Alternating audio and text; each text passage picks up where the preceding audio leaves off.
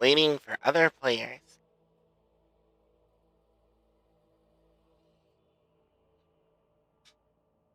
That's probably the only time I'll be waiting for you on that screen. Probably. So, last we left off our band of intrepid adventurers, we managed to push our way through the kind, friendly streets of Reichhead Norris and have arrived at the governor's bunker. And immediately we started shopping. Like good merchants. Yep. Speaking of,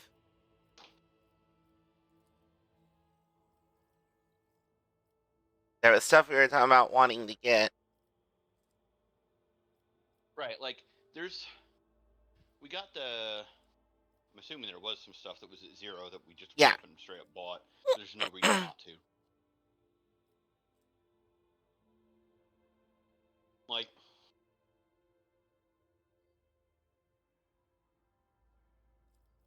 the Psychic Body Glove, I think, is an upgrade. I'm pretty sure the Bolt Pistol / Modified Bolter are useful for at least Argenta.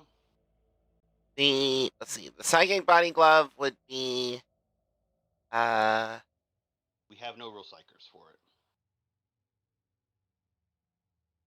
it would, as we said, it would be it doesn't. I would say it would be an increase in armor percentage for me. But would also mean losing the bonuses it gives to agility and dodge as the extra stuff on my light spinner's breastplate for ignoring the first critical hit damage in combat, which in itself could be really good. And that part alone could be really good for I'm gonna actually back out of that for a moment. Take a look at what she actually has on. Here, the problem with Cassia is she gets no bonus to dodge because it's based off of psi rating. She doesn't technically have psi rating. So, Cassia would be losing 5 agility and plus 10% parry chance against melee attacks, but gaining 5% armor. I don't think it's worth it. Yeah, probably not.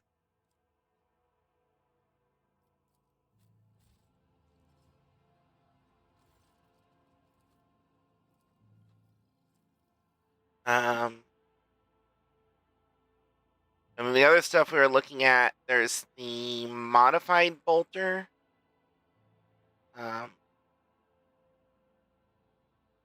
Which I think is an improvement for Argenta. And there's... I like how it's a downgrade in damage versus the Mesopad and Bolt Pistol. It's just that the Bolt Pistol has half the range. Yeah. I think the modified bolter has a higher rate of fire than her current one. And we don't have enough profit factor currently for the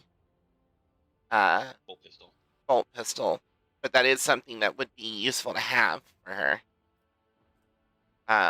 We do have enough for the plasma pistol, but that requires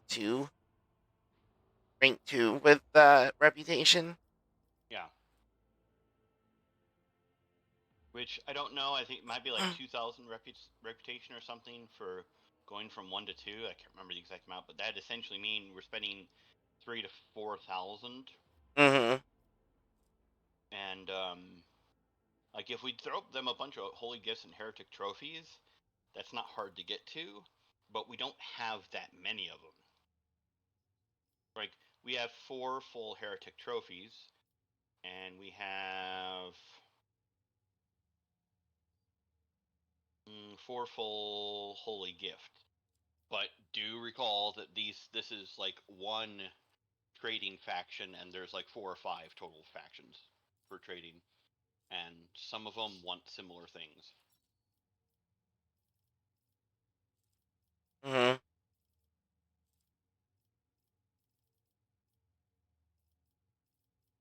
Yeah, so each holy gift would be 500. So 3 holy gifts, or a combination of 3, a combination of holy gifts and heretic trophies, totaling 3. would be enough for rank 1. We just Like, don't know because we what rank have. 2 is. Yeah. Tell you what. Could look it up I mean, yeah. Let me see. if we want to. Which, I mean, that kind of information I definitely don't have an issue with looking up, because that's more just knowing the mechanics. Yeah. Give me just a moment. Looking it up now.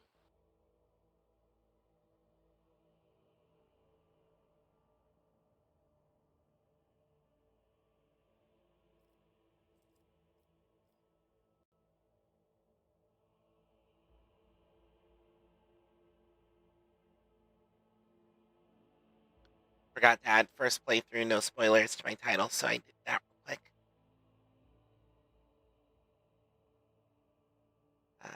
Wait, it didn't take the game category for some reason, so let me fix that also.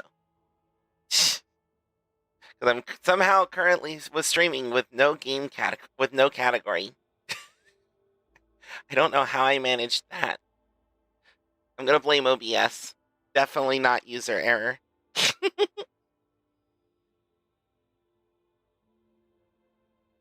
Also, just gonna float over here. So I'm not blocking as much stuff.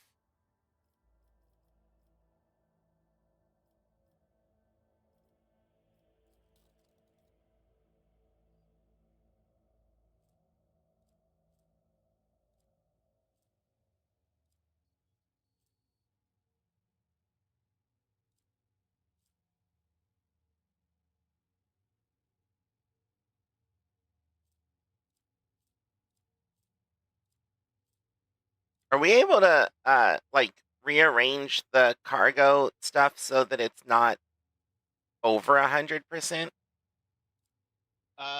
Yes, but that's very fucking fiddly.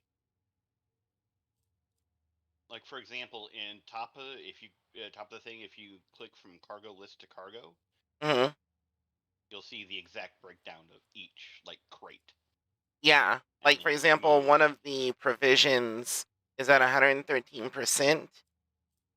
Which if we could move one thing of Void Sweet Ale and one thing of Corpse Starch rations out of that, it would go down to 101%. And that'd be 12% that could be put in a different stack of provisions.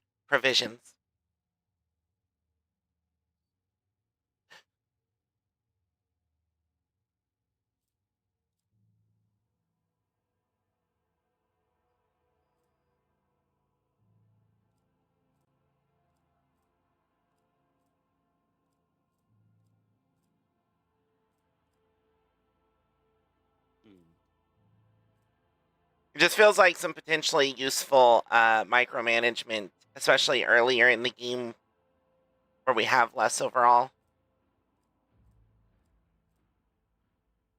Okay, so there's some things which are specifically only cargo goods, and Mm-hmm. there's other things which are both cargo goods and things like armor, Mm-hmm. and weapons. Like the armor and weapons and stuff like that, I'm pretty sure we can move that around. For example, let me see this. Yeah, so there was one ranged weaponry crate, which was over by 5%. One of the pistols was in there by 5. Mm-hmm. So I literally just like split it off and moved it. So that works. But for the things which are not, I don't think they can be moved.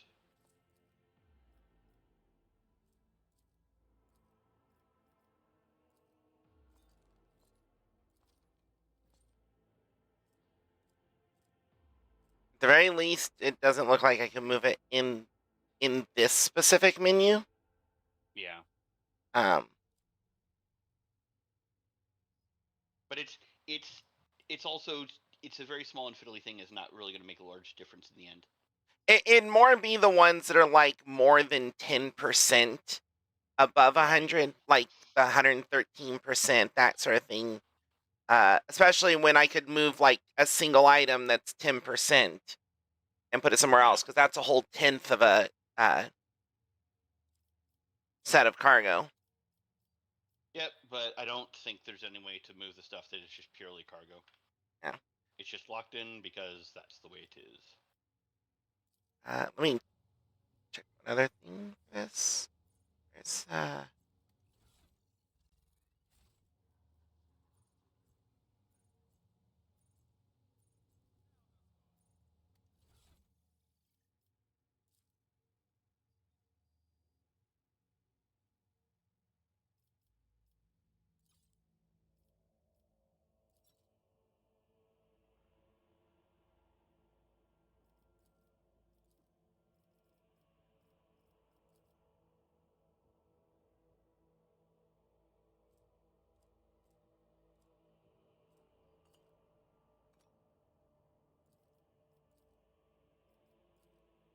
Okay, so this is interesting. Something I did not know.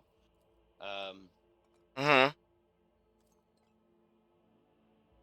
For example, like ship component. We're looking at the explorers right now. Like holy gifts and heretic trophies are 500 each. Ship components are 200 each. So are Mechanicus creations. They're 200 each. Mm-hmm. It's not that different factions will buy them for less. So, for example, holy gifts are worth 500, but they're going to be worth 500 to every faction that would buy it. Same with heretic trophies are going to be worth 500 to every faction that would buy it.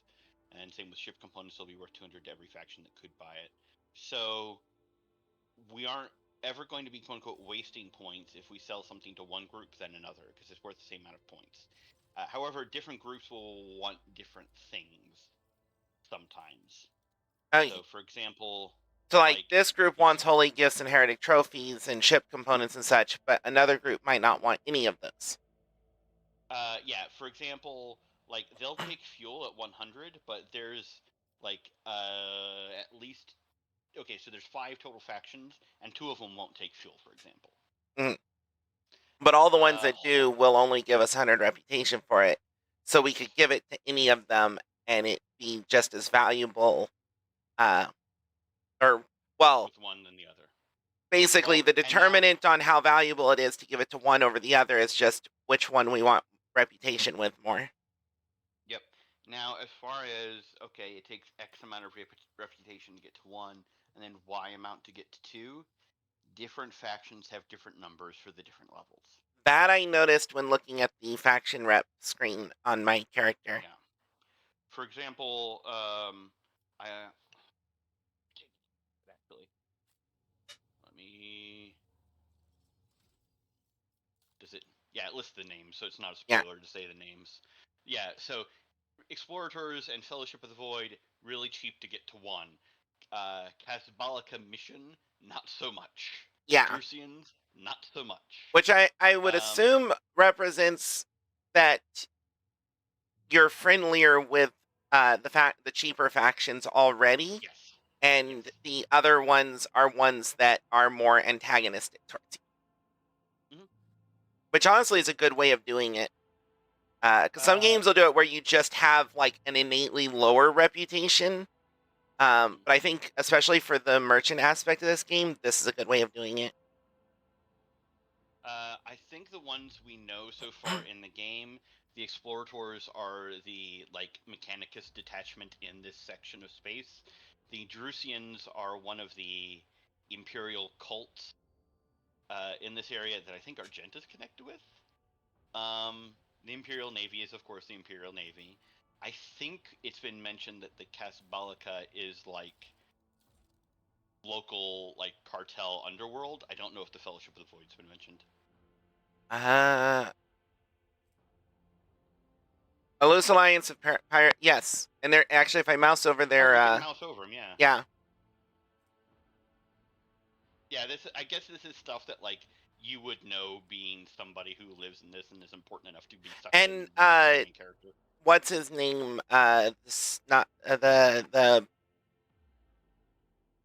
the guy who makes me think of Sebastian Shaw of the Hellfire Club. Uh, actually, no, not That Sebastian Shaw. The other guy. The one that can increase gravity. Uh,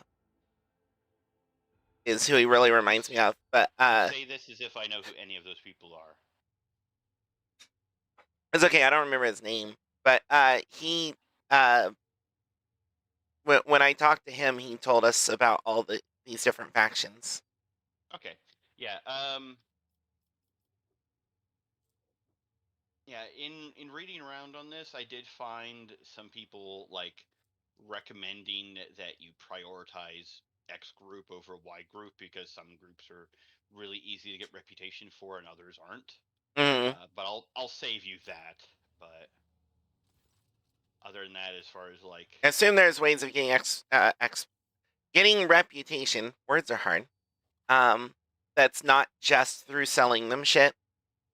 yes, so there's two or three factions which have a lot of connection with various quest lines, be it companion quests or main quests, and so it's easy to get some extra reputation that way. Hmm. Um, Also, one of those five is pretty much only going to want like void equipment trophies. Like we haven't even done ship to ship combat yet, Hmm. but when you do, you can loot stuff from other people's ships. Some of that you can put on your ship. The rest of that you can just put into cargo. They'll take that as trade. So Mm.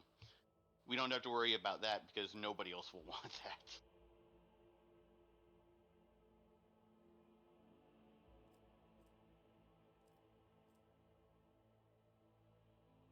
But getting any particular faction to one or two isn't really that bad in the overall scheme of things. Hmm.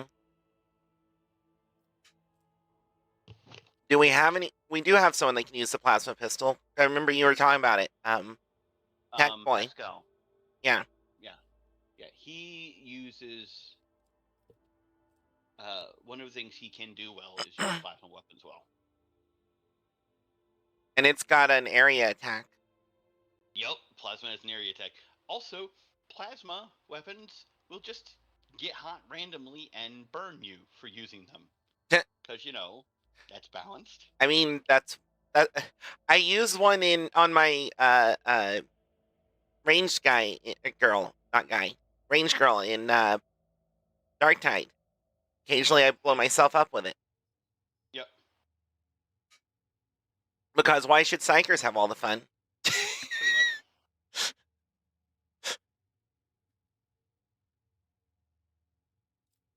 Like Yeah, honestly, people I always. mean, it, it it seems like getting Exploradors to 2 shouldn't have a particularly negative impact on us. Also, I really want those 10 medkits.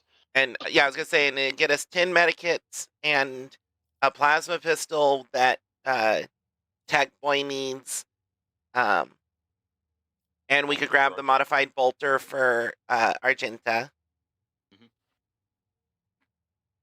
And we might as well grab the psychic body glove just so we have it. Yep, no reason not to have it. Okay. So should I do a So the mix rest of of heretic trophies and holy gifts? let me double check and see what other factions want. Um, Drusians and Explorators take holy gifts. Uh, Heretic trophies are taken by the Explorators, Casbalica, and Fellowship of the Void. So if you're going to give more of one than the other, Holy lean gifts. towards lean towards giving more holy gifts.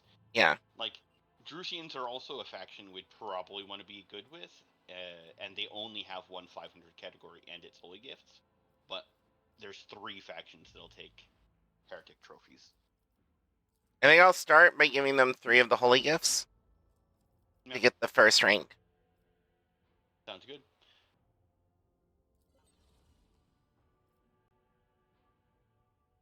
Okay.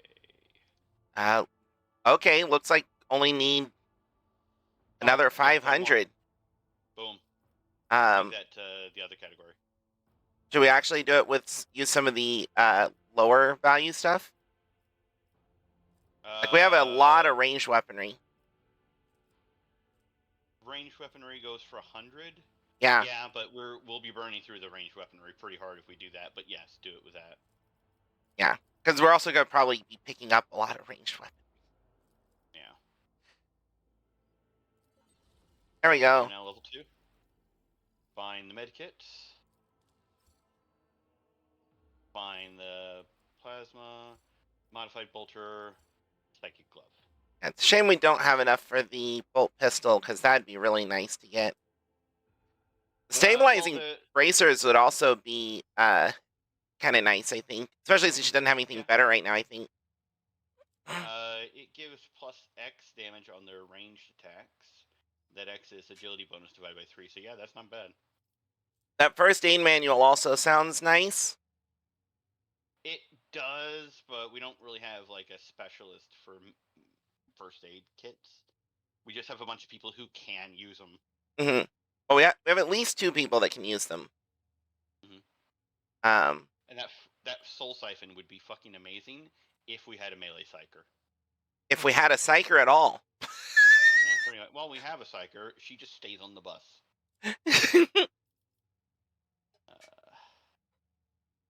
I kind of like the needle ring, but I already have something I prefer for on Lasporte specifically. Yeah. Okay, I'm exiting out of this. Yes. And I'm going to take a look here.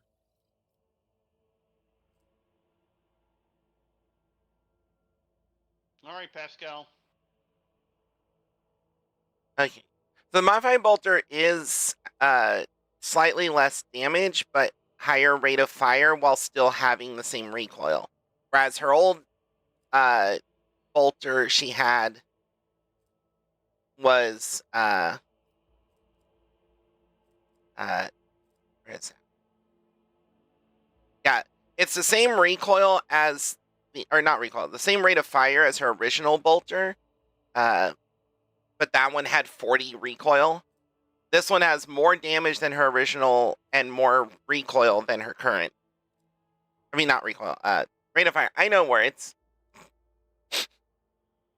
Make sure every character that can carry medkits has at least 2 medkits on them. They stack up to 2. You might as well.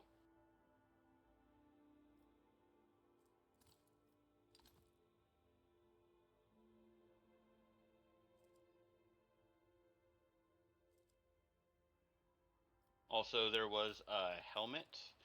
When the wearer kills a target with an exploit using a single or dead-eye shot, the nearest enemy immediately gains 1 exploit.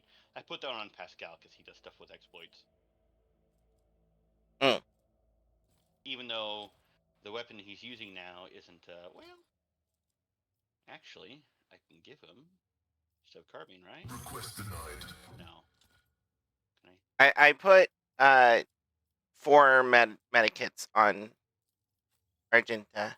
The order is contrary to dogmatic. Because she's the only character I control that can use them.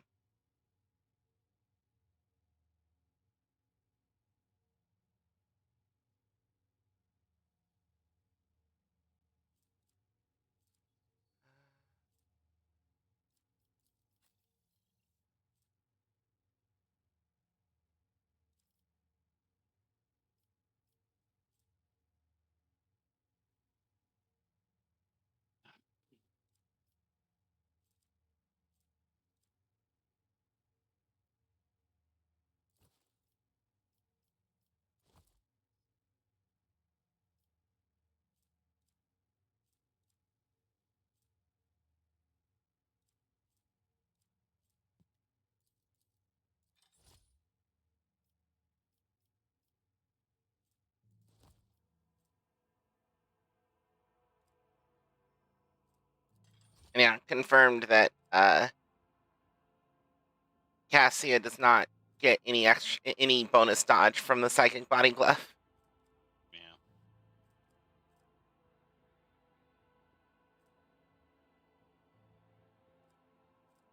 Okay, we should probably quick save and then start talking to people. Specifically, the tech priest and the governor seem to be the only real important people here.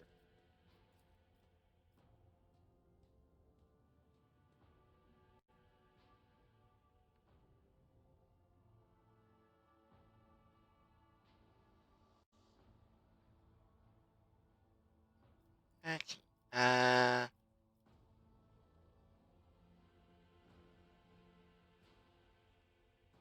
Permission to transfer information. Okay. You're an explorator, aren't you? What are you doing here? Retrieving archived data. Over 70 Terran years ago, the governor of Rykan Minoris and authorized representatives of the Explorator Cognizance fleet made an agreement. Its goal was mutual benefit through cooperation. Unit's largest quartz crane is the fleet's appointed trade agent. The unit is responsible for maintenance of the arsenal and the combat machinery.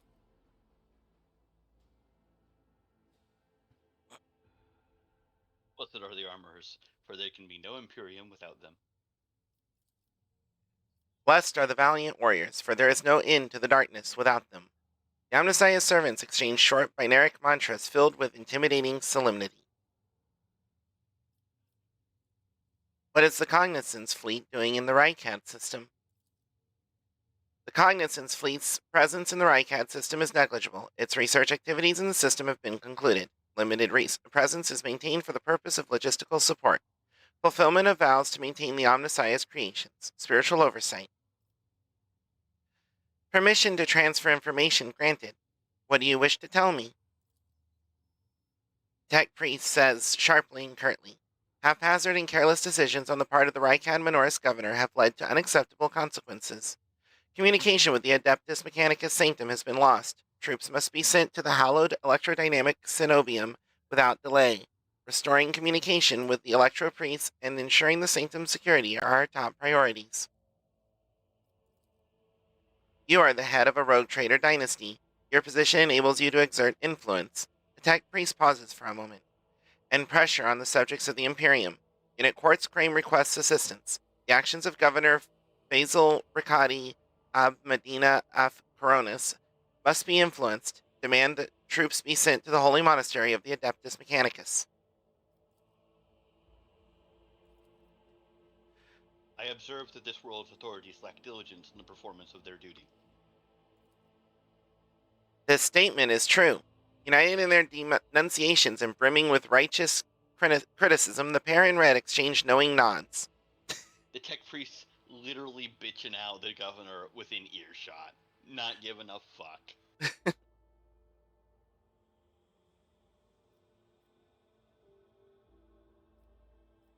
What will I get in return for my help? The Tech Priest stares at you without blinking. Awareness of the fact that the rogue trader did not stand aside and has influenced the future of the hallowed electrodynamic cenobium, including the possible rescue of the most holy Electro Priests. Unit Quartz Crane can promise no more. You will get the honor of having helped us. And being known to have helped. True. Which, with them, I'll take. If it was with some random fucking Imperial governor, I wouldn't care. But with them, I'll take it. I will discuss it with the governor. Unit Quartz Crane is grateful. The rogue trader is highly likely to successfully influence the future actions of the local authorities. I shall take my leave. Let's see.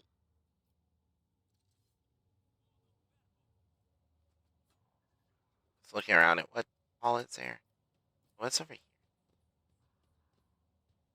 These heavy chains are used to adjust height of the command. Oh, I think I already looked at that. Okay. Governor Medina. Oh, what's behind Governor Medina? The heavy hum of this massive cogitator runs down the metal walls of the bunker, filling the entire command center.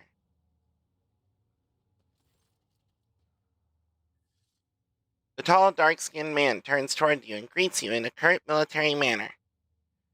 Faisal Riccati ab Medina af Coronis, governor of this star system. Welcome to my temporary headquarters. The man's gaze falls on Abelard, his eyes slightly narrow. Worsarian? Governor Medina, my greetings. The governor's expression changes drastically when he sees Cassia. Lady Navigator, what an honor. I never thought the House Orselio would grace our world with a visit. I only wish I could have received you under different circumstances. Cassia purses her lips and an echo of grief knocks the wind out of those present. House Orselio is grateful for the support that you have provided to Yorick 5 these many years. Then the governor notices Cabella's clothes, and his eyes go wide. He adds softly and cautiously, "This woman, she is your bodyguard, I presume? Or is she here to..." He stops, choosing not to finish his question. "I'm not seeing the convoy I'd sent to meet you. What happened? Did they fail to find and escort you? If that is so, I promise you their punishment will be swift and severe."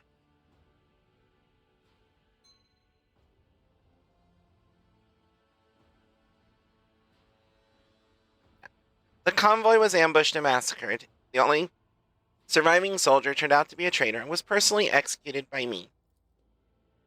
That is an outrage. I will have the personal vetting procedure changed immediately. The slightest suspicion will be grounds for arrest. Your ladyship, before we proceed with discussing the matters that are of interest to you, there is a question I feel compelled to ask. It was only recently that Lady Theodora was the head of House von Valancius. I have received no word of her demise. How is it that you are now the rogue traitor? Uh,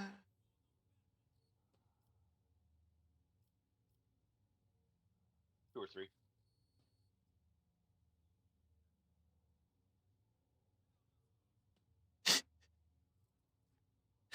Three sounds suspiciously like I might have been the one to eliminate her. Look, you don't need to ask questions. That's 3. True, though.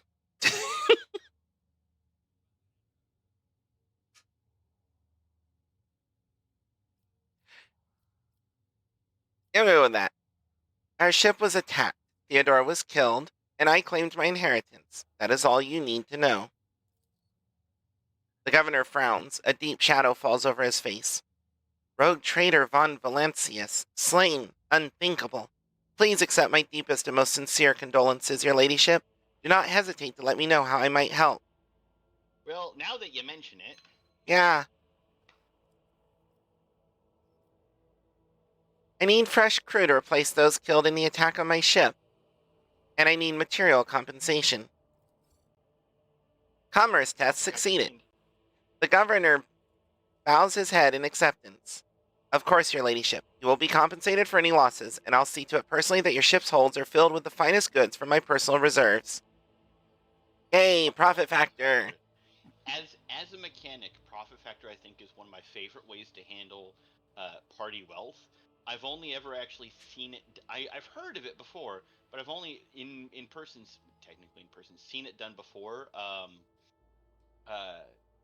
A campaign called the Chains of Acheron, done by MCDM. If you've ever heard of them. Sounds vaguely familiar. Yeah, they essentially had the same thing going, where the party was essentially a mercenary company, but it was a mercenary company of like hundreds, and their height thousands or tens of thousands. Mm-hmm. But the players were essentially the officers in charge of the mercenary company, and that's roughly how they handled the funds available. Was essentially a profit factor system. That's actually a good idea, because I don't know if you remember, but there was one point where I was putting together a D&D campaign where the party members were part of a mercenary company. Mm-hmm. And that actually is a really good idea on how to handle that sort of thing. Because you do have a lot more, technically a lot more actual resources available in that sort of situation than just, whatever you personally loot.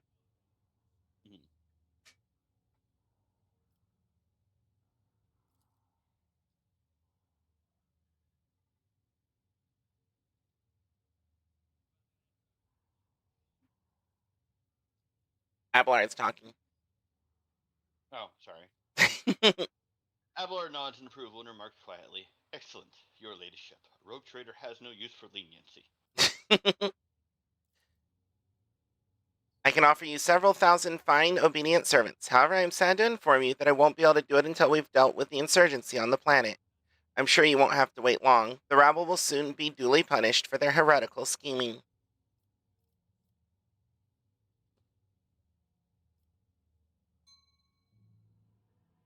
Straight up. 2 is amusing. Is there anything else I can do on this planet while I'm waiting for you to finish this? Where to go relax or something. Yeah, I mean, keep in mind that you are far more important than a planet's worries. That's what the fucking governor's for. Like, if his planet burns, first off, this is a winter scale area, not Von Valancius, so you don't give a shit. The only that's how powerful a rogue trader is that even it's not your system, you said, I need people and goods, and he was like, fucking from my own personal stores, here you go. Yeah. Plus, if he is completely obedient, maybe I might deign to help him. Yeah, that too. Especially since he's not getting any help from Winterscale at the moment.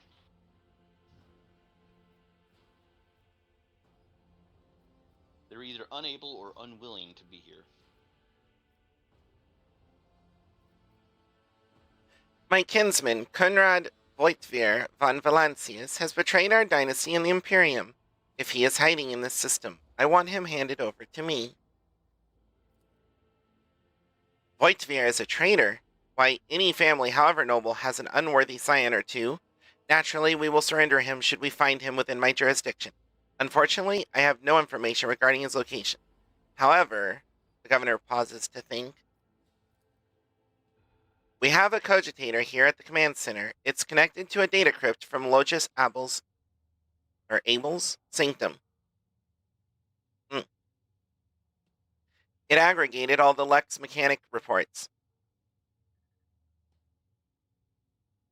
Unfortunately, the access prayer for it is unknown to me. If you manage to convince the stubborn machine, you might learn something about Kunrad's movements. I'd hazard he fled from you on a ship, not on a pair of wings. Well, thankfully, we have a tech priest in the party. Huh?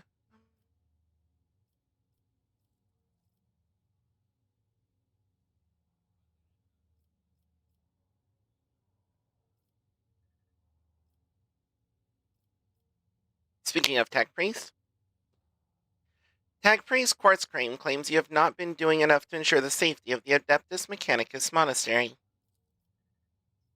With a heavy sigh, the governor warily covers his face with his hand. Of course he does. That tech priest is very insistent. I ordered a squad to be dispatched to the Holy Cenobium of the Adeptus Mechanicus. They haven't been heard from yet. I'm afraid this is all I can do under the present circumstances. I don't have a single soldier to spare here in the capital.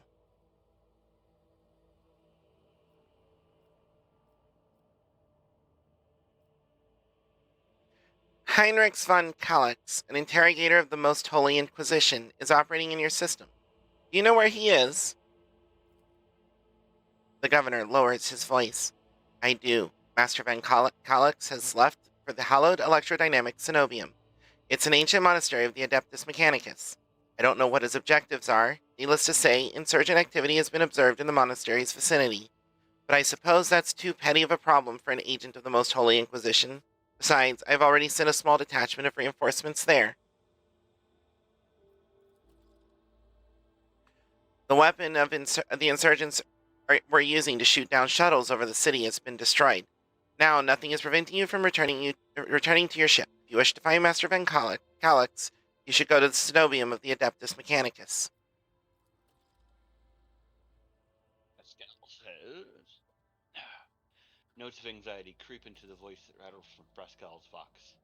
On behalf of the priesthood of Mars, I, Magos Hanuman, am officially initiating my participation in the operation. I must inspect the state of the relic and assure myself that it is under zero risk of falling into heretic hands. According to the Catechism of Maintenance and Operation, my tech comrades were supposed to lock down the monastery gates against laypeople and activate the traps. I deem it optimal that an ordained magos should provide his assistance. I categorically object. The governor clenches his fist. As much as I respect the sanctity of your monastery, I have on my hands a whole capital that needs to be attended by the Omnissiah's servants. We have lost many eminent tech priests. Incidentally, one of them perished in that same monastery. Mechanical failures could occur at any moment. Putting it bluntly, you may consider yourself forcibly recruited into the city's defense forces. Medina and Pascal glare at each other, their unyielding gazes like crossed swords. I mean, I want to say 2, but I'm curious what 4 yields.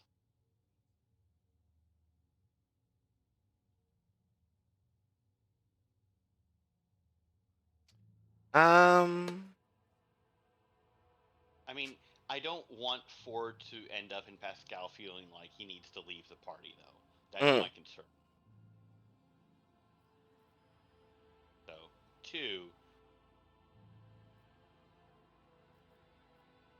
Yeah, I'm going with 2, particularly Mhm. because of the character I'm playing.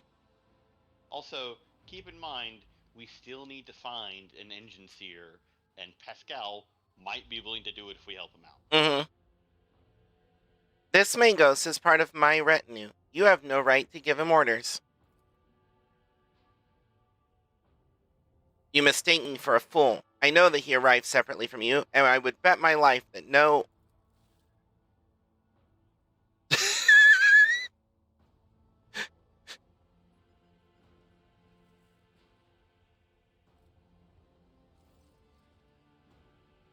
The governor's voice dies down in the low growl of a drilling mechadendrite.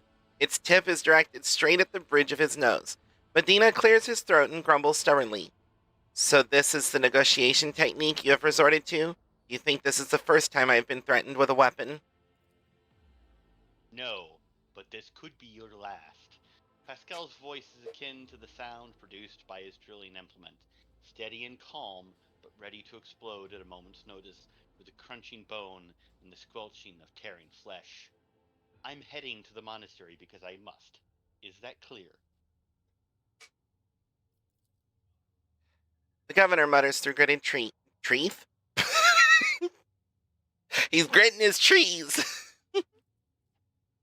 through gritted teeth. Abundantly so, Magos. 2 or 3?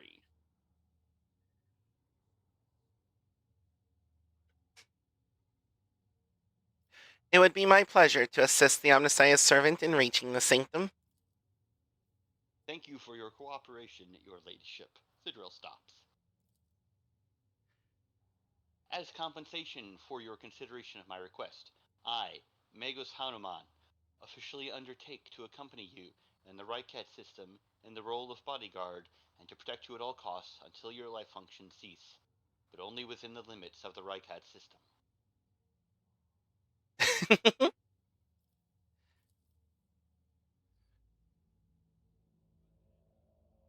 You're Hanuman? Glad you're alive. The governor raises his eyebrow and stares at the tech priest in surprise, but refrains from further commentary.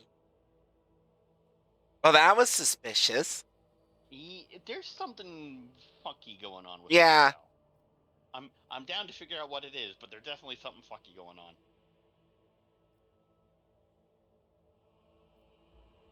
What has perplexed you about my companion's name? The governor looks at Pascal with curiosity. According to the reports we've received, Logis Abel Hanuman set off for the hallowed electrodynamic cenobium a short while before it was stormed. I'm glad to find out that you're safe. Perhaps you possess information on Master Van Kalix? Is Pascal Pascal's vox rasps in confusion. My name is Pascal Hanuman, not Abel. I know nothing about such a person. What do you know about this Abel, Governor? I've never met him in person. That esteemed Logis supervised the work of Reichad Minoris's Lex mechanics for many years. However, he rarely left his cyber chapel, and I never had the honor of making his acquaintance. A true anchorite.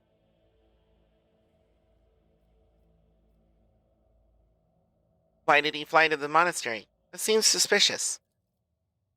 When a Logis of the Adeptus Mechanicus wants to go somewhere, we don't ask why, your ladyship.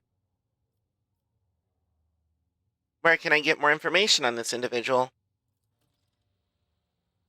I would have suggested that you inspect the esteemed Logis' sanctum, but it was destroyed by the rebels. We recovered several data crypts and connected them to the cogitators at the command post.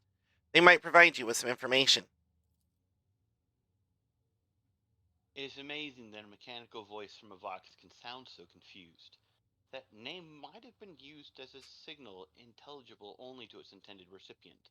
In that case, its bearer might be Archmage Amarnat, initiating investigation and data collection procedure. Archmangos, a recognized master of technological or scientific discipline within the cult Mechanicus. I see. Glad to be of service, your ladyship. I wish to commend the courage of one of your officers, Sergeant Malgar. Excuse me. He and his soldiers valiantly defend the starport. The sergeant who managed to impress a person of such noble standing will be recommended for decoration. When I read that, my first thought was he'll be coated in gold and placed as a statue. I was gonna say like a little Christmas tree bauble, just like on his lapel.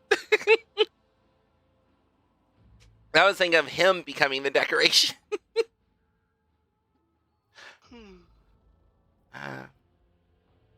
Are you so confident that you will crush the insurrection soon? My own impression has been the exact opposite. Is that so? The governor maintains his composure. I'd like to hear your reasoning. Let's see.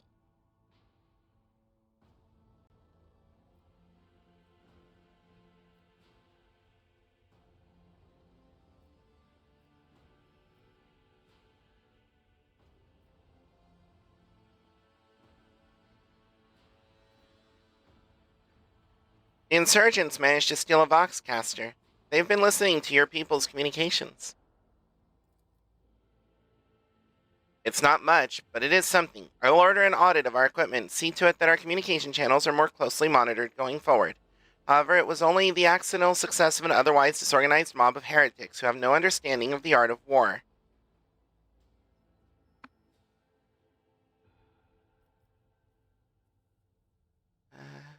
The insurgency is headed by a certain Aurora, a prophet who, according to their followers, possesses mystical powers.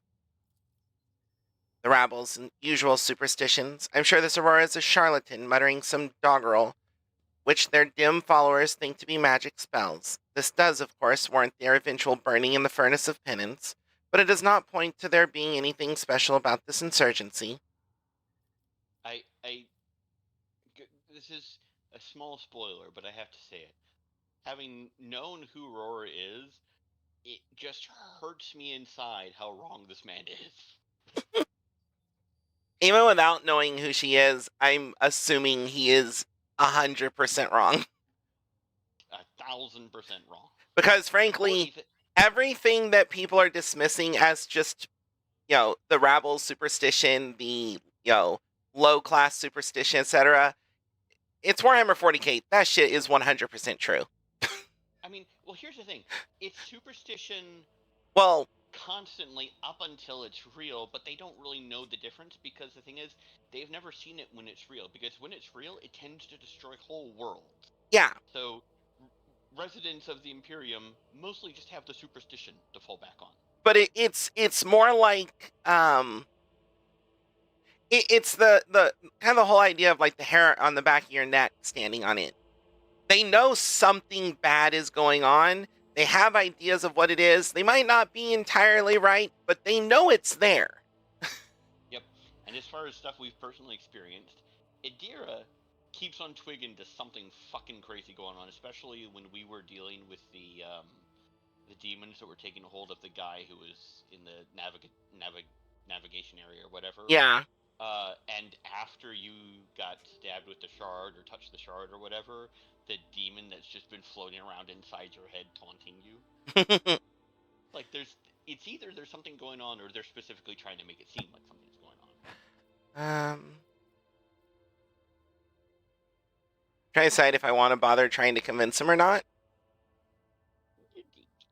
I mean, I don't know if there's a benefit to doing it, so I can't advise as far as that goes. I do get the feeling though, if there is a benefit, it's probably one of those things where the game makes you go experience like a full list of things, and you've got to throw that full list at him before he can leave you.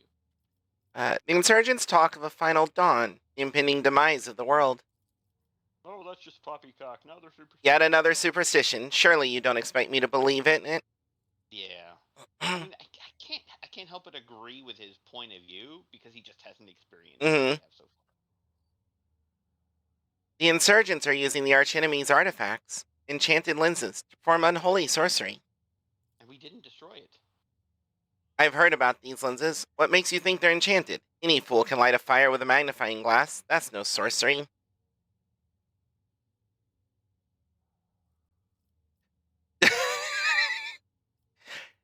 You ought to leave your bunker more often, Governor Medina. I have only recently arrived in this system, and I already know much more about the uprising than you do.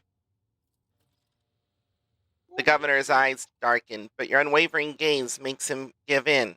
All right, all right.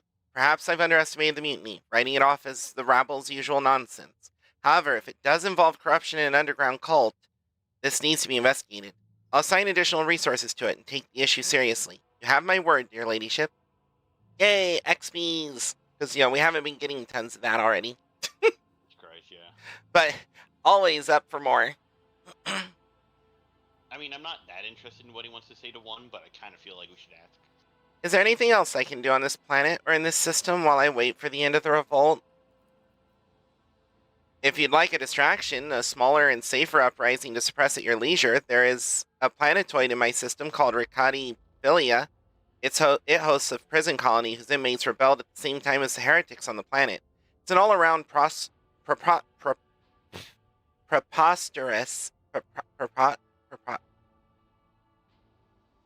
It's an all-around situation. It should have only taken us a couple of orbital shots to take care of them, but the governor slightly purses his lips. A vain Winterscale went there. He is a relative of my suzerain, the great rogue trader Caligos Winterscale. The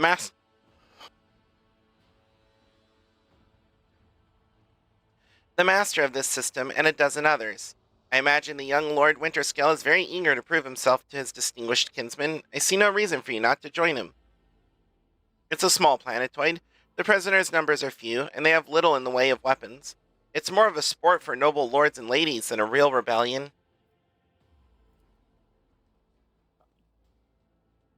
Hold on. Vain, Abelard muttered, stroking his beard. One of his distant younger offspring, yes, that's as much as I know about him, which means he hasn't distinguished himself in any meaningful way. Yvain Winterscale has made several diplomatic visits to Urak 5 on behalf of his father. The Grey Regent would never have granted entry to someone dishonorable, which means no matter what happened on the planetoid, we must aid the Highborn. That's all I wanted to discuss.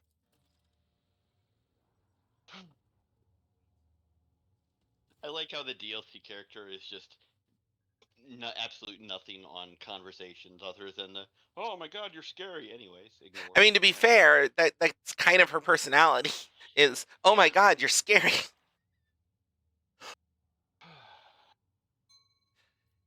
Do you know anything about the tech priest Abel Hanuman? Unit Quartz Crane has had no previous communications with Unit Abel Hanuman. The memory sector contains other data related to this query. Various resources and data storage devices of interest have been extracted by the standing army of Rykad Minoris.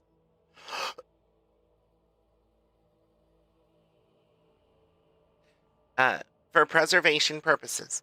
The command center currently hosts a cogitator that was used by Unit Abel Hanuman. Appeal to the cogitator's spirits for further information. Okay, we can get 5 frag grenades now. Yep. Still can't get the bolt pistol, sadly. Need one more profit. Well, the thing is, there's plenty of these trading merchants all over the game, or at least easy access to. Actually, I think once you make contact with any of the trading merchant people, the quartermaster on board your ship will allow you to essentially trade with those factions through him. So we don't need to come all the way back down here and talk to Quartz Crane in order to get that. If we are like anywhere and we get profit factor 15, we can just go to our quartermaster and get it from him. Okay. I'm fairly certain. I do find funny that if we did rank up to 3, we'd be able to get everything in that category. Mm-hmm.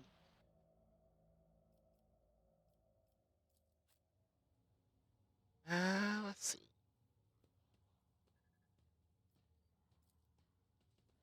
Also, there's, as far as I can tell, no reason not to always buy everything, especially since it is possible to lose profit factor. So if you buy something, then you don't have to worry about it going back down below that limit Mhm. later. Go to Logis' private archive. Result of Logis Abel's data trans.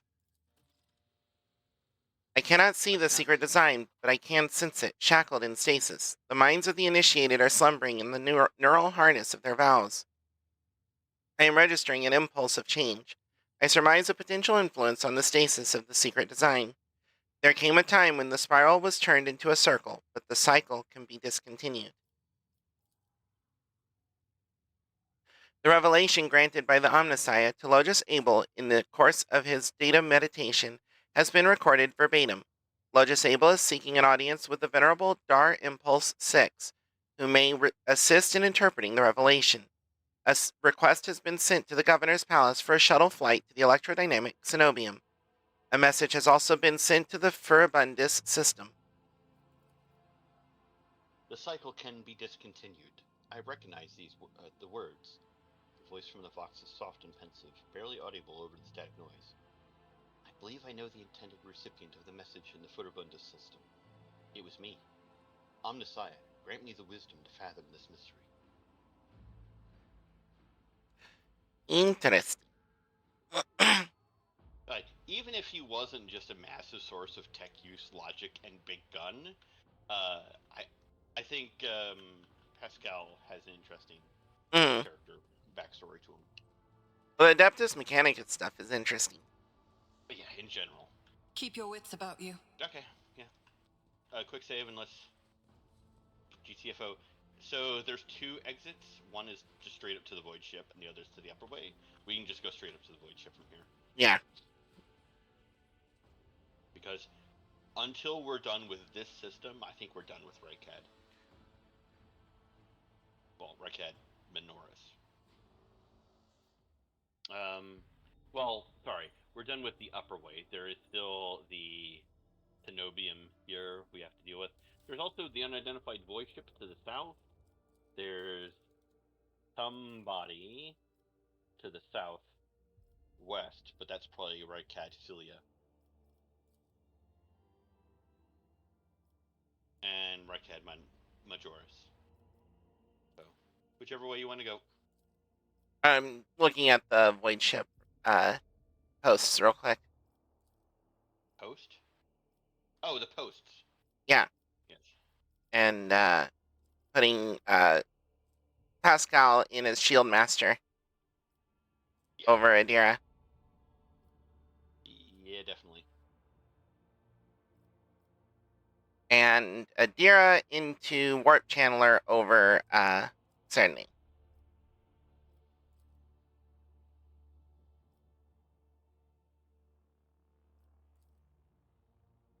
Yep.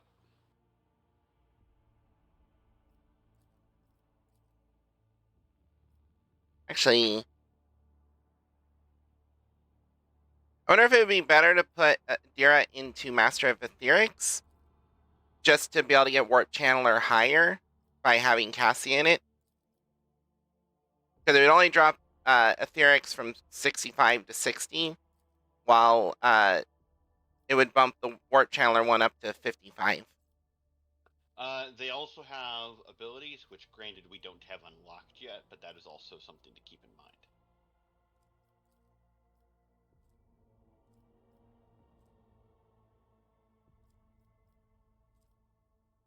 I'll leave them as they are for now. Okay.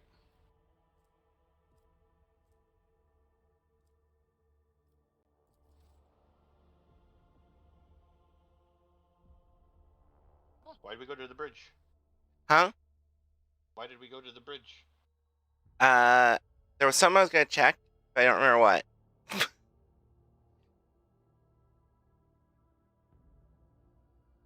Hooray, loading screens.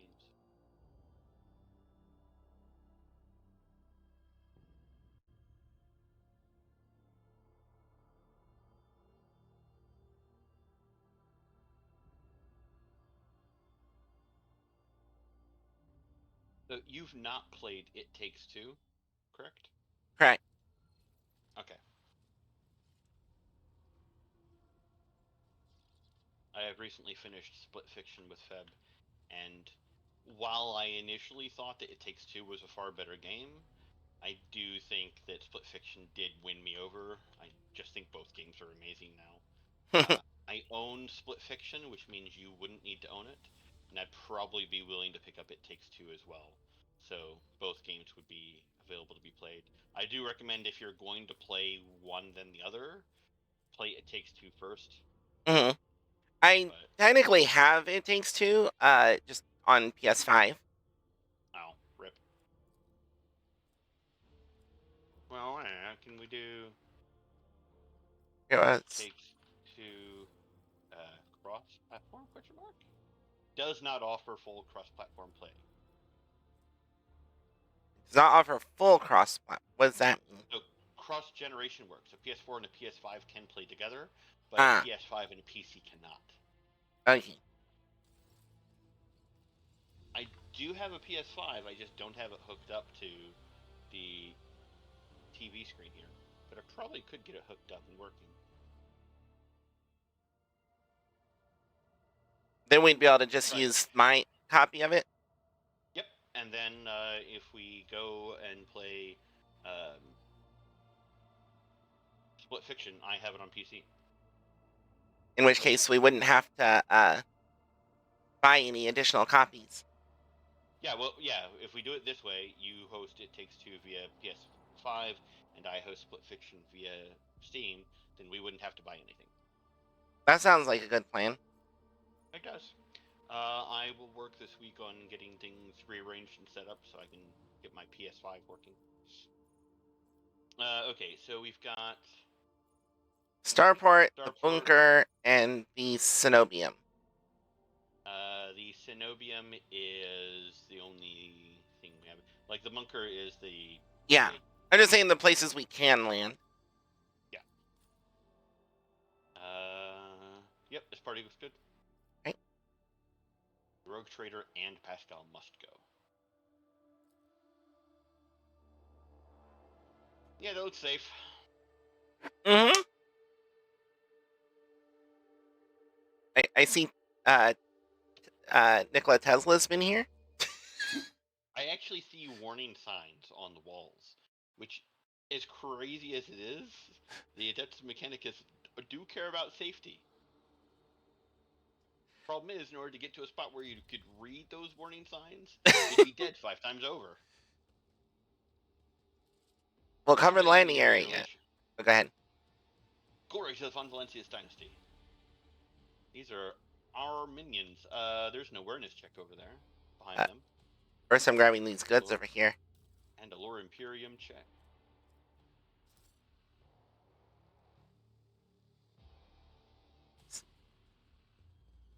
Got 100% on this awareness. My house would be proud of me. Judging by the dead people's equipment, they were the same wardens the governor sent to the monastery's aid. Makes sense. That's how it's done. The pieces are molten at the edges. The statue was likely blasted by a barrage from a multi-laser turret, the type found on landing force shuttles. So somebody landed here and blasted their way in. Oh, got an athletics over here. That's not 100. Unexpected result. It was only 60% Rise to for the me. top, or get left in the Got dust. some goods down. Medikit, frag grenade, and just some Cargo. cargo. Better than nothing.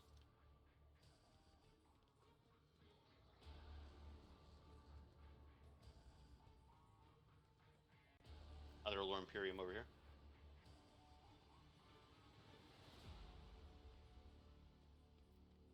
I always get the job done. Lay people unworthy of entering the hallowed cenobium humbly said their prayers next to this computational altar. They're unworthy to even enter. Here, pray at the statue outside and then leave us alone. Is there money to be made? Quick save.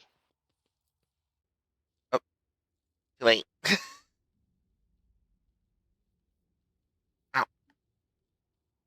Ow. Meow meow.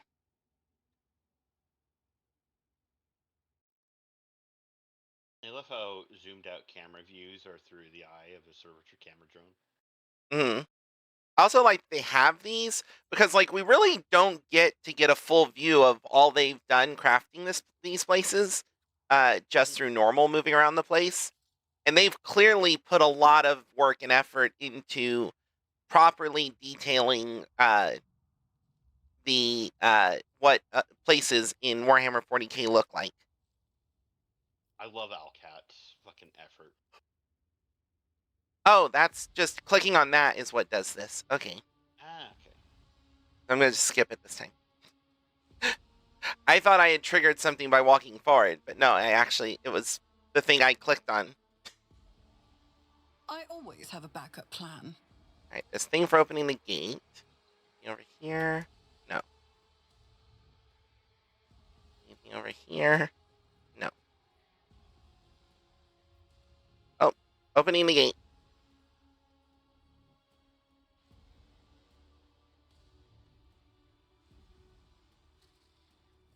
Binaric hymn awakens the gate's latching Mechanism.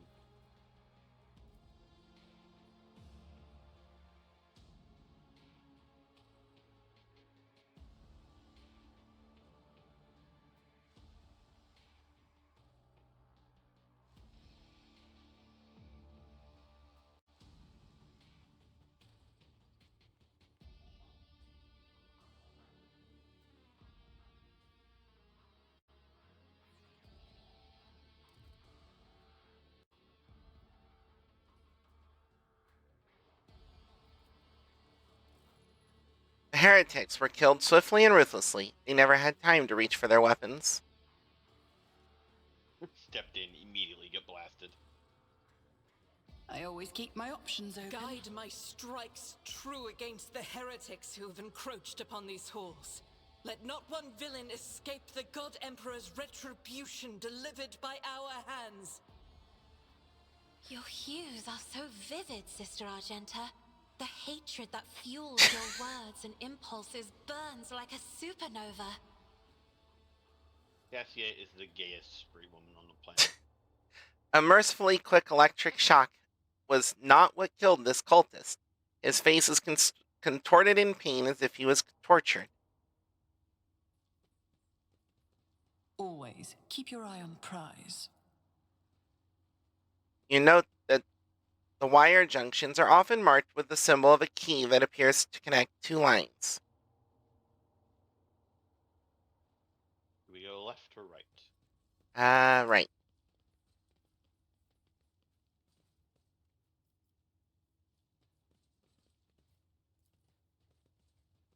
On the maladies of machine spirits and the ways of diagnostic divination.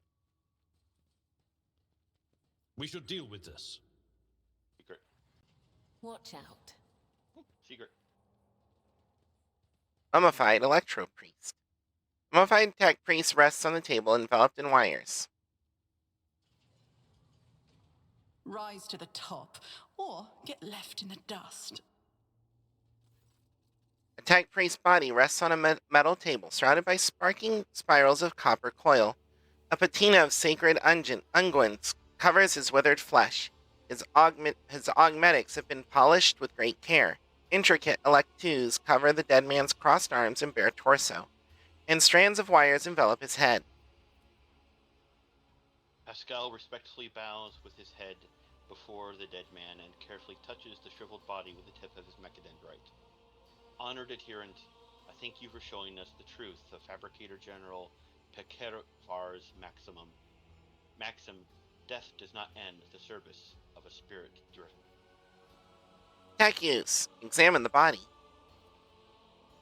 The body seems motionless, but you notice a slight tremor in the fingertips. This ancient servant of the Omnissiah must be data dreaming. His mind, enveloped in digital reverie, can persist for hundreds or thousands of years while his frail body is decaying. This sacred state of trance is a great reward only earned by the wisest and most pious servants of the machine god. Such purity of color. I've never seen anything like it. Deep tranquility shrouded in a cool white cloud. Such unity of thought and spirit. The dead are incapable of exuding such hues. Next to the table the body is resting on, you see small amulets crafted from burned cogitator circuit boards. There is no dust on these small offerings. They were clearly left here recently. Can you hear me, Tech Priest? The light in the crypt becomes a little brighter and sharper, and the smell of ozone fills the air. The vox on the ceiling comes alive and lets forth a solemn, Beneric aria that turns into a crackling, somnolent voice. In this dark hour, I am ready to bring you good tidings, Tech Brethren. Now respond with the words of the second galvanic hymn. The second galvanic hymn is a revered and miraculous prayer of the Adeptus Mechanicus. Naturally, you know it well. Let us praise the twin charges, the body electric, and the Omnissiah who lights the spark of reason within us, and let us carry his charge to those who have turned their minds toward his light. Let it be so indeed. Who Do or not destroy his body, for the record. who or what are you? That's... Dar Impulse 2. The Vox's voice grows louder. Praetor Electroid Dar Impulse 2. By the will of the Omnissiah, the prior of this monastery, and the guardian of the miraculous fusion reactor, now and ever, world without end. Here, in this cell of mine, I have conquered death, and my mind has soared toward the Omnissiah in a blessed data dream. My body is decaying, but my spirit will remain by my master's side. For I am the sacred sentinel of the code, the guardian of the sacred relic, and the eye that watches over the rite of operation.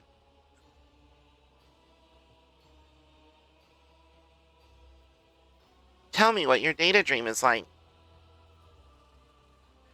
I am one with the motive force, and it opens my mind to the sacred impulses of knowledge. My reason has become as fast as the flying electron and the ray of light, and time is no more for me, for I am eternal. In my binaric reverie, I comprehend the wisdom of the machine god, and share it with the humble priests who come to my cell, thirsting for my knowledge. Yeah, I'm not saying don't destroy the body because I know it's going to happen. I'm saying don't destroy the body because I feel like that is the worst possible thing you could do in here. Mm-hmm. The monastery is under attack by heretics. Can you help? In my data dream, I saw their unholy requests and rejected them angrily, for it is said in the 4th article of security, no unbeliever's hand shall intrude upon the operation cycle. They have seditious designs on the relic, but should I give you, who does not belong to our faith and fellowship, my blessing to stand up to the blasphemers? 100% on both. Yep.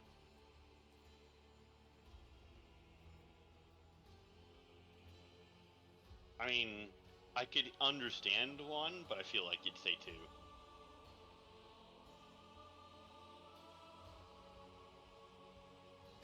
Two sounds dirty.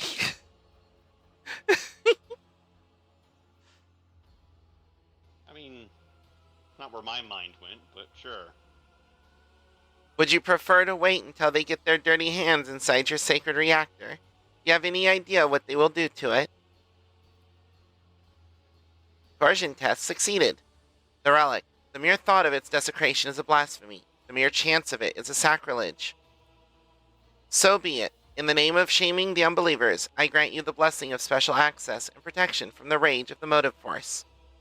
Dry, crackling sounds come from inside the crypt's walls as awakened cogitators process the ancient tech priest's command. We got a buff. Blessing of special access. Praetor Electroid Dar Impulse II's blessing is a promise of protection from the fury of the motive force. 50% armor against shock damage. In here, that sounds wonderful. It's not, you will not get hurt at all. It's, you'll probably survive it. Yeah.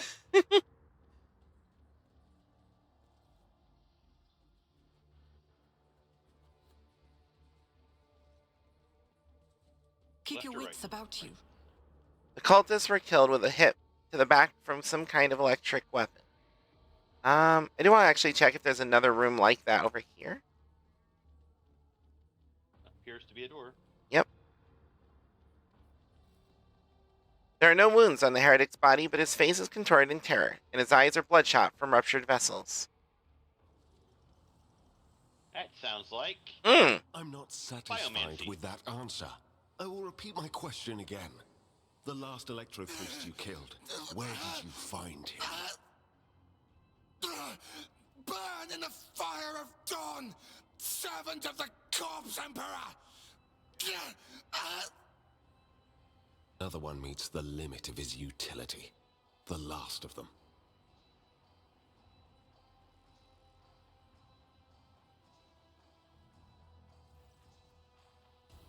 The tall, dark-haired man sizes you up with a quick glance. A supernatural chill is making the air around him crackle softly. The expensive fabric of his jacket is stitched with gold thread and marked by several reddish-brown stains. A forced sword and a vox hanging from his belt, and the emblem of the Holy Inquisition glitters on his chest.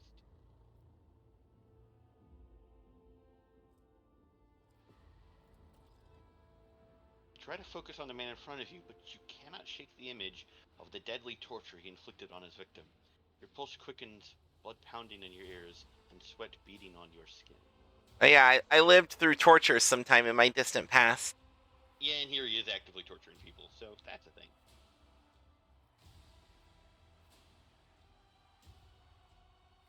Filthy sorcerer. Well... I'm amused by the yes, first no. one. Seneschal, isn't this the chap we're supposed to find for the Lord Inquisitor? Sure. Yeah,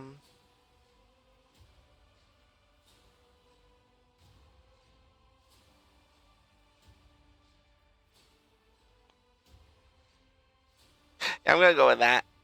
Seneschal, isn't this the chap we're supposed to find for the Lord Inquisitor? I dare say it is, Lord Captain. Now, if it were possible for the gentleman to properly introduce himself and dispel our doubts. Seneschal? Lord Captain?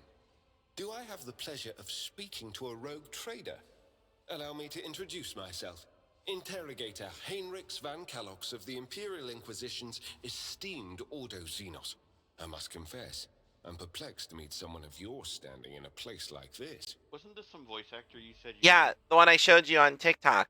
I fucking love his voice.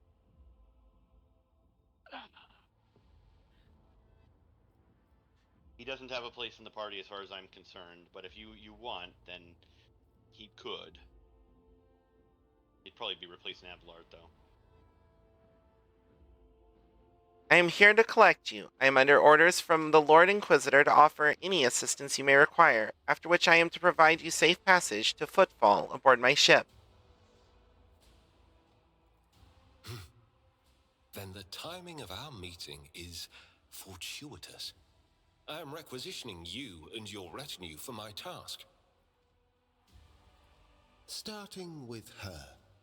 You have provided exactly the kind of specialist that this situation requires. He's like, I need an assassin. There we go. I am the Domin's shadow. If she says the word, I will protect you. If she says the word, I will take you to the Undying One. There you go. There's some dialogue for you. Yeah. Requisitioning? Young man, your choice of words is unseemly to the point of insult. You are addressing a rogue trader. True, but he's also an Inquisitor. And, You outrank Inquisitor, but he is not normally outranked by anyone. yeah, it's like, it's one of those things where it's a matter of technicality, I think. Yeah. and depends on the situation. Different command structure as well. I don't imagine you'll be any happier if I say taking into inquisitorial custody. Less happy about To that. aid his faithful servant in the fight against corruption is the solemn duty of all whose actions affect millions of the Imperium subjects. Let your example guide those who will carry the Emperor's light across 1,000 stars. I wonder if she ever gets the taste of shoe polish out of her mouth with how much boot she licks.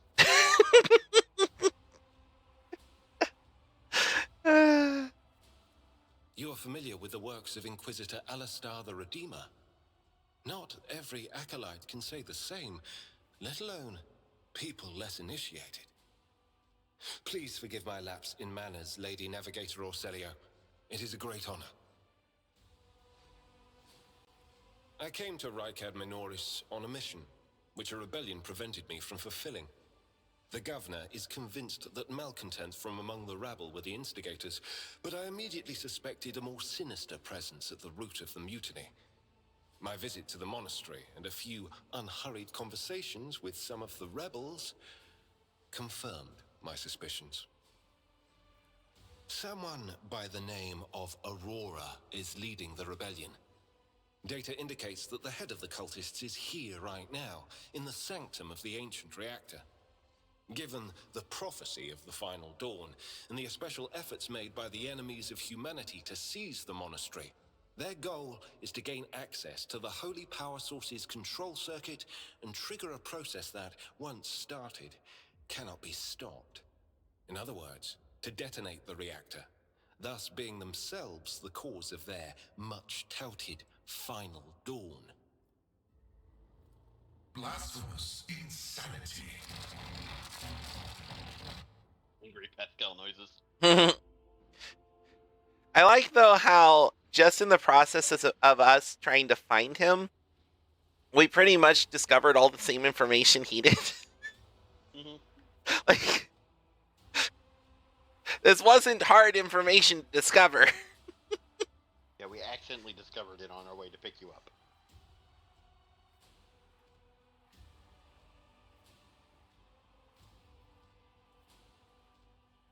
We are helping here, though. Yeah. Have to. I can help you with Aurora. Let's join forces. Thank you. Regrettably, the governor's people showed themselves to be unprepared for the perils of this place. And extracting blade shards from a person's stomach is beyond my powers. I hope that a rogue trader's retinue will prove more capable than a group of soldiers fresh off the base. I am positive that not all of the electro-priests within these walls have perished. The heretics spoke of shadows emerging from side alleys to make short work of the cultists invading their abode. I surmise that the entrance to their hiding place is somewhere in the hall, near a machine known as the Circular Cogitator. I imagine it's one of the local sacred relics which the electro-priests treat with special piety.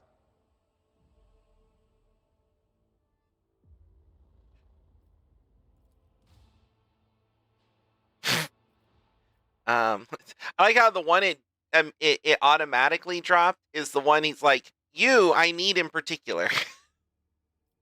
Yeah, if I had to drop someone, I would drop Abelard, but if you want to drop Argenta or Cassia for him, that would also work. And how if I knew more about, like, what he is? He is a, he does have a psi rating. He is a sanctioned psyker. He is melee tanky-ish. He's a warrior, for his starting class. Think Abelard, a little less tanky, a little more psychic. Okay. So he could replace Abelard.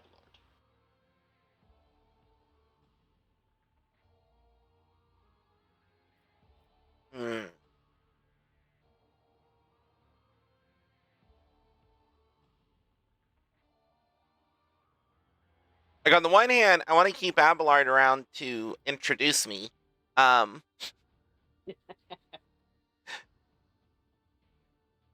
On the other hand, Argenta's hot. I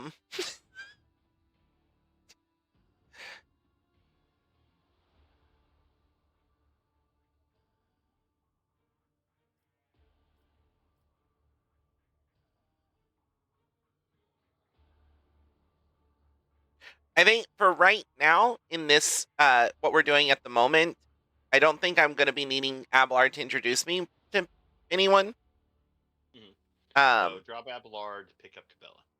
Yeah. Okay. And I think I'm going to let you control Argenta for now. Are you sure? Because I want to, well, let me look at what Heinrichs has and is more closely. Yeah, don't level him up until we're positive who's getting him. Yeah. Because if he goes to me, I'd like to control that. Yeah.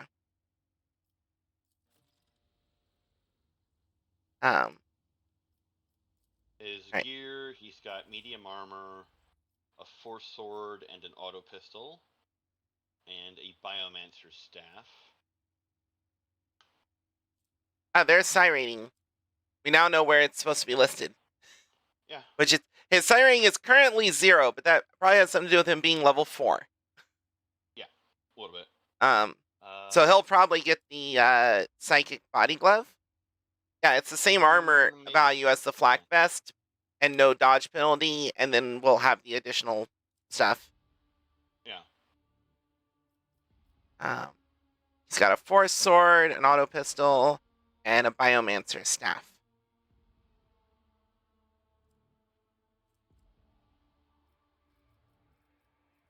And then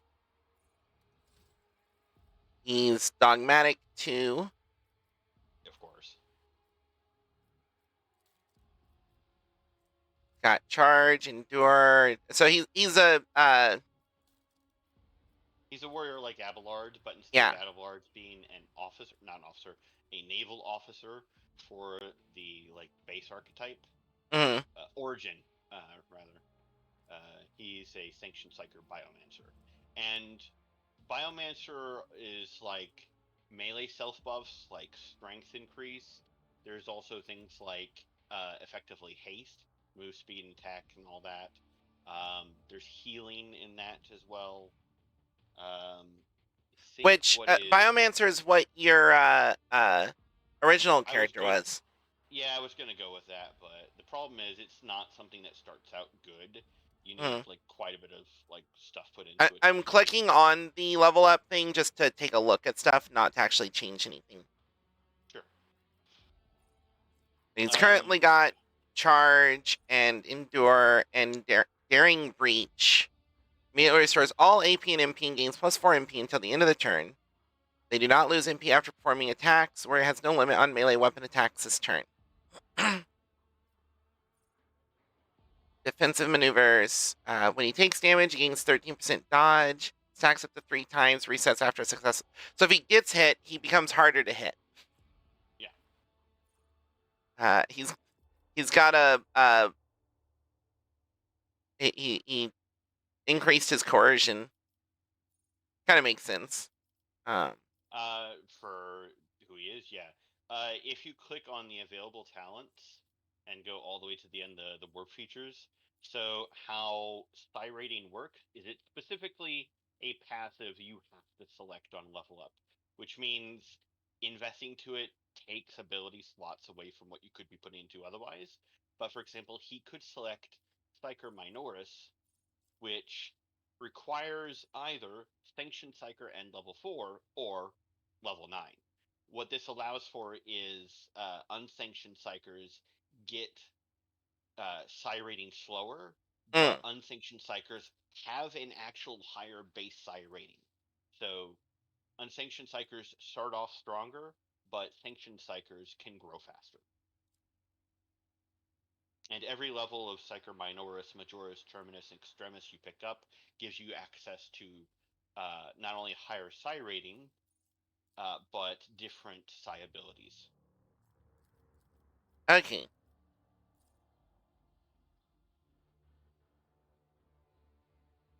Which, since seems to like he comes with a force sword, he's definitely someone who wants to have higher psi rating for boosting. Yeah. Unless you completely ignore the sanctioned psyker side of him, yeah, you'll want to raise that.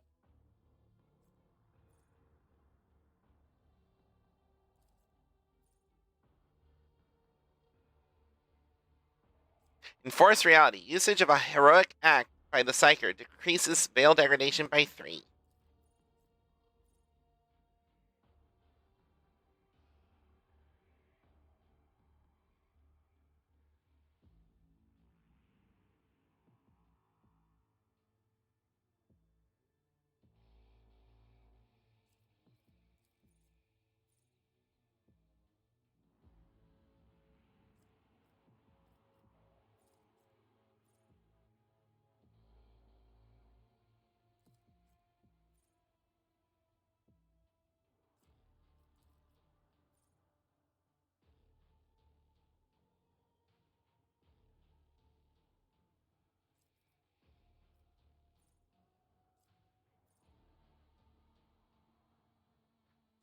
Stabilizing factor. The first psychic power used each turn increases veil degradation by 2 points less. If this talent reduces the effect on veil degradation to less than 0, veil degradation is instead decreased by 1. It can be useful to pick up, but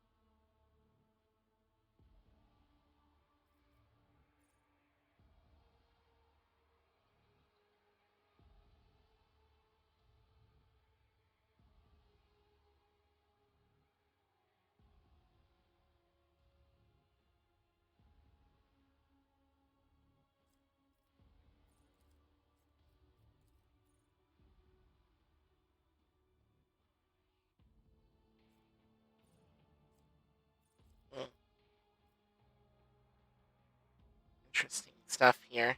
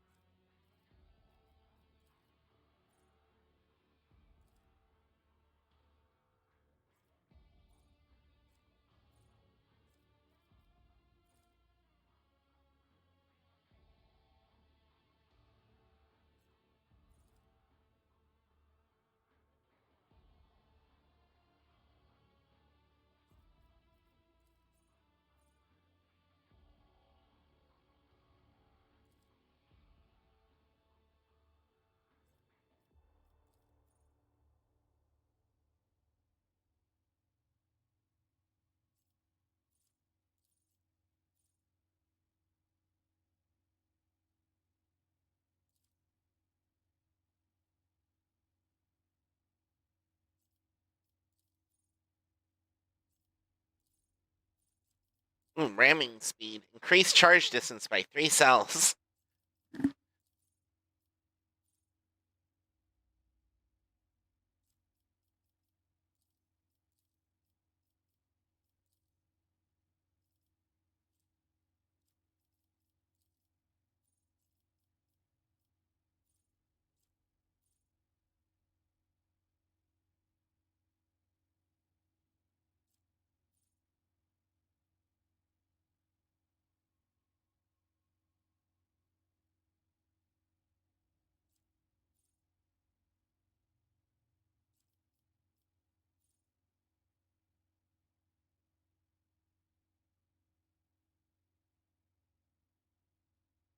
I find it funny that Purge Soul specifically has a line that's saying, "This power does not affect targets that lack a soul." I mean, yes.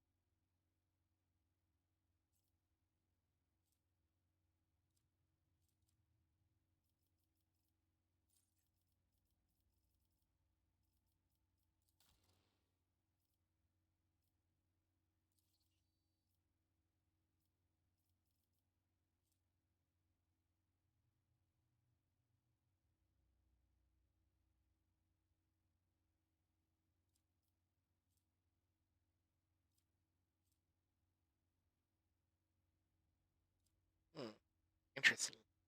Um,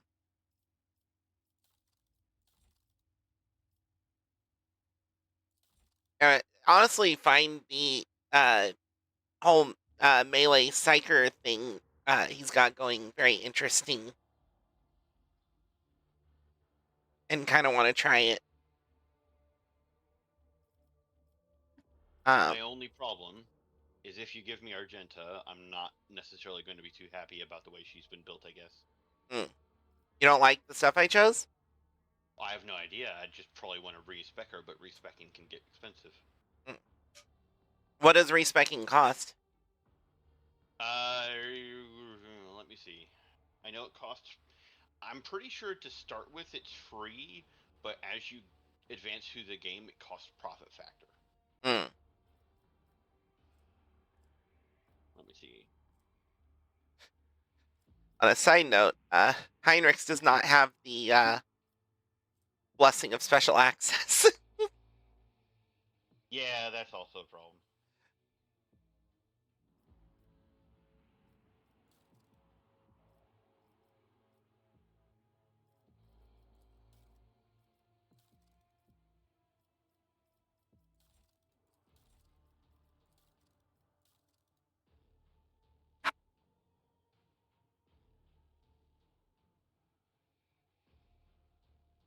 Okay, so there's 3 free respecs, then it costs 1, 2, 3, 4 every time you do it, apparently.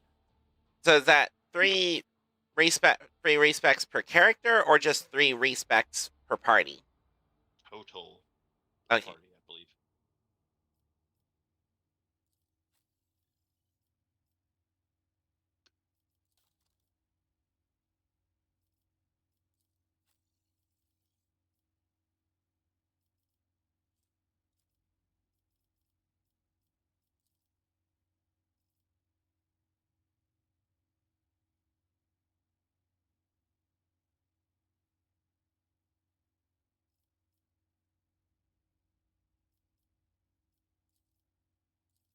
If you control him and level him, are you gonna put much focus on the psyker side of things? I'll have a mix of Psyker and a mix of Warrior, sure, yeah. Because the problem with Abelard is the Naval Officer isn't that interesting. Mm-hmm. Whereas the psyker stuff honestly looks really interesting. It is, yeah. And I've got a couple ideas of how to build Heinrichs. But either way, he is going to be like frontline. Here, what does he have access to?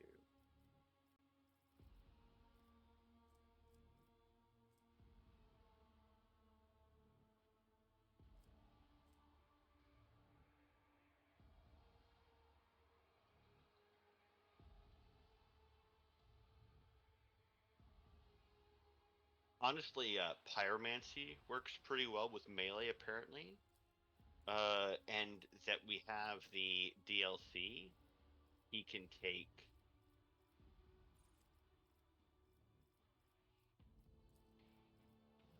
Executioner as a level 16 class.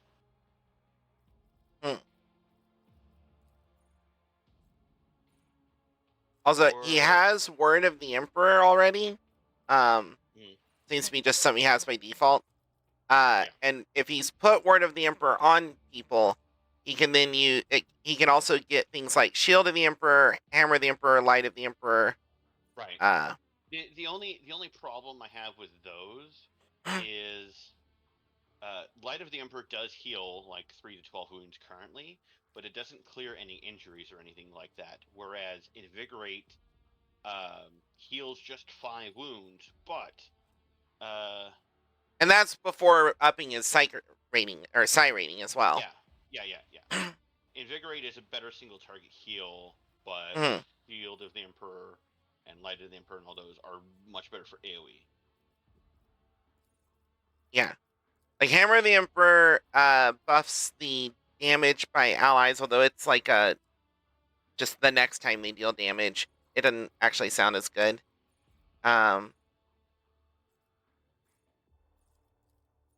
while Shield of the Emperor increases deflection by +1.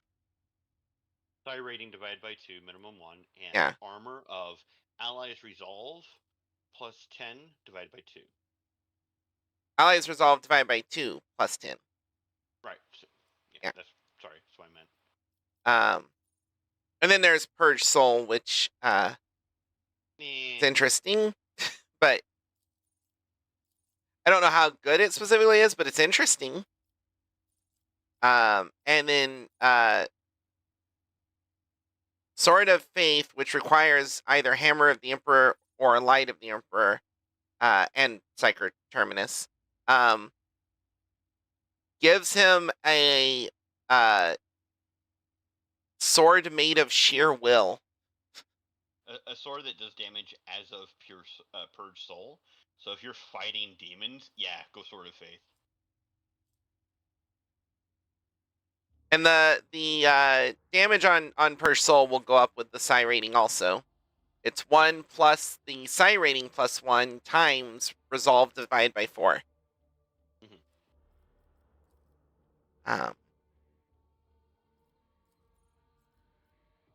Which honestly just looks cool. But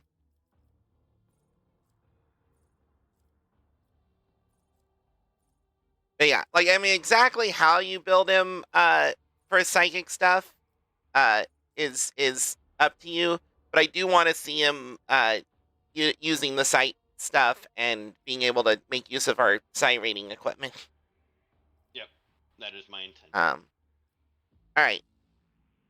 I think he will likely work a bit better as not a heavy armor, but rather a try and light armor dodge the same way that Cabela is, or at least medium armor. Definitely not heavy armor.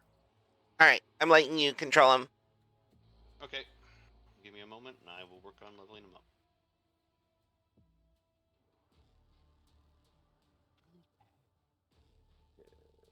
This caught my eye.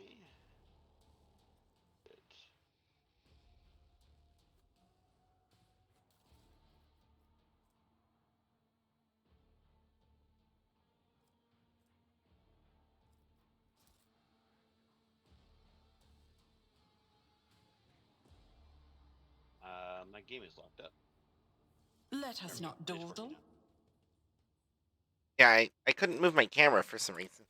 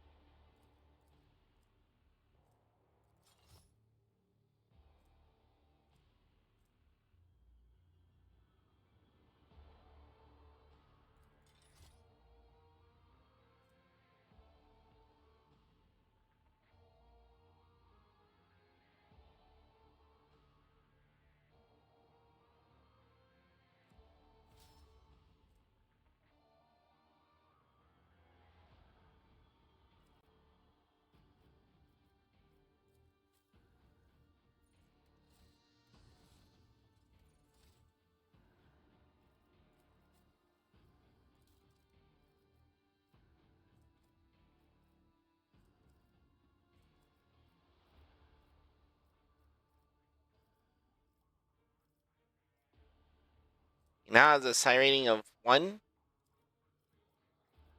Yep. So he is getting the Psychic Body Glove because it's 25% armor and gives him +3 dodge. He has a Force Sword. That's good. He needs a good offhand. I'll give him the Dead Shot.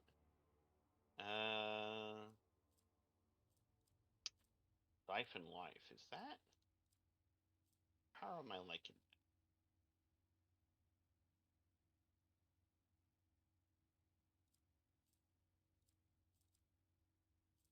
I like Siphon Life. That can stay. Mm-hmm. So, it's a heroic act, apparently. Right? No, there's a heroic act version of it, I guess. Yeah, every staff weapon has a normal and a heroic.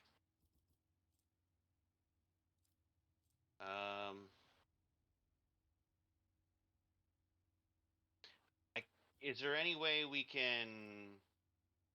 No, we can't take stuff off of Abelard at the moment, can we? Oh, well. I don't think so. Okay, well, you're getting some Medicaid kits. And you're getting some grenades. I don't think I have a better sword to give him. Now.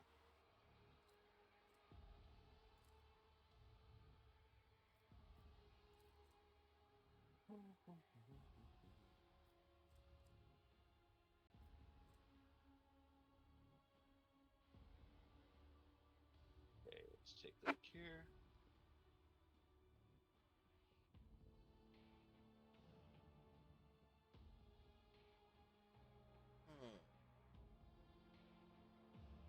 I was noticing we have an actual sniper rifle.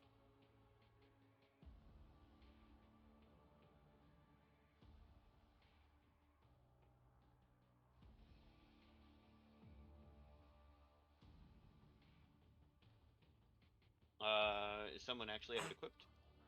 No, I was debating whether or not I want to use it instead of the long last. So the differences here. Dodge reduction 10 instead of 30. 30% additional hit chance instead of 25%. And 12 to 16 damage. The long last is 14 to 20. And the long last has more range. The main benefit of the sniper rifle is it has higher chance to over penetrate and hit a target behind. Yeah, 30, 25. Honestly, I would just keep going with the long last for now. Yeah. Mm-hmm. The only real benefit I'm seeing with the sniper rifle is just that I'm more likely to hit something behind my target as well. But it's gonna be less likely to kill things. Can we quick save?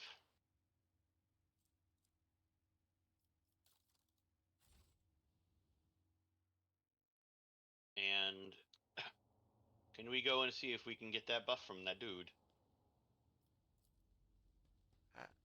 One more. Oh, yeah, let's take a look at this room first. The hard, uncomfortable somno meditation bed is equipped with neural ports to connect the sleeper to the monastery's cogitator network.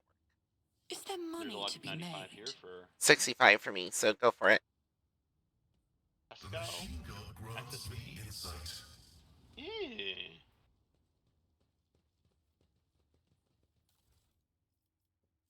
Leather armor, which has the base armor property plus 5% armor against human enemies. And a charged staff. Requires sanctioned psyker, unsanctioned psyker, or psychic awakening. It's just a lightning. Yeah. Staff. But do we have somebody here using medium armor? Symbol for the Omnissiah is inscribed on the wall, with grooves of electric discharges fanning out from it like a river. And yes, we have two people, Argenta and Pascal. which Argenta's got flak armor on currently, which is already 35%. But Pascal just has 30, so the leather armor is better for him. We also have the improved body armored body glove, which is 25% armor but no dodge penalty.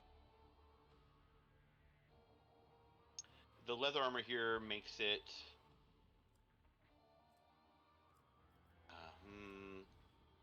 essentially 35 against them. But if I do, what am I getting? 25 and reject the flesh versus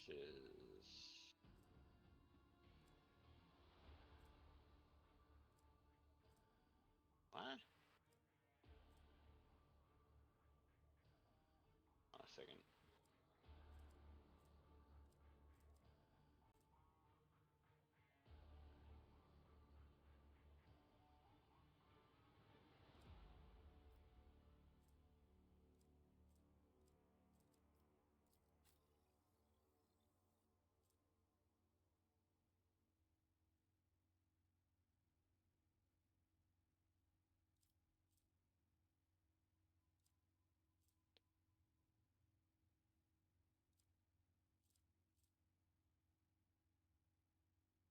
So Pascal has a not significant but still present penalty to dodge simply for being not fully human. Mm-hmm. And he also has inbuilt deflection from that as well. And so this armor is effectively 35% armor versus the improved armored body glove, which is 25%. Mm-hmm. So I think I'm going to stick with that medium armor there. I'm wondering if it would be if the improved armored body glove is worth it over the flak armor for Argenta.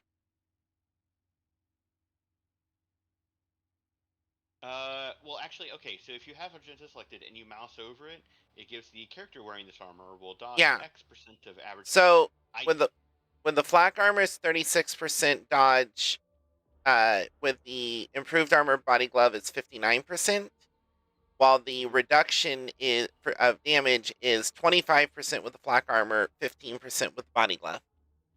Now, here's how I did that mental math when I was figuring stuff out for myself. Imagine there's 100 points of damage incoming and you dodge 59% of it. That means you're going to take 41 damage. Mm-hmm. Now, we reduce the 41 damage by, what's the armor, 15%? Yeah. Sorry. Yeah. So 41 times 0.85 means with that armor body glove, you could expect to take 34.85 points of damage. Now, what she has equipped is 100 minus 36. 64. It's gonna be 64. And what's the 25%. next?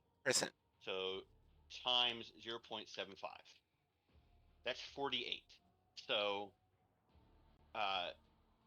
the massive jump in dodge is more effective than the slight decrease in armor. So I do think the armored body glove would help her because it was what, like 36 to 48. Actually, not when I equipped it. It's now showing 60%. They're dodging 60% of average enemy attacks. If you mouse over her dodge, she has a 90% dodge. Roughly, because there's a base chance plus her agility. Yeah. Yeah. So yeah, it's weird that like even with the characters like these, it feels like we should be putting them in the lighter armor. Mm-hmm. Like it feels like you really got to be getting some good shit from the heavier armor, or just be innately shitty at dodging, like Pascal. Yeah. The only His base agility is 30, and it's currently 35. The only reason it's 35 is Argenta is giving everyone 5. Mm-hmm.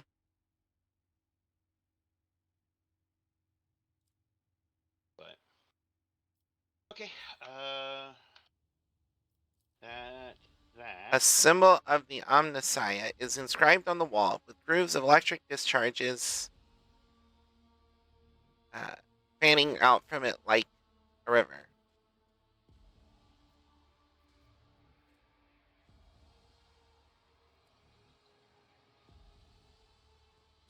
So it got blasted in there by force.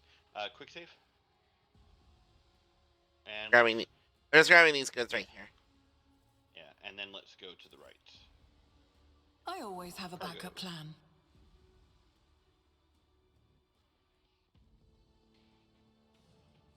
Hello, sir. Oh, shit. Okay. So Heinrichs is not going to have that bonus. Oh, wow.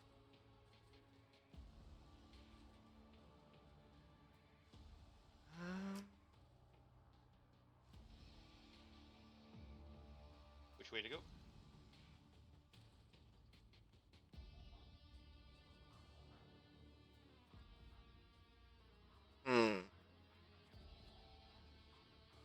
Well, we're over here, so let's continue this way. I always keep my options open. You shall be purified by the motive force, blasphemer. Wait, I didn't pick up the defense. No. Your arrogance will be your downfall. Just starting all up in our grill. And we don't get to move because it's an ambush. Oh, alright. Guess we start the battle. Yeah. If you have a way of granting movement points or something like that. Okay, these Electro Priests have the Eye of Oblivion. Oh, because of Cassia. They're immune to fatigue. They're immune to disturb. They're immune to perplex. They're immune to stagger. Shock damage suffered is increased by 25% against them. They've got bonus to deflection on armor, penalty to dodge.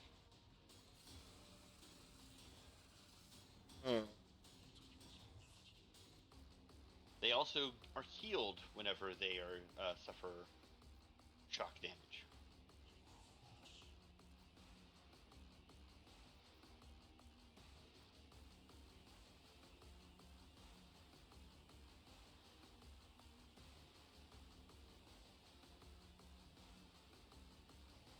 Okay, so 2 of the Electro Priests ahead of us, or in front of us, are gonna go next, and 1 behind us.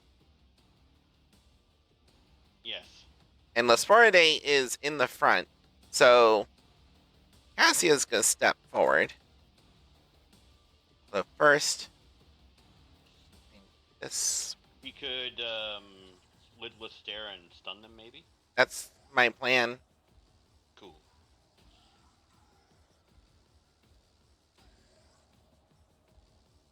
Isn't this a job for the serfs? That was interesting and extremely high speed. They just zoomed into the spots.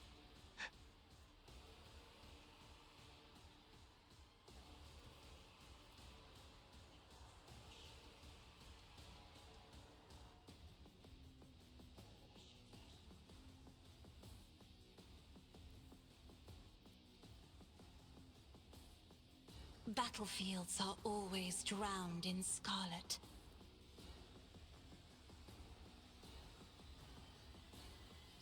I'm not accustomed to being ordered around.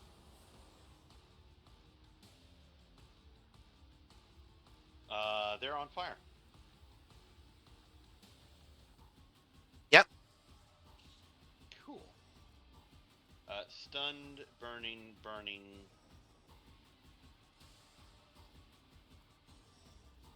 Only one was stunned, it seems.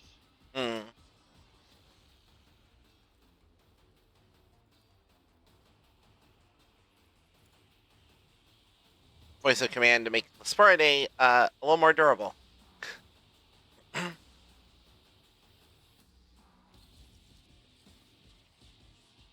me, Lord Captain.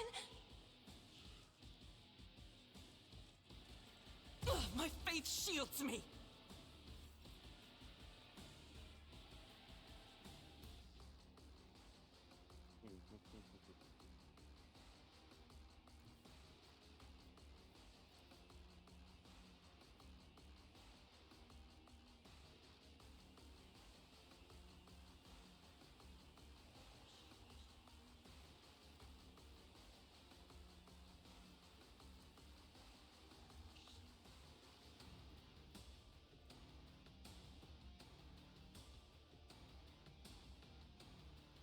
Yeah, they seem to attack in an AoE pattern, so spreading out's good.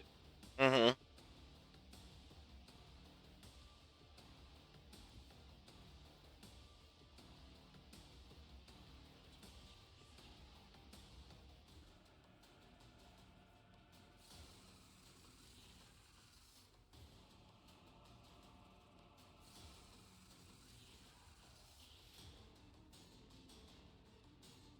God Emperor, move through me. Be the fire in my heart.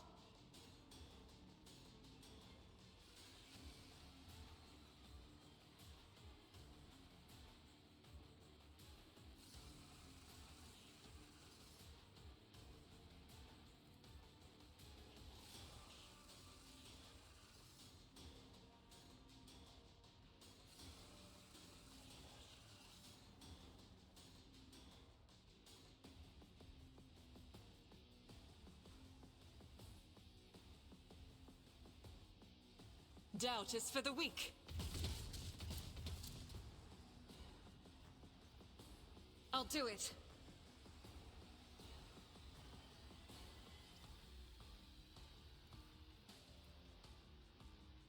I will bathe this battlefield in righteous fury. Annoying, but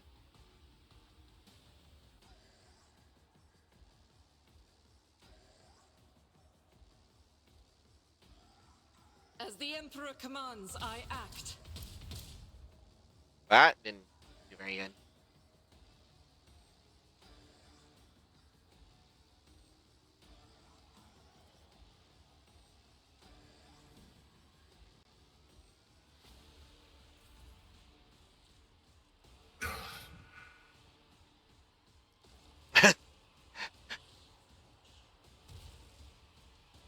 Wow. Motherfuckers healing themselves with that shit. Look at all those dodges and parries. Okay.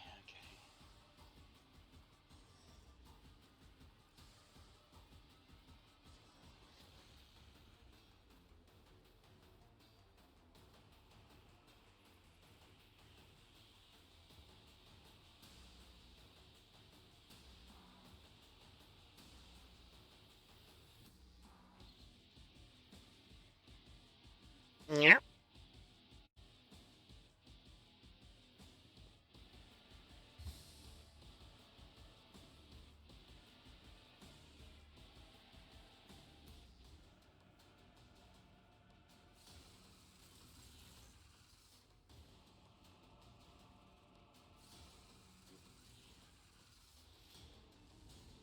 How dare The you? Inquisition Sorry. sends their regards. It's fine, she can take it.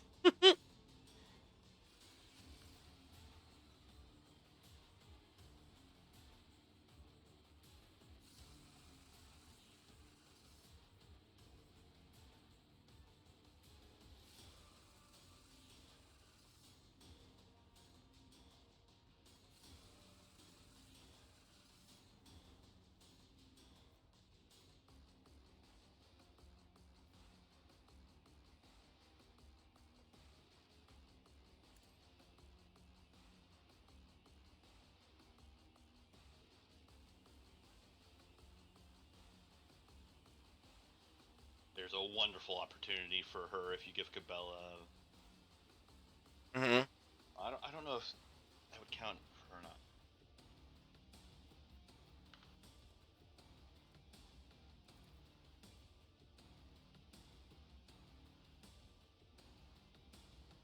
I am ready for whatever comes.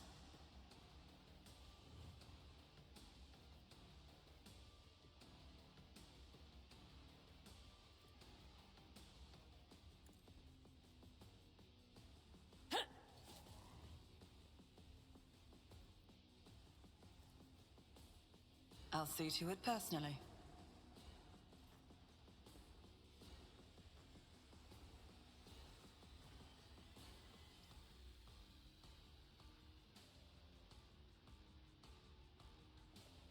Death is a blessing. Right.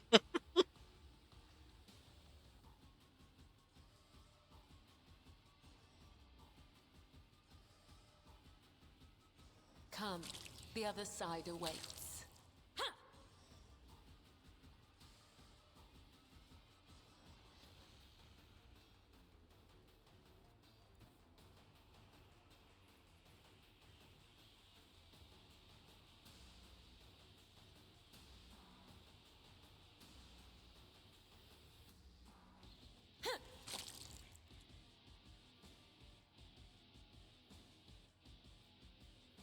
I mean, I'm sorry, this is going to hit Cassie as well. That's fine.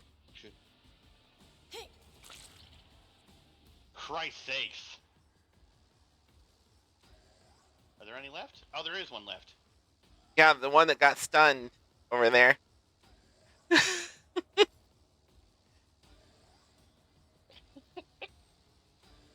Cabela?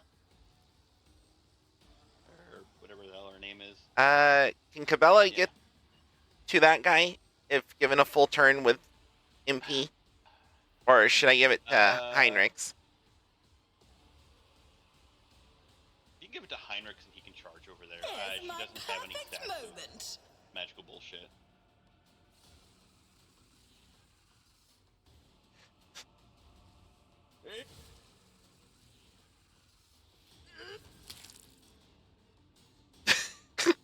That was a hell of a turn.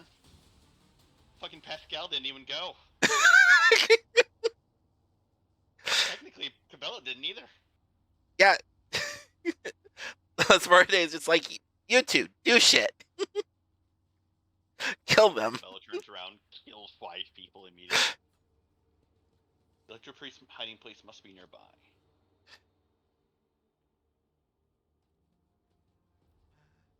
Always keep Circular agitator, cogitator. I can read. The machine altar is operational, but will only respond to a special command that you do not know. Make this machine spirit. Door over here. Yeah. And there looks like a big wall of fucking. I don't want to. A motive force field seals the passage, threatening to incinerate anyone who touches it.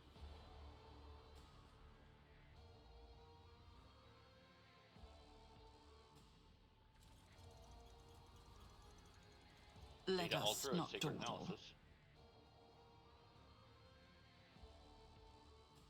My success is an irrefutable certainty. Cargo. The cogitator's green screen lights up as you approach it and displays the flashing message. Pilgrim, only the words of the first galvanic hymn will reveal to you the gifts hidden behind the veil of knowledge. Now chant with me. Let us sing this canticle too. The device's keyboard lights up, clearly expecting you to enter the rest of the verse.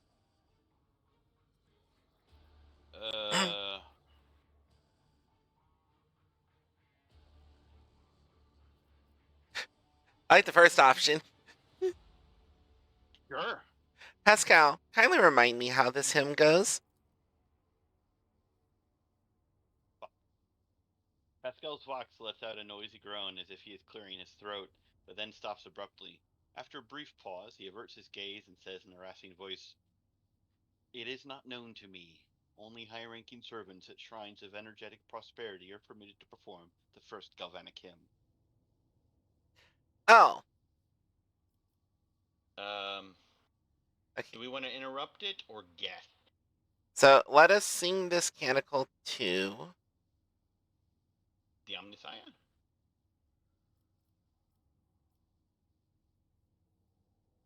First galvanic hymn.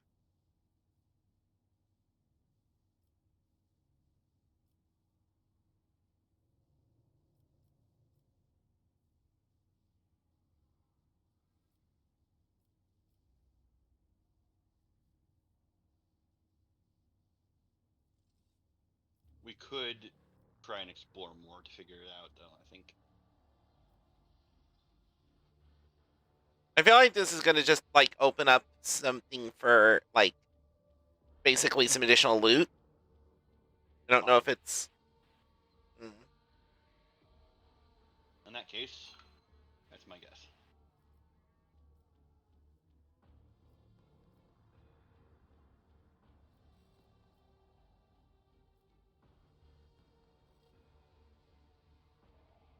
I'm thinking either that or the first one.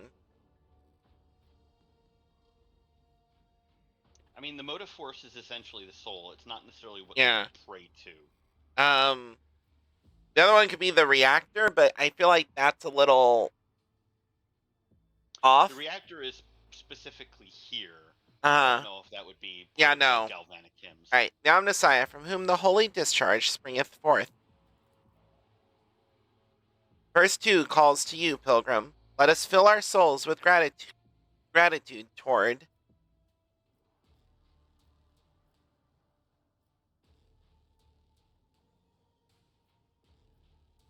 I have not a fucking clue. The watchful breakers to protect us from the sacrilege of the short circuit.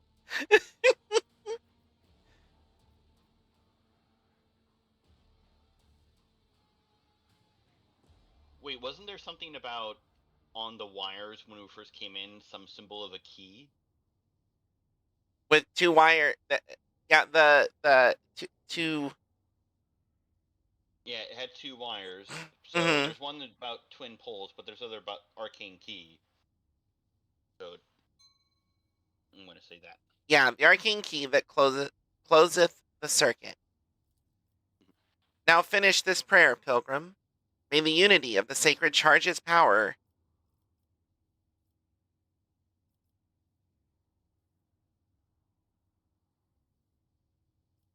They don't give much of a shit for the mortal body. They do like immortal reason, though. Yeah. The immortal reason that hath created the spark. A solemn Veneric trill comes from the cogitator. Verily so. A pilgrim who has learned our ways is worthy of the gifts of the enlightened. I was fairly certain about 1 and 3. Money 2 was a fucking guess based off of some random thing you saw. Yeah. Arc rifle and pinpointing visor. What the shit is this?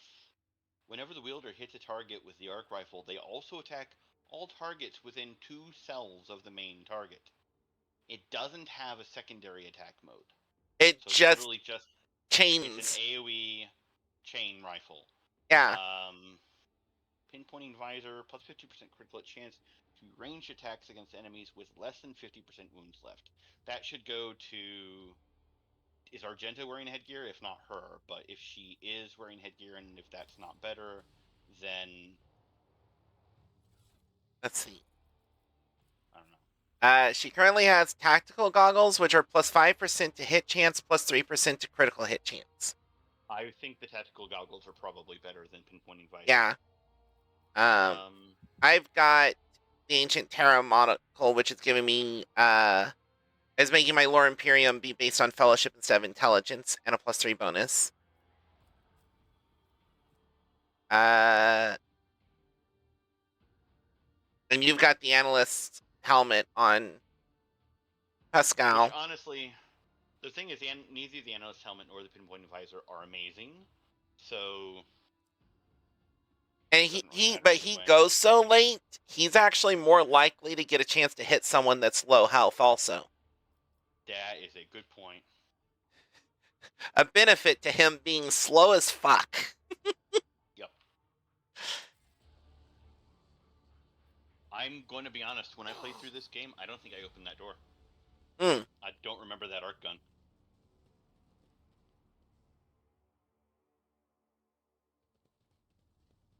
I think we need to go around. Yep. Rise to the top or get left in the dust. But I'm glad I was like, let's go ahead and go this way since we're over here.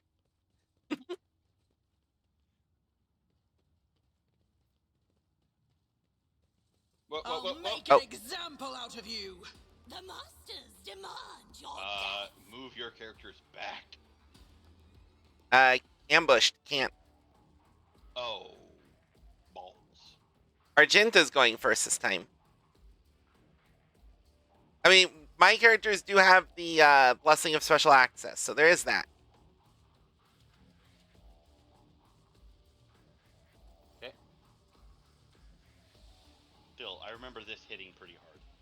I'm wondering if she'll be safe over here, because that is cover. It's cover, but it is destructible cover. Keep that in mind. Mm-hmm. There is no non-destructible cover in here. But it's still some cover, and I think she might be safe from the. But The enemies of let's the find out. Emperor will be Ow. undone. Okay. Good to know. Does she want to use a Medicaid kit on herself? Yeah.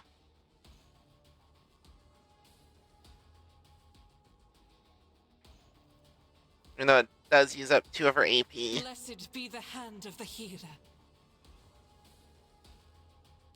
Okay. That was with the blessing. Jeez. Yeah. As I said, I remember that it does a butt ton of damage. The base damage is 15 to 23 per tick, and she took 3 ticks.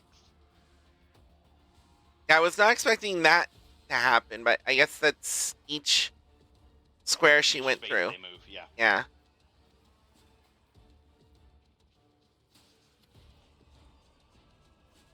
It's too dangerous to have her come back. Hmm.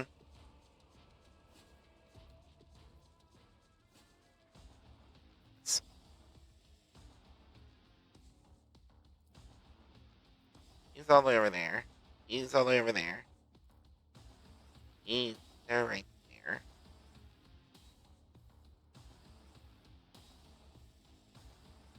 Okay.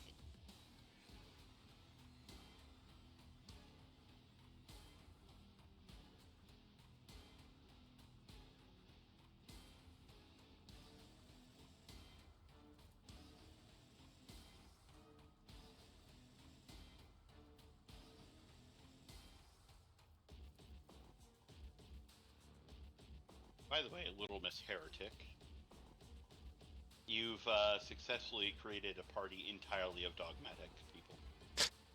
Well, we haven't. The only person we've found who isn't is Adira. Lord, he's a dogmatic and iconoclast. But he's still dogmatic. So far. Yeah. Is anyone, like, only somewhat dogmatic? Cassie is only somewhat dogmatic, and ironically enough, Argenta is level 3 dogmatic, but Heinrich is only level 2 dogmatic.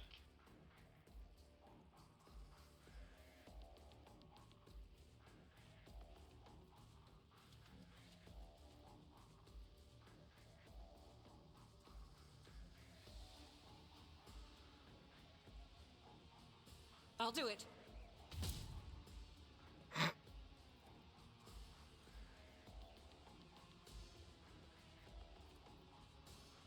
As the Emperor commands, I act. Wow. You had a decent chance to hit. Well, Yeah. on the first shot, you had a 90% chance to hit. Uh-huh. And you rolled a 98.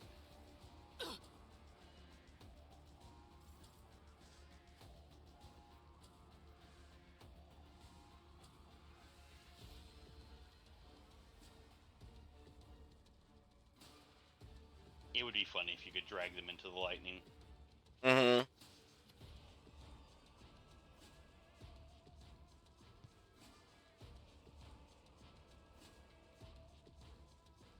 I believe Argenta could probably use a voice of command and then get back into the fight for 10 HP.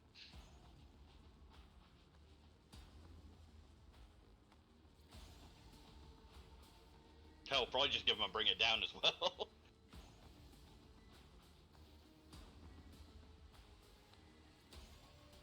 Oh, you're not in range for get back into the fight. nor bring it down. Emperor, she's gonna give take me a hit. strength. Yeah. Oof. She does heal, though, so there is that.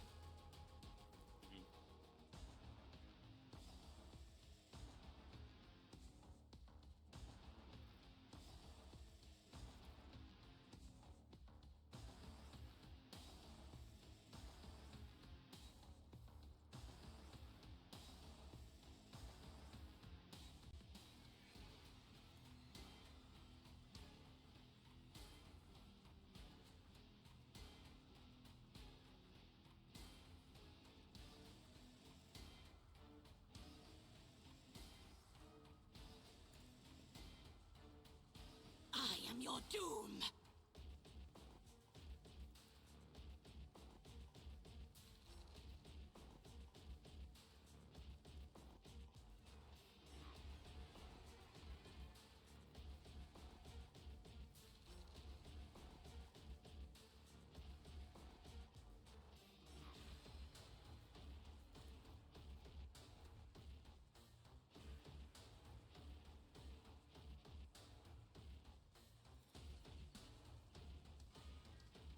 Not sure. I don't remember how many temp HP she gives with voice of command.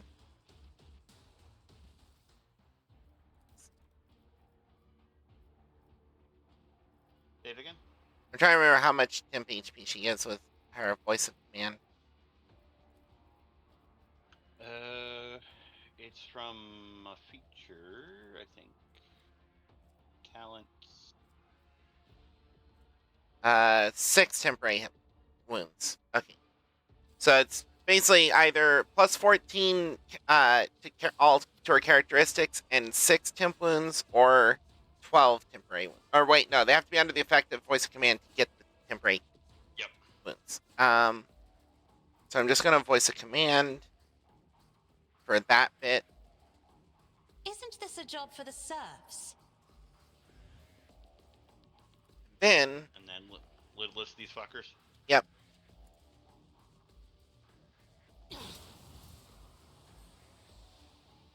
That popped your cover.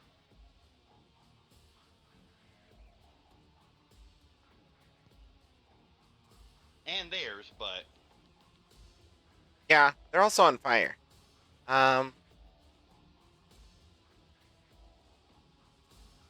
also have movement now. I could run back, but that would kill her.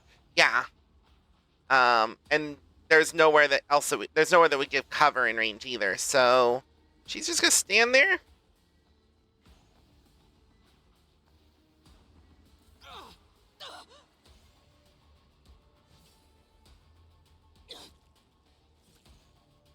Chaos guides me. Out of my way. Pain cleanses Ow. the body. Good luck, Cabal.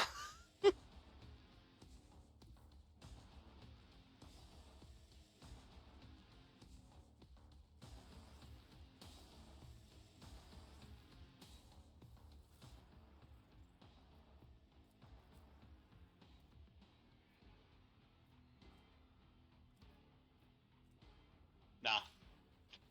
She good. I'm pretty sure this turns off at the end of the round.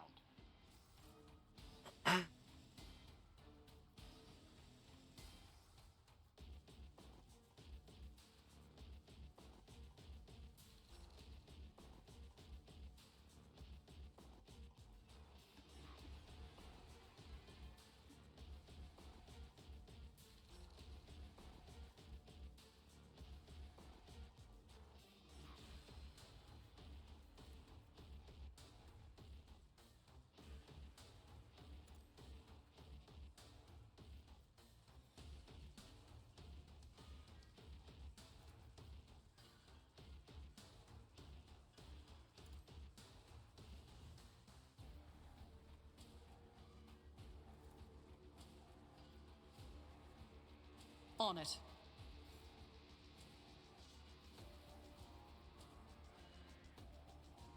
If I may, witness The fury of House Orcelio.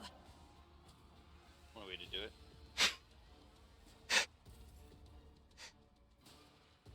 And you can probably pistol shot that one guy. Out of range. Up there, yeah. Pew pew, motherfucker. Yep.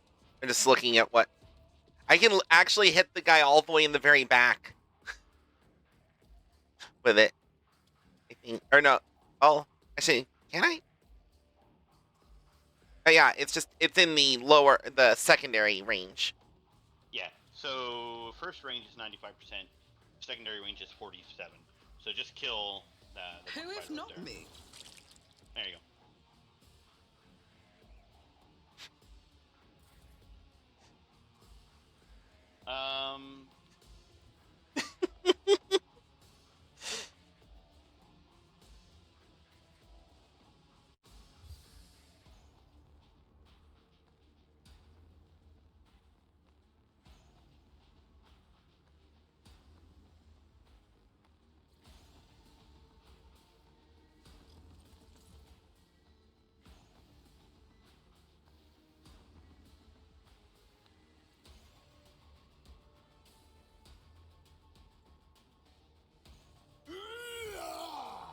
Okay.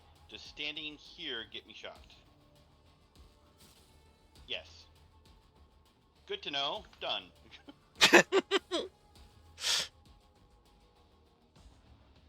But remaining still in the area seems to be fine. Am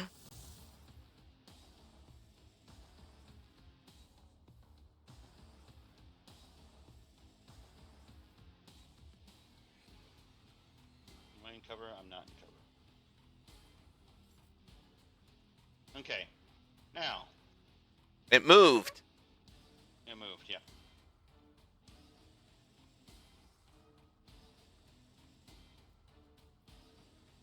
You can kind of see some damage on the ground. I think the damage is going to start there. Mm-hmm.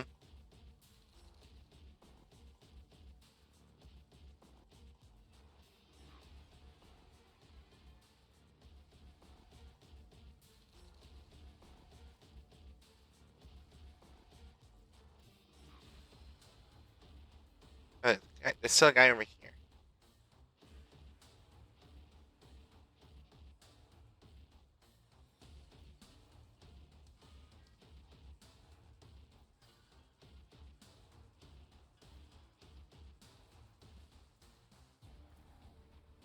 The guy there.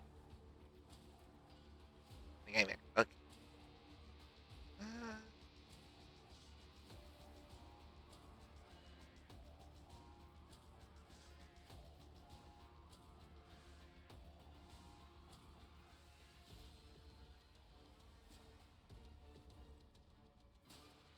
Hopefully this doesn't take me into it.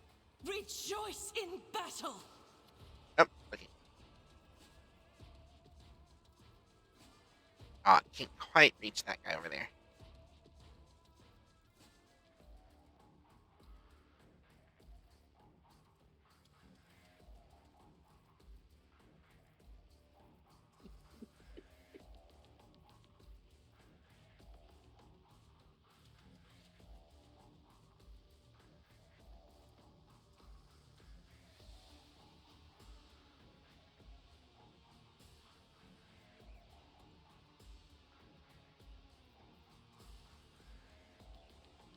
Doubt is for the weak.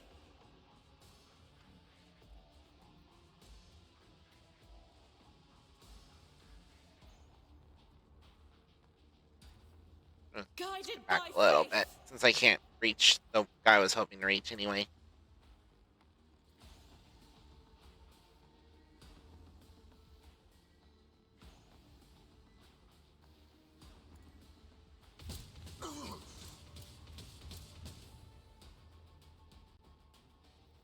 One hit, 7 misses. I'll do it. Yep. The hit on cover actually managed to over-penetrate and hit the guy behind it. My soul Ow. shall become like fire.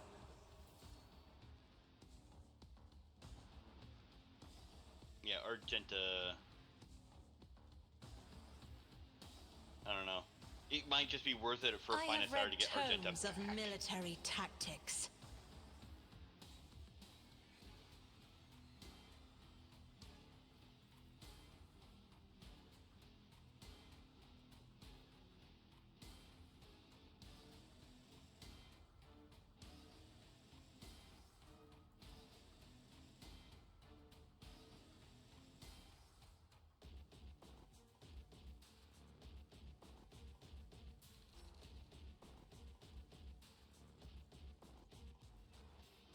I am a navigator, I not a serve the servitor. ruinous powers. Well, got one of them to move up.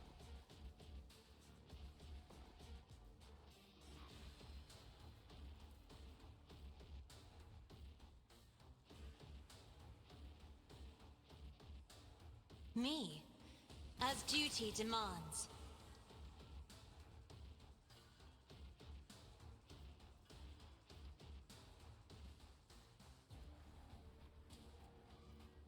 Guy on the right stunned.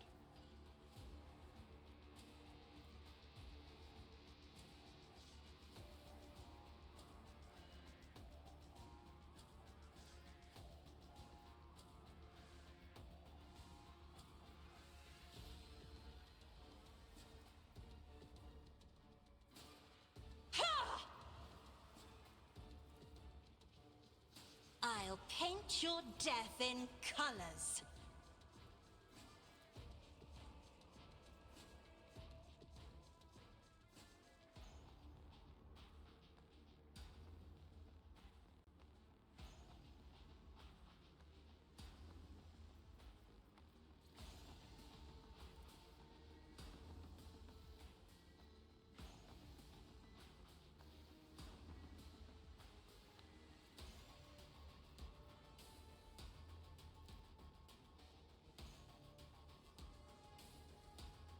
I'll see to it personally.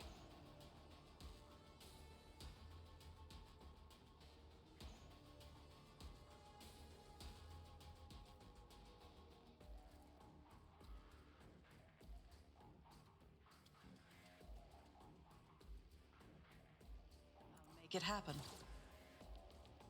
I miss or hit? Shot. Couldn't Hit tell. 22. Okay. I'm gonna scroll the thing down because it wasn't scrolling.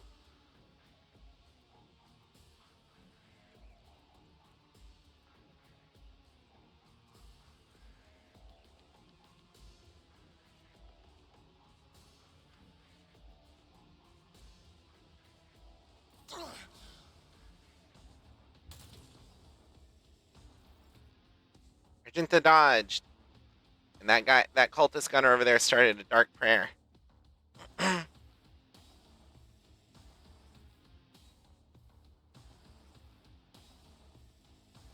for long. Grief.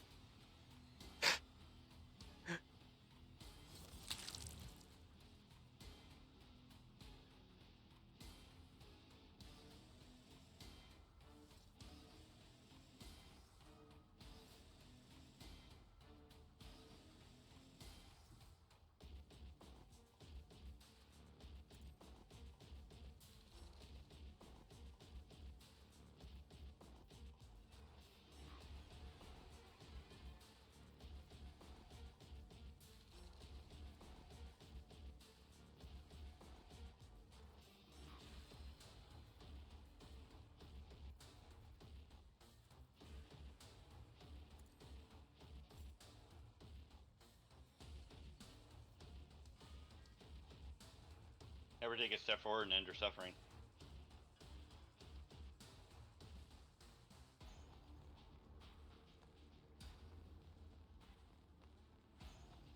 How long does it take for a fresh injury to turn into an old injury? I don't know. If not taken care of soon after combat, it will turn into an old injury, but I don't know the exact timing. I think it should be good for now.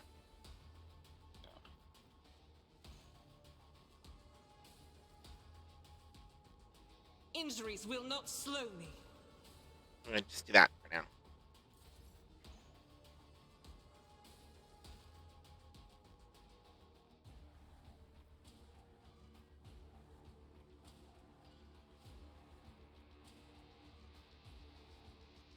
I'll see to it. Your end was inevitable.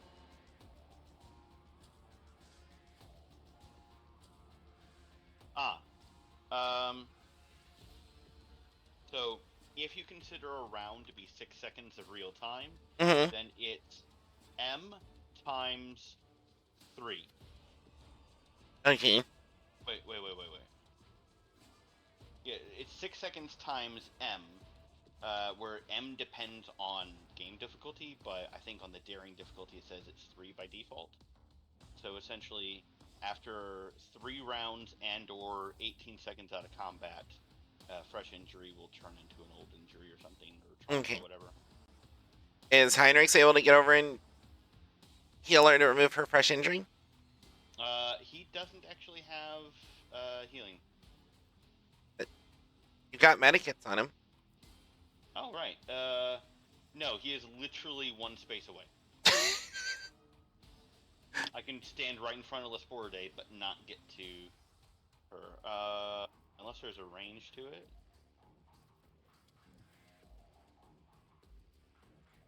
Wait a minute.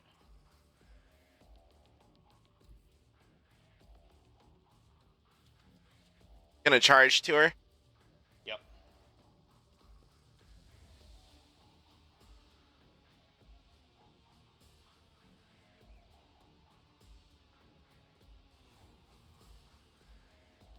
That was his turn. I hope you're happy. I mean, I'm not sure how much else he would have been able to do. The one guy left is quite a ways over there. Pascal can do something though, probably. No, because stuff's too far away. Only sniper rifles can really hit that. And his other rifle doesn't. I don't have quote unquote another rifle. He's got the plasma pistol. I thought. Oh, he doesn't have the arc rifle. No, I didn't give it to him because I didn't. Who has it then? No one. Oh shit! I just skipped his turn. No one has it. We didn't equip it.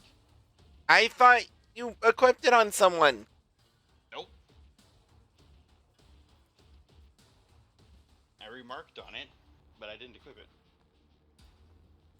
God Emperor, move through me! Be the fire in my heart!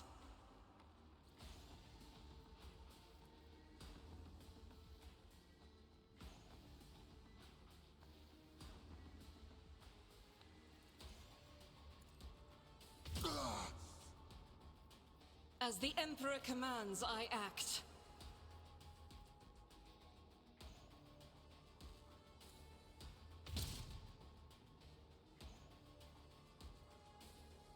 I'll do it.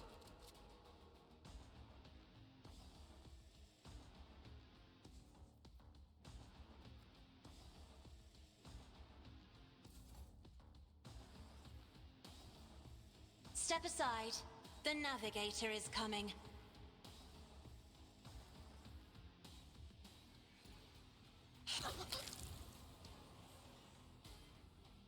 Pause as soon as we can. There we go. Hey. Okay.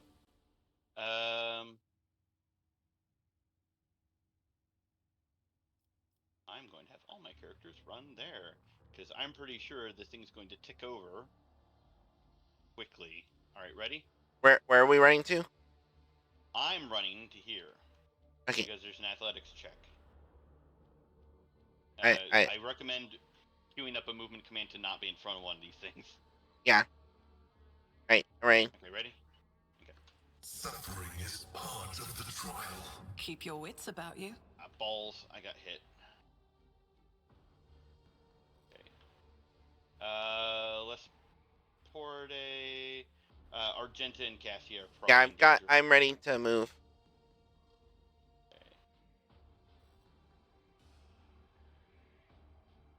I'm not Easily injured. done. I'm enraged.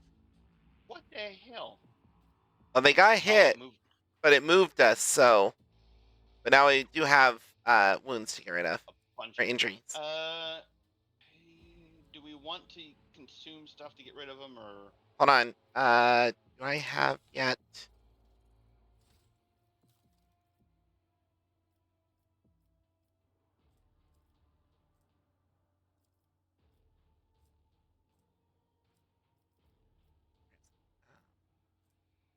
I need to pick up Invigorate literally just for this.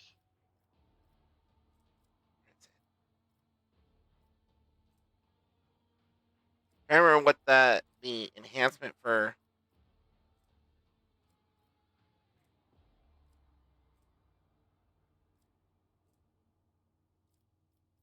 I don't think I have the enhancement for. For what?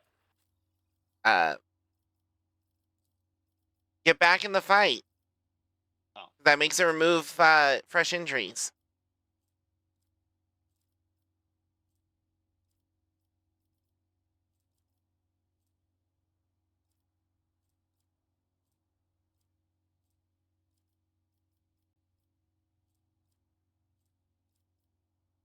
Yeah, I neither of them have it yet. Okay. So are we gonna? I mean, we did pick up the health. Sins hidden in the heart turn Yeah. all Pretty to much decay. Okay. So Pascal's gonna use one on himself. Heinrich is going to use one on Cassia. Argenta's got herself. And you already have it Blessed selected? be the Yep. hand of the healer. Okay. There we go. Okay, so there's some goods here. Oh, look, a plasma pistol. Hmm. And a multi-key. Speaking of which, can Pascal equip that rifle? Okay, no. He has one two-handed melee slot, and he has one two-handed ranged slot. So he can have the Omnissiah axe equipped, but he cannot have the plasma pistol and the arc rifle equipped.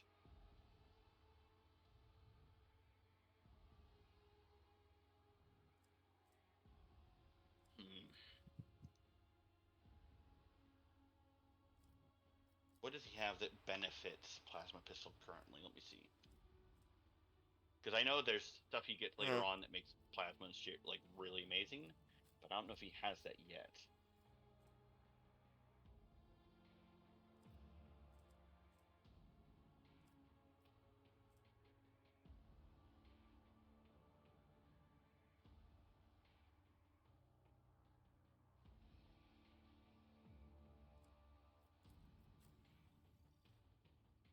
Okay, so he has a bonus for any plasma, melter, or power weapon. The first attack in a combat he has increased by his intelligence bonus. And then for the remainder of combat, the bonus is a lesser amount, but still present.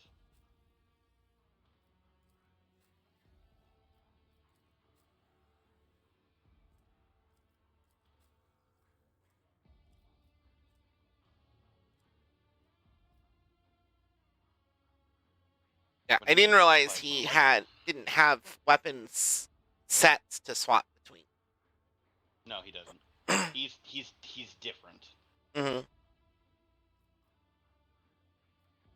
Okay, and we have a logic for him to inspect. Operation successful.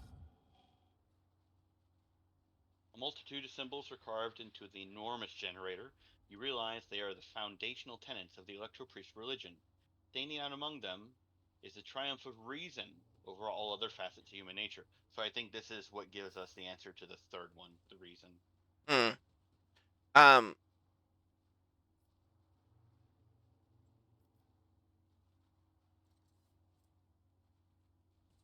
Yeah.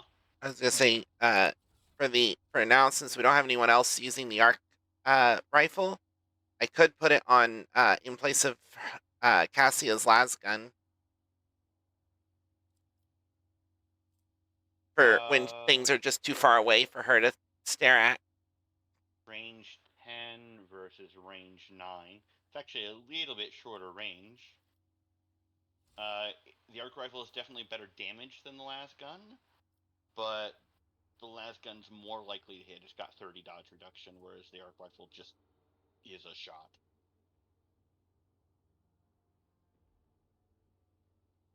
So up to you. I just noticed something. Littlest Stare says unlimited range. As we know, that is not true. Yeah. It might be all within unlimited range within her field of view, and it's literally just there's a fog of war preventing that from being truly unlimited. Even though we could That technically was a see that problem far. for you. Okay, now let's hold on. I hear it over there.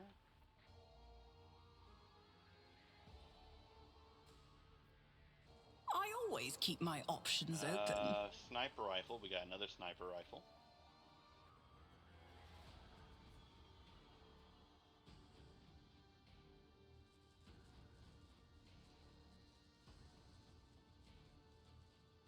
Moving. Moving.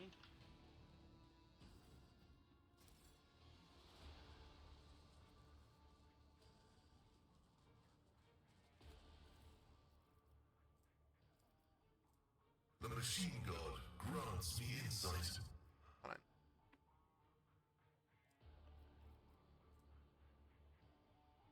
Okay. We got more sniper rifles. Okay. Hold on. When that I'm waiting. clear. There's an awareness 70 down here. You need to. Yep, move. I'm working on it.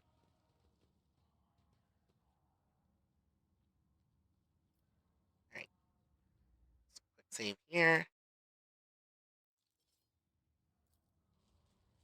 I've read about this. These dead heretics are suspiciously different from the others. The symbols on their clothes are drawn wrongly, and standard issue military uniforms show through the blasphemous tatters. Huh. Let us not dawdle. Interesting. Something fucky going on. Bodies of careless cultists have been thoroughly fried by an arc of the motive force. I heard a voice, so I'm going over this way first. Just make sure that's here. Nope. Alright. Save.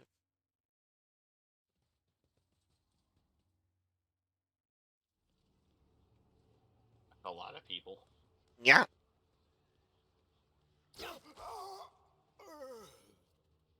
A crowd of cultists has surrounded a tech priest crucified upon a mechanism. A rhythmic whisper repeated by 100 voices blends into some blasphemous enchantment. Powerful discharges of the motive force run through the machine, causing the unfortunate prisoner's body to convulse brutally and forcing woeful cries of pain from his lips.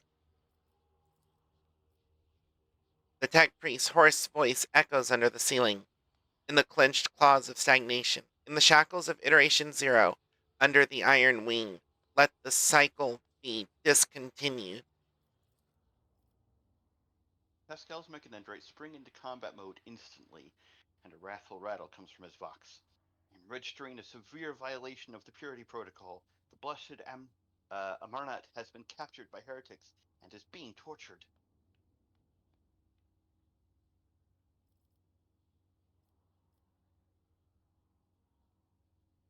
Go look around the hall.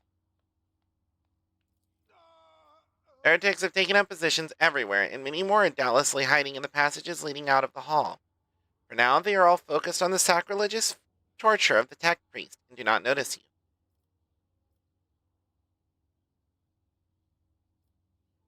I mean, he's being shocked to shit, so that answers 3.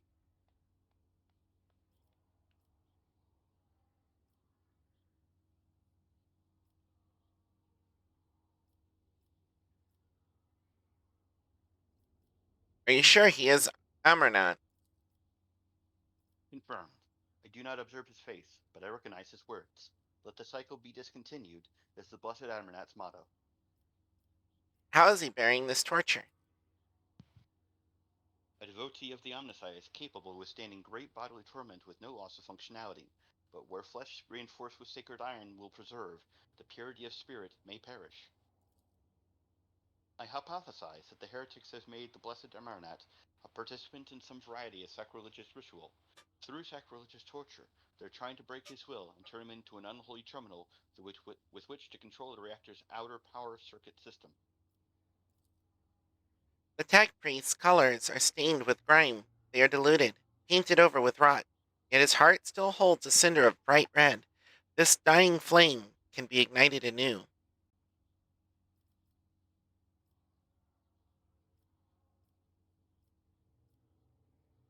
I mean, 2, but that's probably going to involve 3 somehow.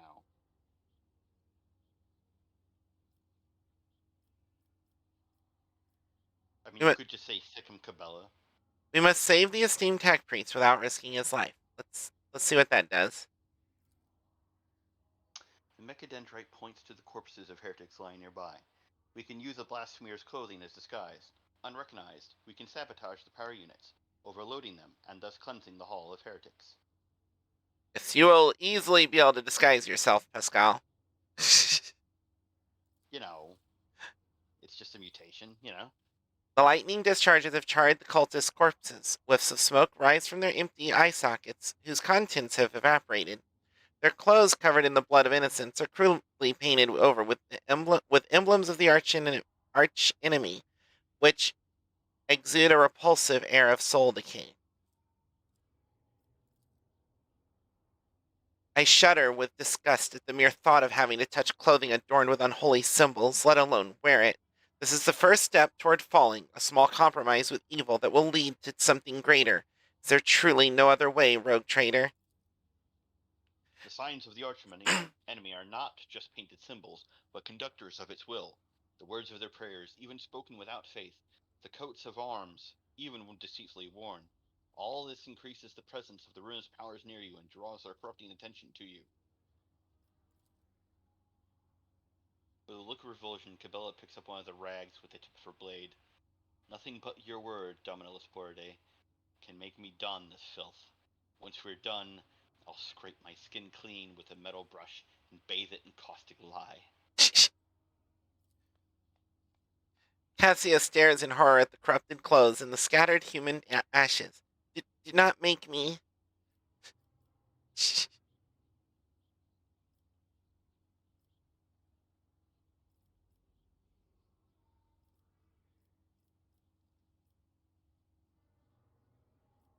I like how there's 2 heretical options. And there's one where you laugh and say you're curious to know what it's like to walk in a heretic's shoes. The other one's like, fuck it, let's kill them all.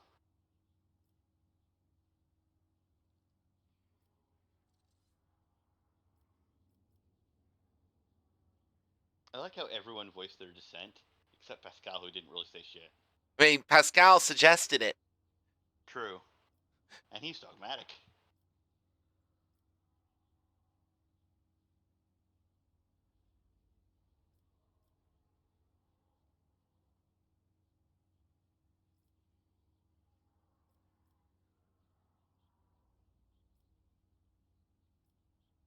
Oh. The last one, I think, is still saying no to the plan. Well, yeah, that's what I'm saying. The last one says no to the plan. Okay, 5 agrees with the plan, heretical. 7 disagrees with the plan, heretical. Yeah.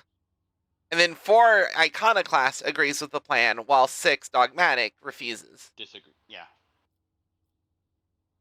So you can go heretical, but you're not locked into one of the 2 paths. Yeah. Are you suggesting we pass on the chance to kill them all with our own hands? Forget it. I'm not missing out on the fun. Okie dokie. Heretical, +3. Another desperate scream rends the air. So, may the Omnissiah protect the blessed Amaranth in the coming battle. Death to the blasphemers. Well, quick save. I'm gonna... I have a quick save from before we did that conversation. Oh, in case you don't want to...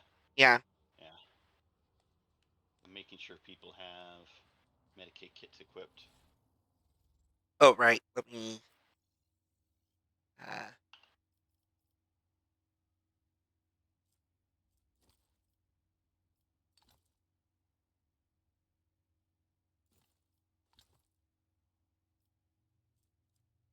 put some on Argenta.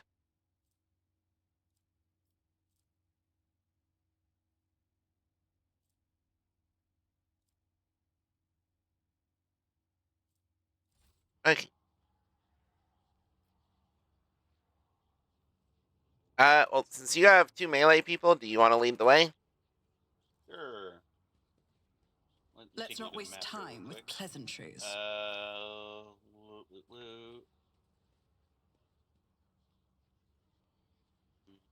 Something in the middle. Do we just charge up straight through the middle? Yeah. Gunner.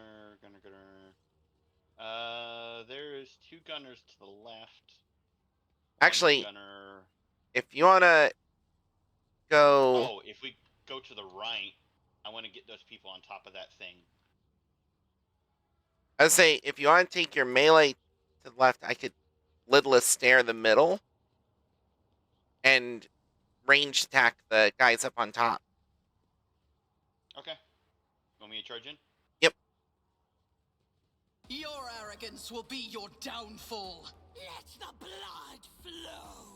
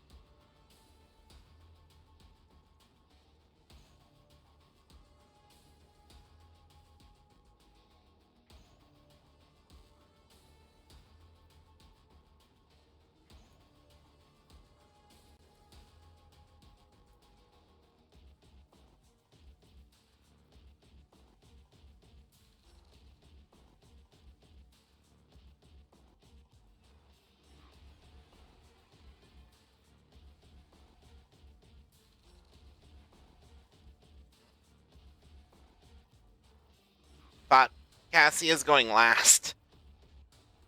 Well, actually, she'll still be able to get a lidless stare off because Lasporidae, but Lasporidae is not that much before Cassia. Jeez.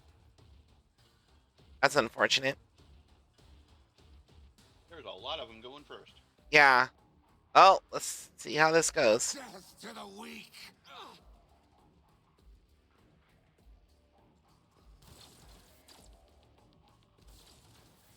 Death to non-believers.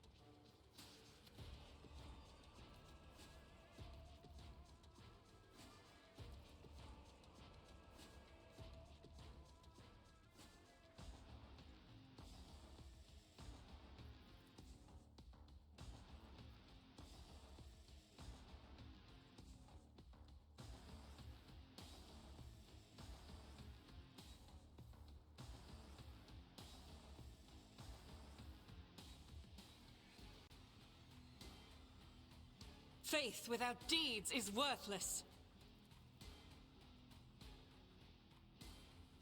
I'll do it. None can escape the Emperor's Are judgment. you a traitor or a fool? Doubt is for the weak.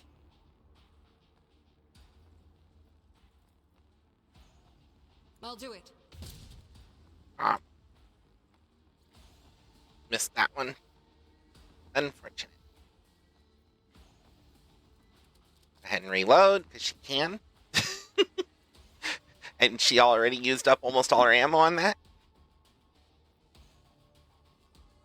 Faith without deeds is worthless.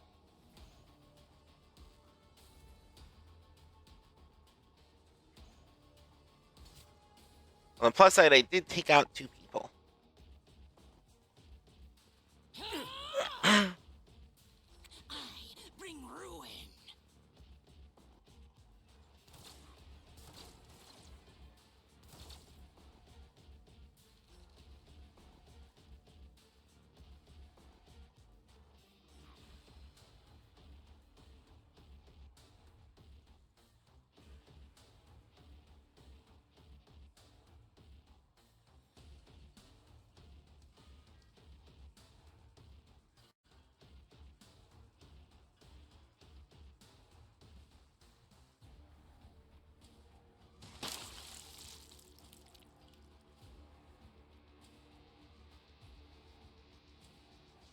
killing brings me no pleasure.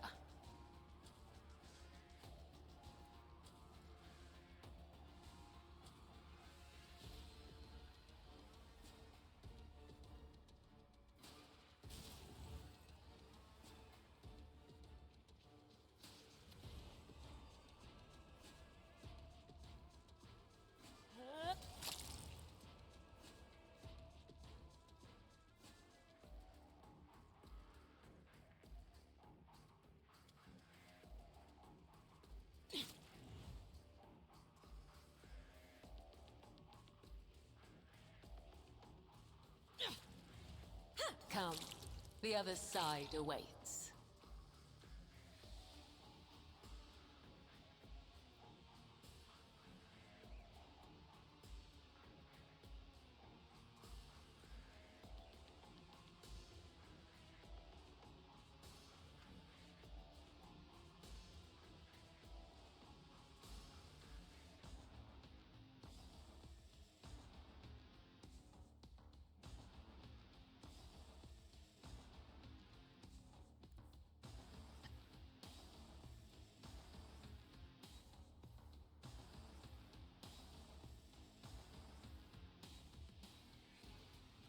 Out of my way! I serve the ruinous powers! Ah! Chaos guides me! Vengeance will be swift. Are they gonna group up nicely for Cassia?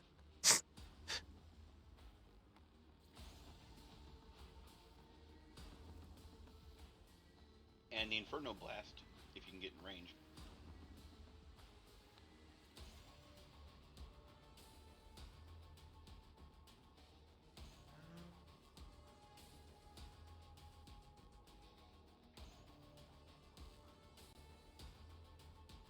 Who, if not me?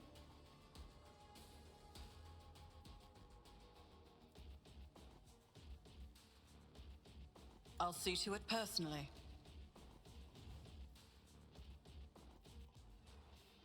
On it. Be gone! That works. Jeez. Finest hour Cassia, if you want.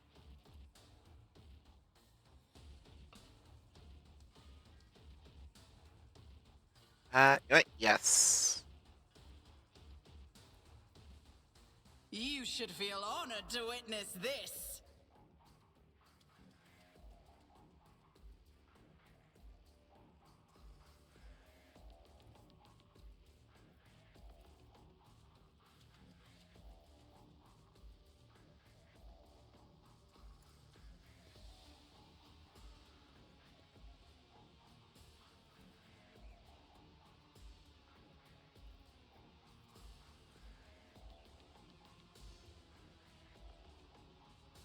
Isn't this a job for the serfs? Serve the ruinous powers! Perfect.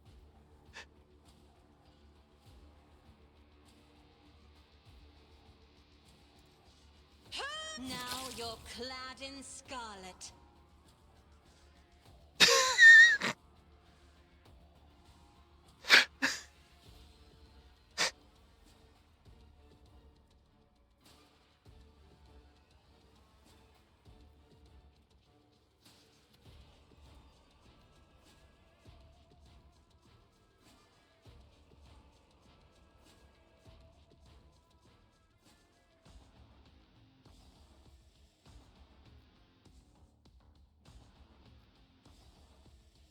He's kind of out in the middle of nowhere, though.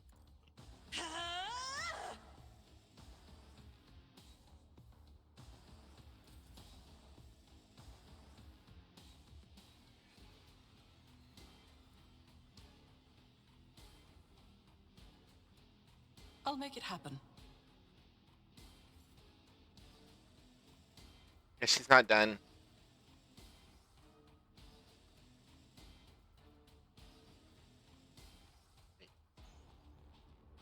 Oh, those two are. Those are dead bodies that stood up. Okay.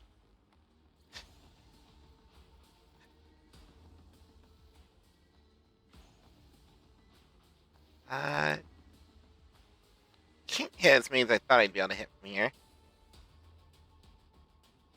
But,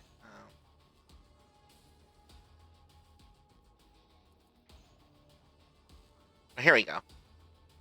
I'm not accustomed to witness the fury of House Orcelio.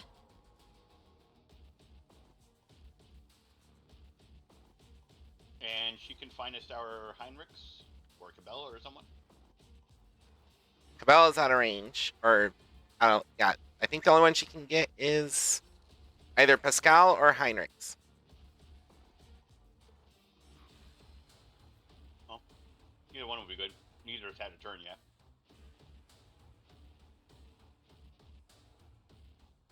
And we've wiped out 16 out of the 26 that were in here. Yeah.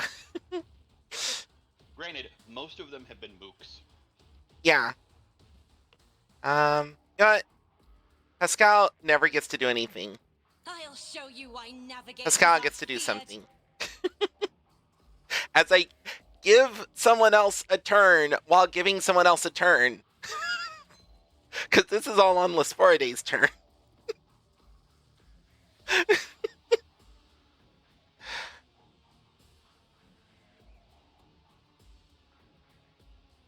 Because apparently the Heroic Act doesn't have the same limitation that the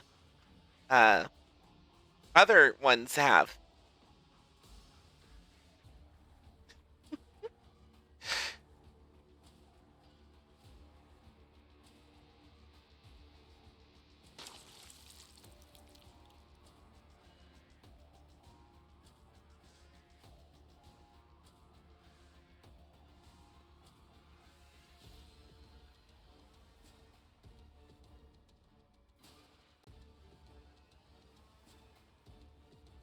Vital function successfully terminated.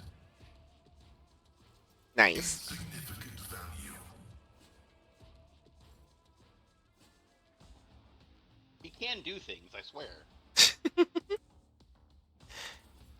All right, now to continue Lasporidae's turn.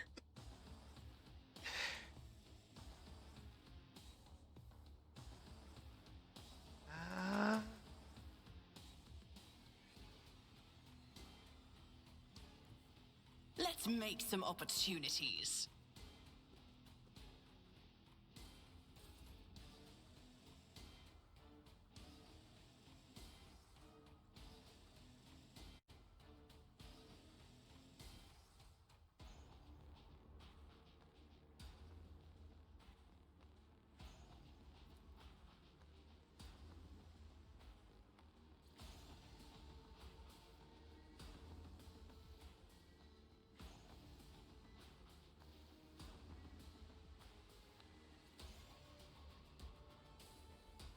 Is anyone left over there for Heinrichs?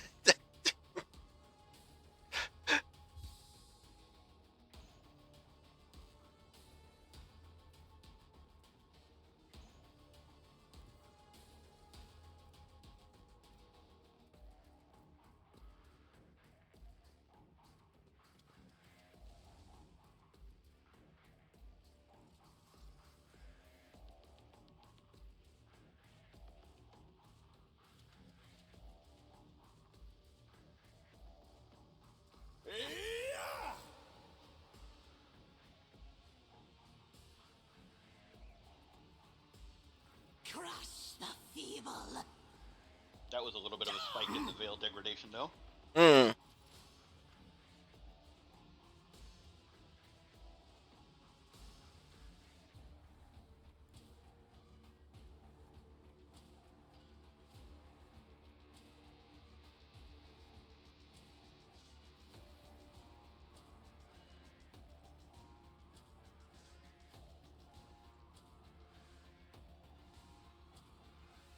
Seems like basically every enemy in this room is a mook. Which makes sense with how many there were.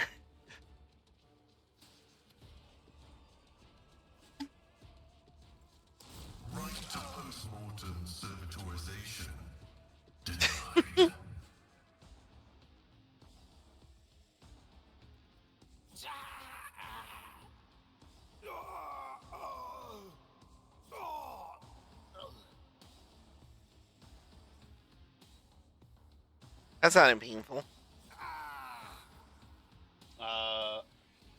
Pascal was hit for 24 from his plasma gun. Oh.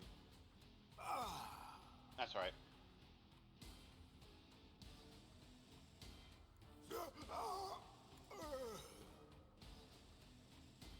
They're down to 5. 4 are down there, and the one's up by Heinrichs. What? I'm afraid not.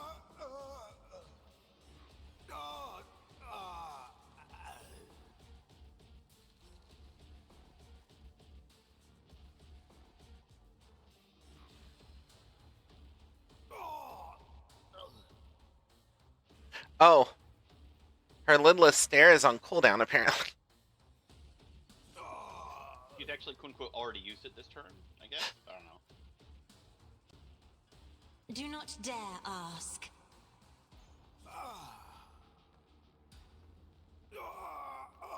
But she can still attack. She just can't.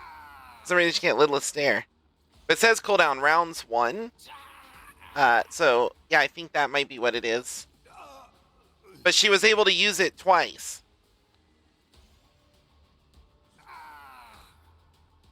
So I'm a little confused, but If I may. I think when she used it, that was her once per round use, and then when she was given Finest Hour, that's probably special and oh yeah, essentially a new round. So she's still quote unquote used it for this round.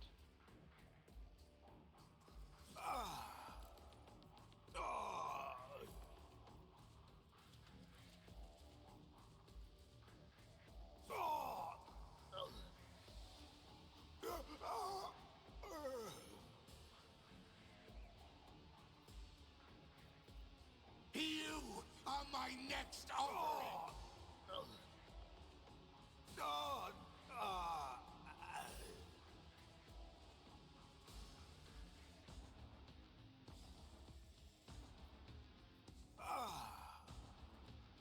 That poor man's being tortured, hurry.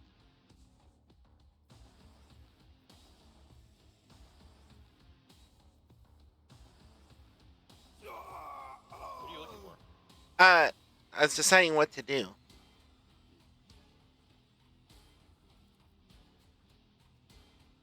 Isn't this a job for the serfs? I decided to give Heinrichs a turn.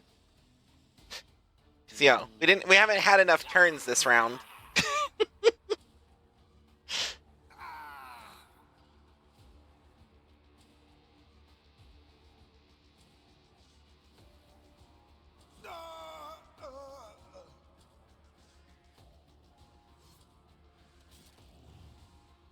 Oh, come on.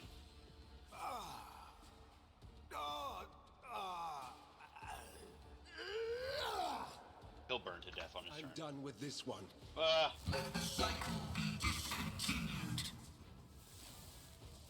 Did we only really have one round to do it?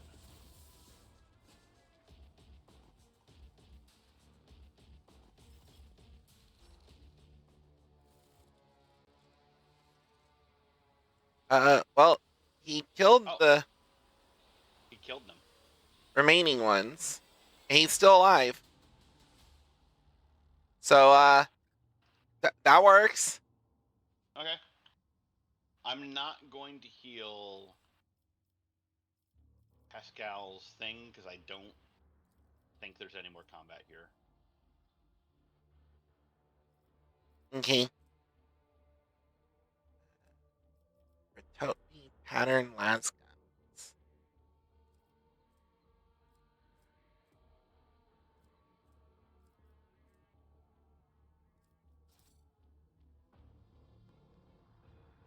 Ow. I knocked my water over. There we go.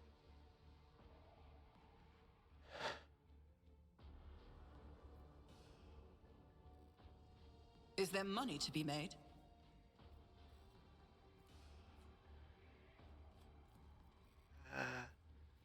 My success is an irrefutable certainty.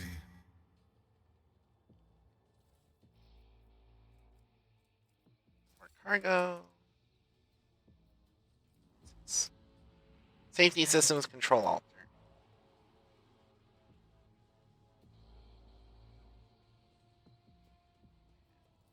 I'm still new to the art of Distribution exploring. servitor. I always have a backup plan.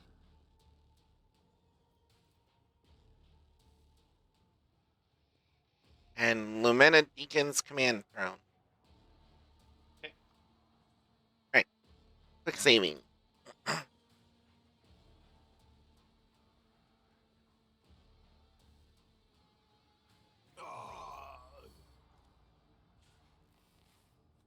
Synchronization was detected. Open the cooperative mode window to restart the game. Oh, good thing we just saved. Yep. Very good. Quite happy that that is so rare.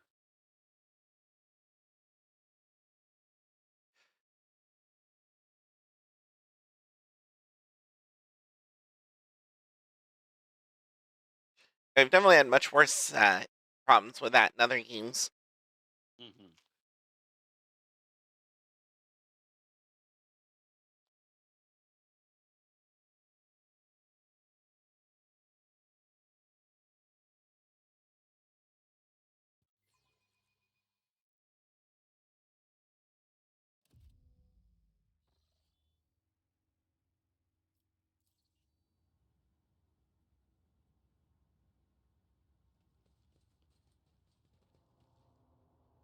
Okay. In the cycles of the foreordained, there lurks a flaw of worship. Tech priest's body convulses, pained, plaintive creaks of Benaric.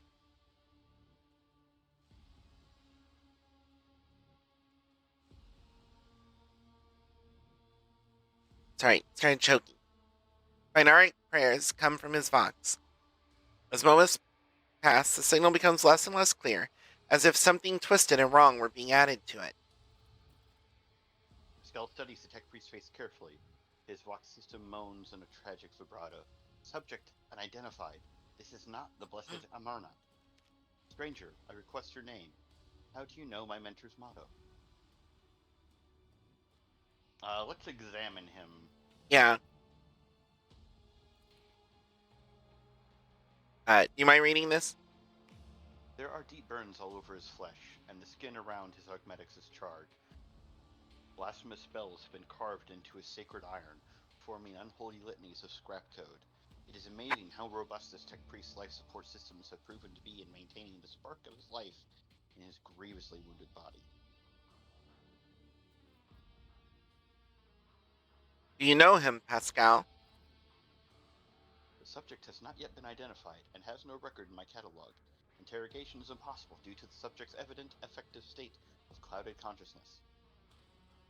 Who are you, servant of the Omnissiah? I just said interrogation was impossible. Fire of the hearth, send forth sparks. The name of this spark is Abel Hanuman. The tech priest looks over at Pascal. For a brief moment, his speech becomes clear. The echo of my call has reached you. Good. The iteration is at its end. The design is fulfilled. What design? Why are you calling yourself by my name? Was it you who summoned me to Reichheim-on-Earth? What for? I categorically demand an answer. Pascal's voice rises to an intimidating howl, but the delirious tech priest does not seem to understand what he's saying.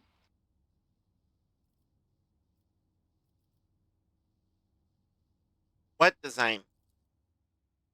An intention both bold and honorable, to open new gates for the waters of knowledge and comprehension, a plan written so that the righteous may follow, and trust in the great pattern of revelation and uniform progression toward it. Pascal's voice trembling with elation. Those are his words. I have not heard them in so very long. Ask him about Amarnat. You came here because of him, after all.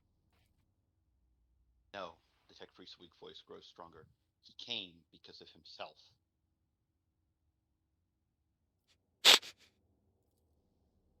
Myself. To redeem myself. To correct a mistake. Possibly. But How do you... There's a look of gentle condescension in Abel's eyes. Strange, given the circumstances. The hubris of the mind spurs him to build monuments to himself. Do not regret, for all is predetermined by the iteration. A devastating coughing fit cuts him off, much like you, and you hear a clang of tearing metal from inside his chest. You can talk once we get him out of here. A cold premonition rakes the heart. The probabilities are dark and frightening. Brother, I do not wish to gaze into them. We are the flame of knowledge that drives the darkness away. Pascal is quickly inspecting Abel's wounds, paying no mind to the blood and sacred unguents staining the sleeves. His vox rasps soothingly. Do not fear what is to come, brother. We are already here. How did you kill those heretics? What technology did you use?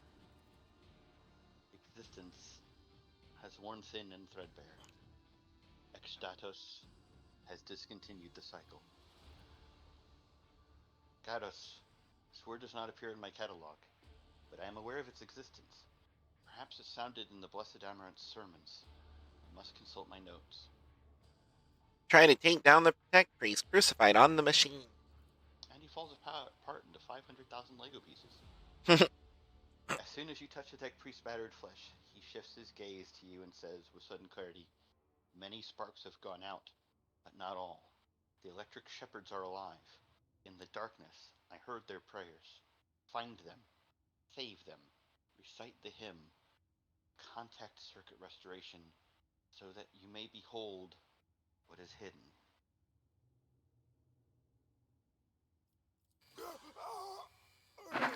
A blast of motive force runs down the Tech Priest's body, and his face contorts in a mocking grimace. Malformed binaric code, repulsively jarring on the ears, pours out of his box. Information archived to the effect that the circuit restoration hymn is the entrance password to the Electro Priest's hiding place. Pascal responds with the dour rhythms of a containment aria. I notice with great sorrow that the cultist ritual has been partially successful. My tech brother has been tainted by corruption. He is in the grip of the schismatical, an unholy imitation of a machine spirit. I request immediate activation of the technosorcerism protocol.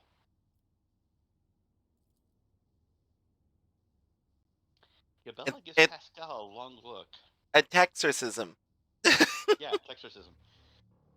Gabella gives Pascal a long look, her eyebrow raised in a silent question. Pascal responds with an equally long silence, then creaks. Thank you for your cooperation. Request denied. The Catechism demands that this act be performed by an authorized unit.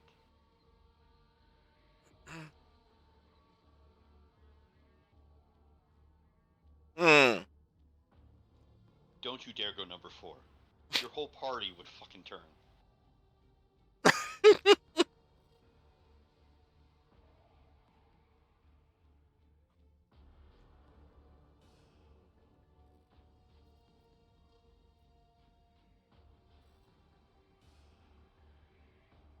What is a schismatical?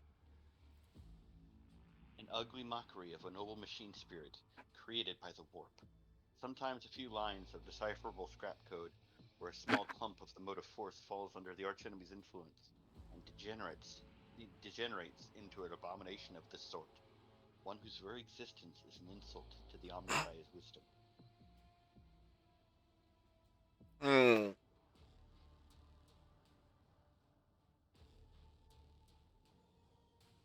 I kind of want to see how the party reacts to number 4. I'm really pushing against 4, but it's your playthrough.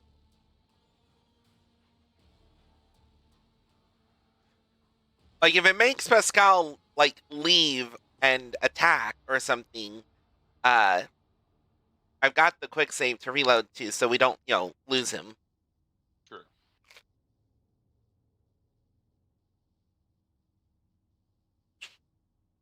Your playthrough.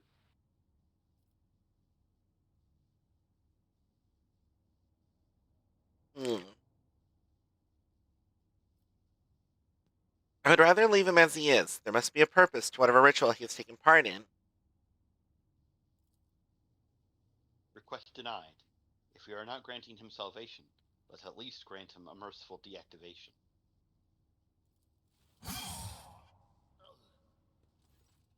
Pascal punches from the other side of the room. Mangled as it is, the tech priest's body still clings to life. It takes several blows to end his corruption-tainted existence, but even after that, a repulsive giggle is heard over the static from his vox. Pascal's mechadendrite touches the dead man's head carefully, grips his neuroaugmetic in his claw, and extracts it from its socket with the utmost care. The skull bone cracks dryly, and the brain matter taints the sacred metal. Rest in purity, Tech Brother. The knowledge you have attained through your efforts will be preserved and purified. Okay. That wasn't too bad. Lord Captain, the Omnissiah commands a pious mind to strive toward uncovering the truth. Therefore, I will not stop until I find my mentor and understand his connection to this servant of the machine god. I request the privilege of joining your retinue as a rightful companion. I can offer to fulfill the duties of an engine seer on your ship in exchange for the right to follow you and to conduct my own investigation. There we go. Glory be to the current of the motive force. May its dulcet light shine in our nospheric coronas. May its vitality nourish our augments. May its purity wash over our imperatives and engrams.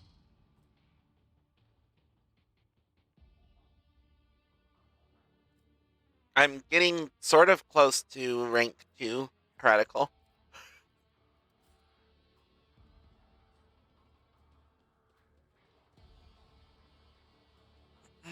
I'm going to go check something with Cabela. I will be back in a minute. Okay.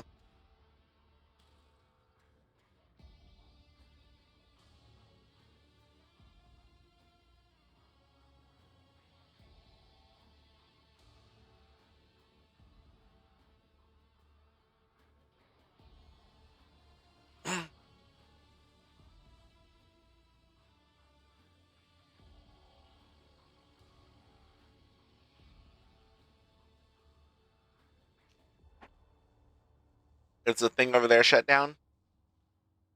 Nope, still active.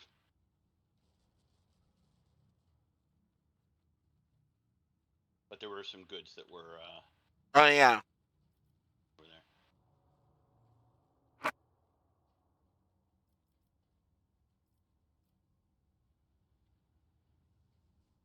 But this barrier over here Always is shut keep down. your eye on the Mhm. prize.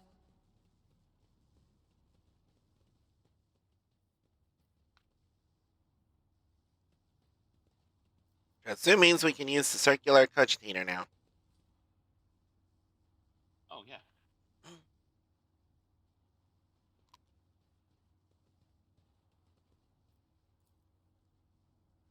Machine Alter accepts the contact circuit registration him.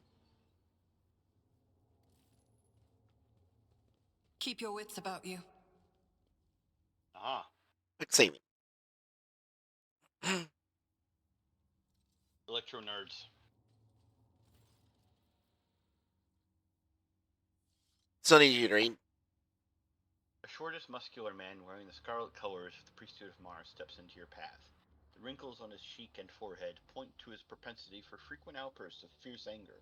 But right now, he is showing no signs of aggression. Glowing blue patterns, electric tattoos, or electus, show through his oddly bluish tinted skin.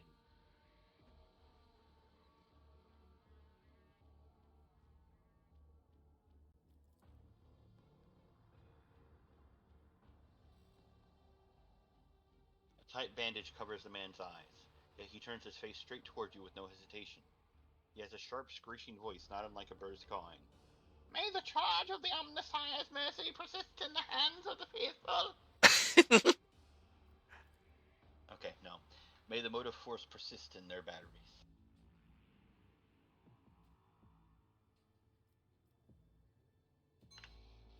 Yeah. I, rogue trader Lasporade von Valencius, declare this monastery to be under my protection. The man bows his head. The motive force brought you here at the right time, Pilgrim. The hallowed electrodynamic cenobium receives you, Pilgrim. I am Dar Impulse the Sixth, a servant of the motive force, and the praetor electroid of the sacred monetary.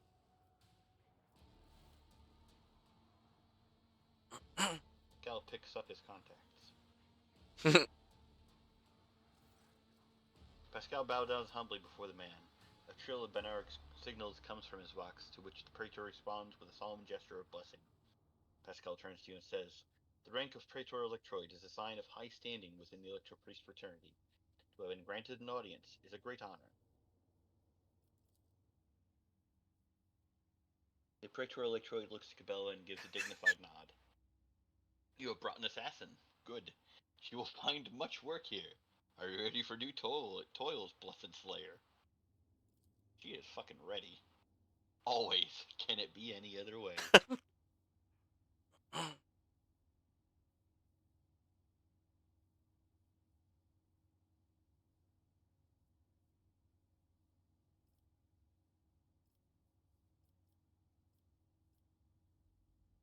Dar Impulse 6. It was to you, was it not, that Logis Abel came seeking an interpretation of his data trance? Yes. Tech Brother Abel arrived here to engage in a magnetic meditation that would help clarify his visions. Unfortunately, the heretic's machinations prevented us from completing the ritual. The esteemed Logis volunteered to help in defending the monastery, but contact with him was lost soon afterwards. Tell me more about Logis Abel. We did not speak much to each other. He preferred to devote his time to solitary reflections in his chapel. The Omnissiah has given Tech Brother Abel a gift of great insight, which allows him to discern each individual facet of existence rather than the overall view. This makes his logic different from that of other people. He is super autistic. Hmm. His mind has always been able to combine facts and conclusions into harmonious wholes that were nothing short of beautiful. Many among my flock found his sermons poetic. What kinds of visions was he receiving? The Omnissiah's revelation was encrypted with great meticulousness, which indicate its great importance. Grasping it fully is beyond my ability, but a single touch was enough for me to realize the enormity of the secret concealed within, or, more exactly, secret design, which was how Tech Brother Abel referred to it. His mind had discerned that the whole world his mind had discerned in the world around him some traces of some grand silence that he wished to comprehend. Wow, my brain just blundered that. Channeling my brain for that one. Yeah.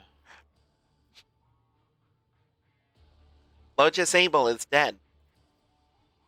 Sad news indeed. Tech Brother Abel was chosen by the Omnissiah to be a comprehender of great mysteries. May his spirit's motive force come into being anew in the fount of the miraculous fusion reactor.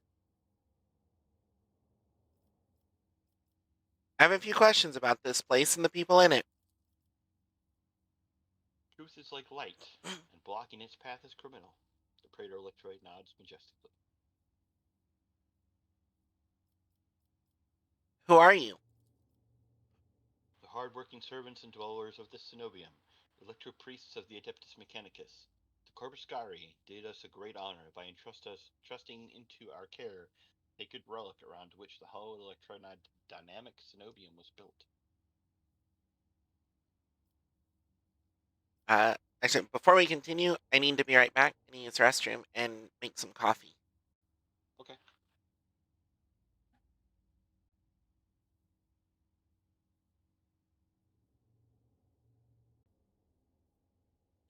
Okay, I'm back. Welcome back. Uncle. Okay. Hard-working servants and dwellers of the Cenobium, electro-priests of the Adeptus Mechanicus, the Corpuscarii, did us a great honor by entrusting into our care the sacred relic around which the hollow electrodynamic Cenobium was built.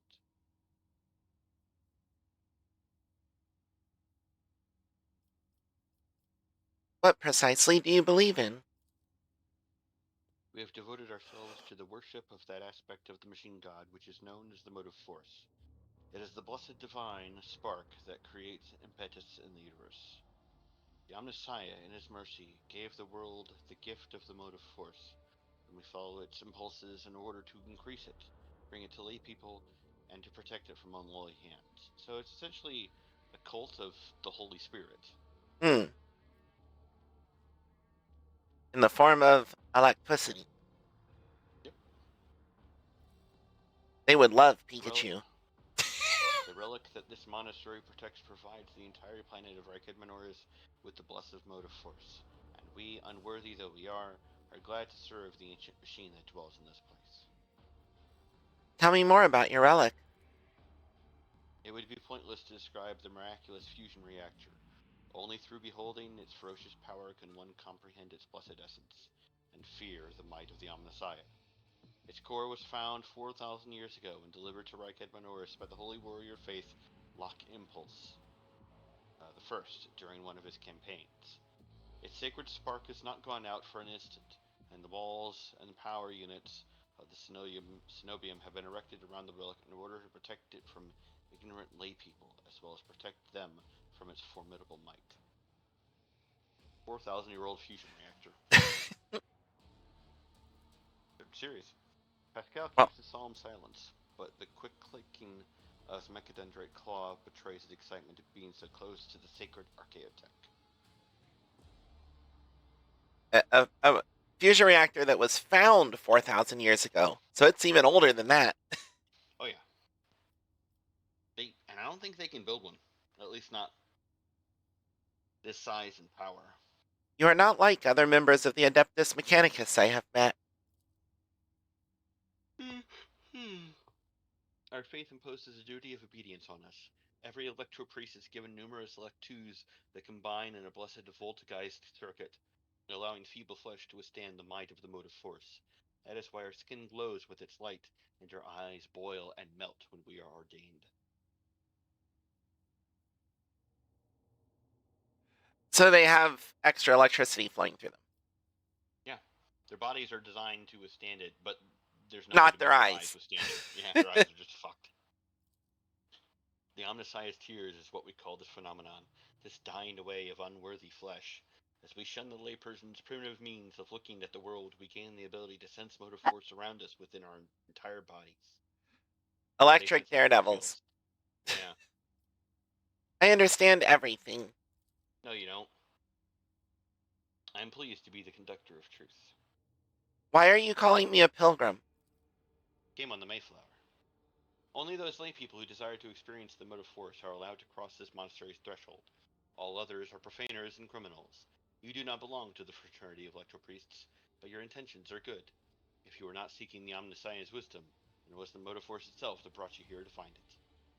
Yes, my intentions are good. 100%. No one's intentions in this setting are good. It's just yours. What happened here, and how did you manage to survive?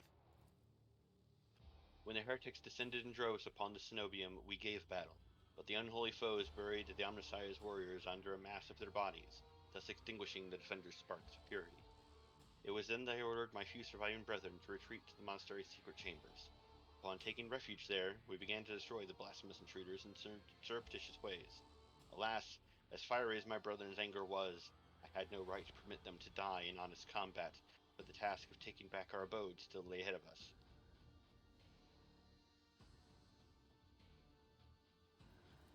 So they did guerrilla warfare, but they're like, we're too important to waste in open combat. I must commend the skill with which your secret chambers are concealed. You hear a tinge of wounded pride in Heinrich's voice, as if he is upset about failing to discover the electric shelter. Your choice of tactics was wise as well. There was no point in losing more lives in the massacre that the cultists wrought. So far, I like Heinrichs. Yeah, he's not bad. The leader of the heretics fought her way into the ark wherein dwells the miraculous fusion reactor. She is trying to desecrate the rite of operation with her unholy litanies so that the relic may be corrupted and the world of Reked Norris may perish in a font of fire. But my brethren, in their magnetic meditation, are hampering her efforts by chanting access request prayers in unison, thereby suppressing the commands of that the blasphemers enter. They're DDoSing it! Uh, The Praetor Electroid nods toward his entranced comrades. They're literally DDoSing their own servers so that she can't command the reactors to overload. nice. That's one way to deal with hackers. Yeah. Use your own bullshit against you. This holy place will be protected against sacrilegious practices. I swear it.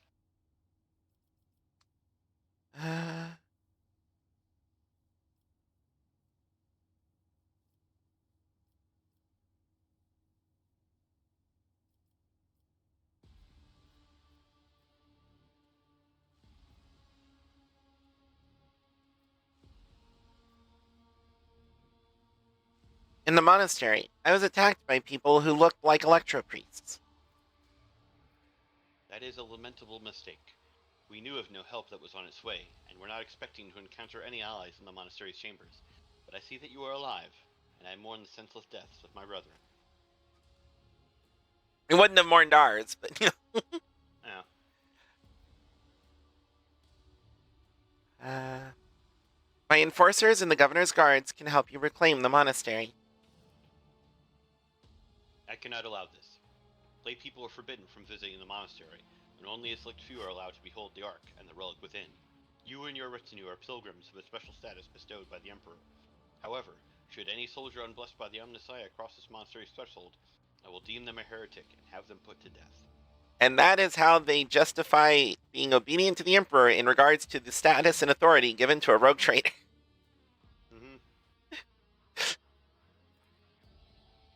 Confirmed.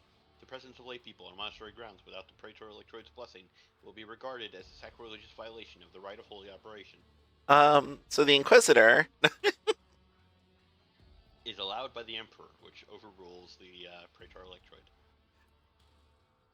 Heinrichs opened his mouth for a second to say something, but changes his mind and quietly clears his throat instead.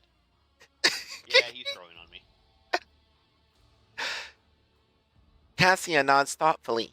Yes, I see. House Orselio follows the same rules when it comes to outsiders. Yeah, they had a bit more of a problem, though, there.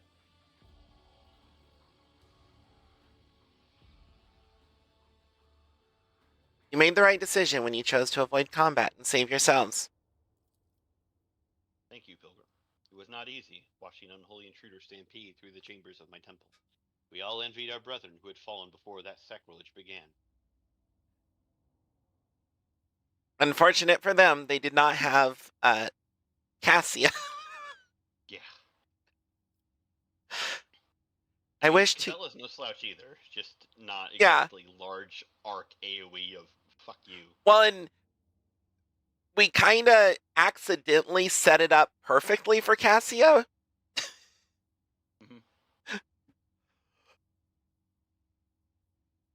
If she had gone sooner, she would have hit less. Yeah.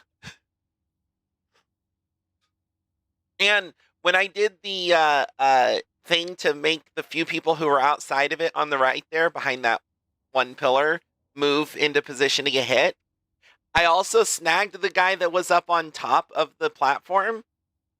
So he moved into a spot where he would get hit also. Nice. That one was complete accident. I didn't even think about him being up there. I wish to get to the Holy Reactor. Okay, there might be more combat. Yeah, I think we have a boss fight with the with that one lady. Aurora? Because she's in there.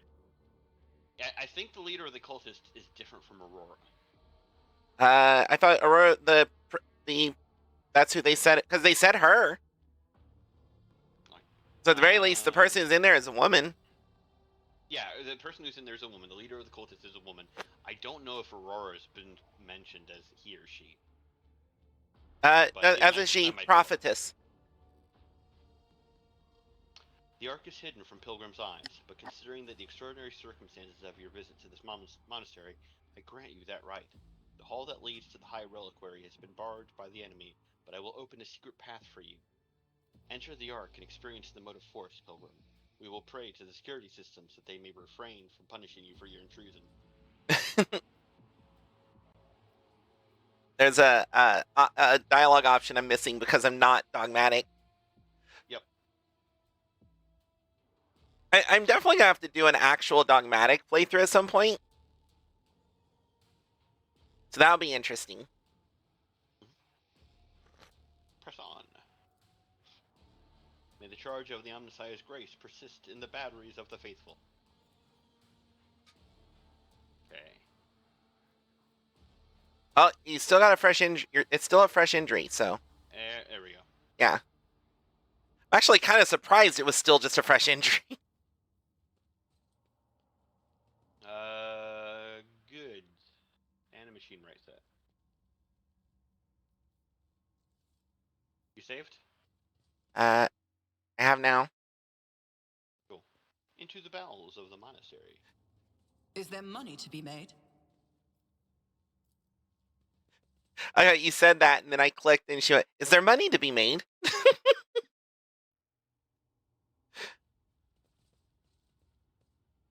don't trust those things. Let's take a look at the map.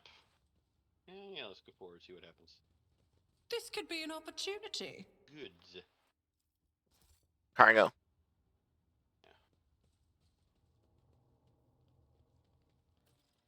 Oh, here we go.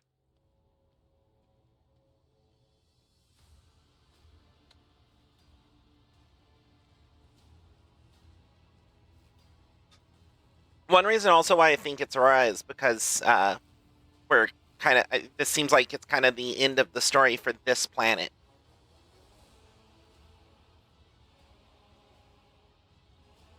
That mask. Yep, Aurora. The face of the woman who stands before you is hidden behind a grotesque barred mask, yet the voice pouring out beneath it belongs to someone else. It is the husky, somber bass of a void wolf, a boarder of ships. How predictable your path is, how static. All the possible deaths you have skirted, only to perish here in the fiery tempest that will mark the final dawn. The woman turns her mask to Pascal and goes, "You have arrived just in time, little cog. The schismaticals use your regalia like a mask to subdue the reactor." Pascal Vosk's Rasmussenly, "A cog. I cannot comprehend why apostates try to insult me by comparing me to the secret symbol of our faith. It is irrational." His visor lights up like a crimson herald of bloodshed, and his drilling mechadendrite whirs viciously as it readies to strike. The sacred cog grinds all corruption to dust. From the dust I will build order. It is funny. We're missing Abelard.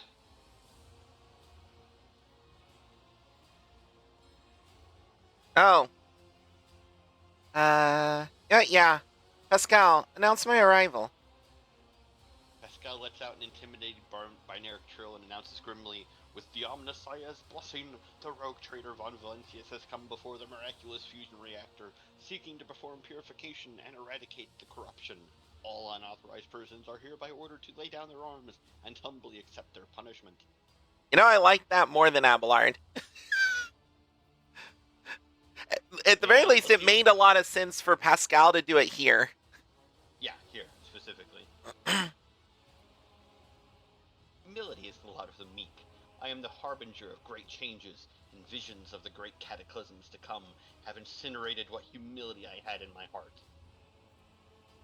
The woman's voice breaks and shifts to a different pitch and timbre, a martyr's voice, young, fervent, and in pain. "Time has all but run out. I can hear the fist of the future knocking on the door of the present. Choose quickly what you want to be when it walks in. A blind slave to what is gone, a faithful servant of what is to come, or a corpse." I would take some time to rest you from the details of this future that the cult prophesies. Hopefully, when we're done, what's left of you will still be capable of coherent speech. But you'll be a living... You go ahead. "What you'll be is a living torch blazing for his glory." Argenta's voice burns with pure hatred and trembles with impatience to make the promise come true. "Ah," Cassia squints and looks away. "Yellows, reds, violets, oranges, blues, wild colors that scorch the eyes. But where the motley masks end, nothing but a colorless void remains."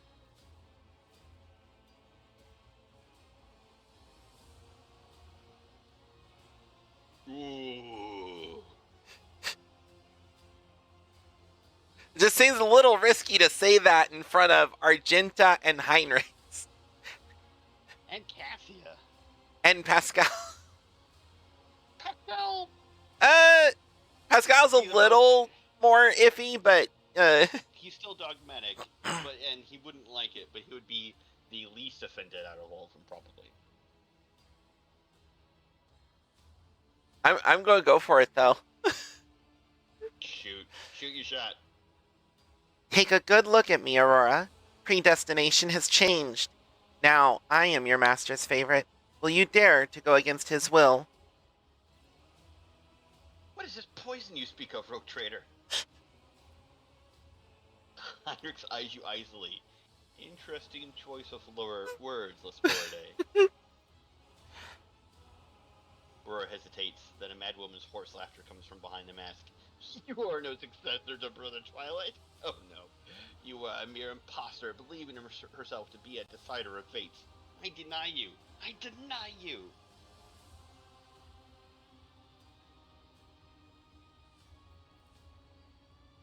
Aurora's entire body flinches as if she has been struck. A cough sends a scarlet spatter through the grill of her mask. What is this? Punishment? But for what? I have not renounced the edge. This cannot be. Execute them at once. Aurora attempts to recite an unholy litany in broken Gothic, but her own voice fails her as she is shaken by a violent coughing fit until she can barely breathe. Did you defeat her with a fucking conversation option? I think so. The electro priests rip their hands off the command panels, rending their flesh on the stakes that pierce them. As their schismatical controlled bodies are imbued with the motive force's radiance, all the unfortunates can do is scream in horror and plead for a swift death. I mean, I see rebels to the other side. Yeah. I'll make an example out of you. Okay, so yeah, it didn't outright kill her, but they're not even targetable. They've just straight up noped out of the combat.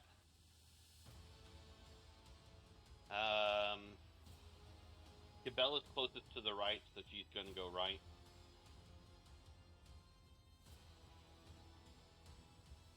So's Heinrichs.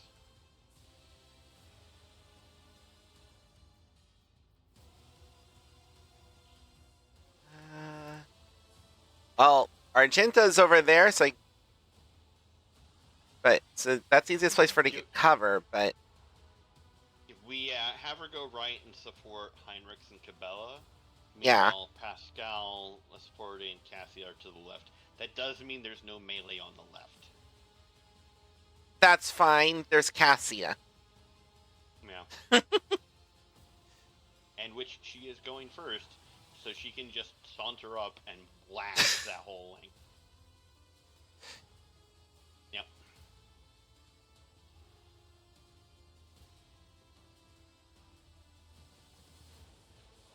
They have some electro priests and some cultists in their group.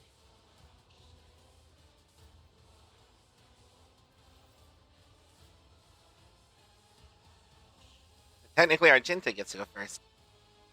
Oh, I didn't even see that. So, actually, yeah, have her just pop through there and fucking hose them.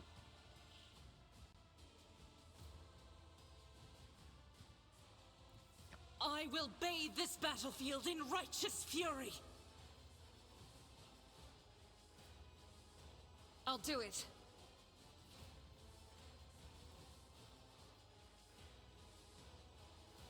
Rounds until the reactor explodes, too.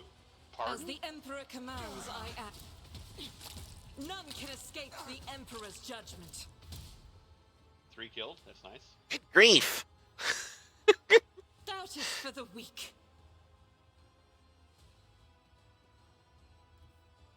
Rejoice in battle! If I'm remembering right, there is a way to increase the number of rounds until the reactor explodes, but I don't see or remember what it is. God damn it. Missed that last shot.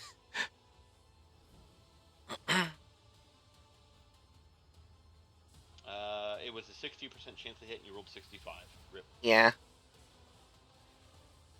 Cassia could pull them closer together, or does that not even matter? It doesn't even matter. The only hold on. the only way in which it It does matters matter. is to get some more damage in. Yeah, it does matter, because if you use Notch of Purpose, she applies the castigating effect, which means there's a lesser chance that they will resist the stun from Lidless Terror.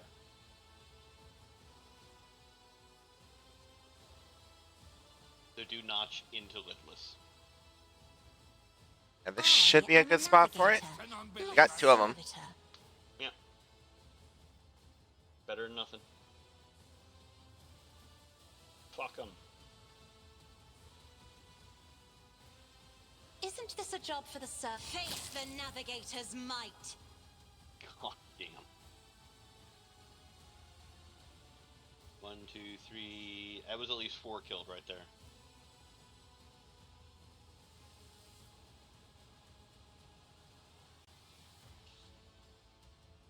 And they have no cover. Yep. And I can move again. Battlefields are always drowned in scarlet. If I may,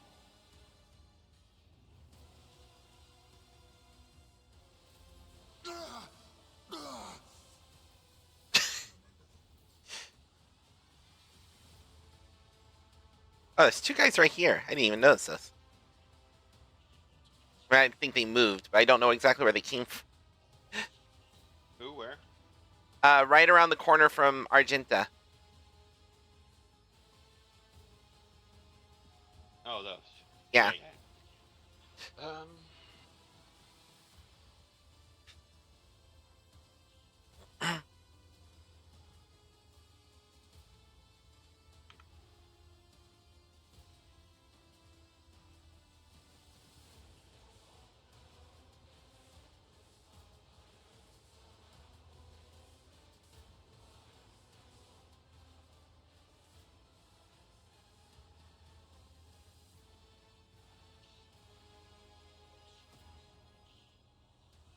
Can I use Heroic Act from Cabela?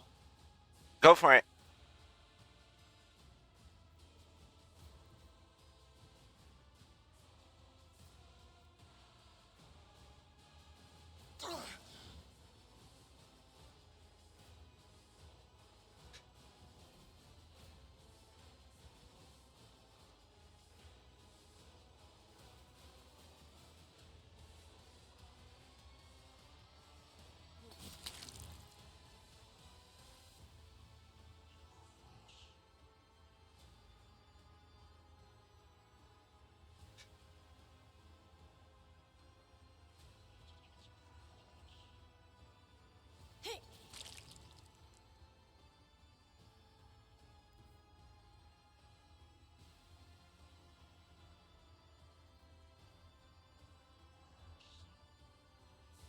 Actually, I don't even know if it's worth it. Let's see here.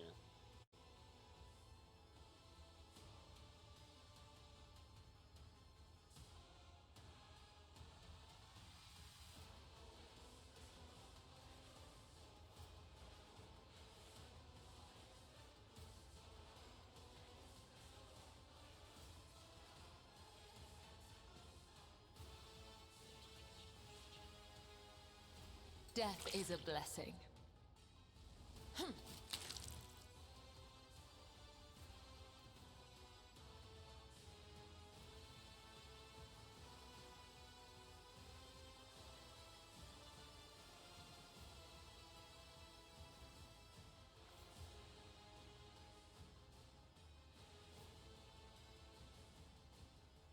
Okay, let's board his turn.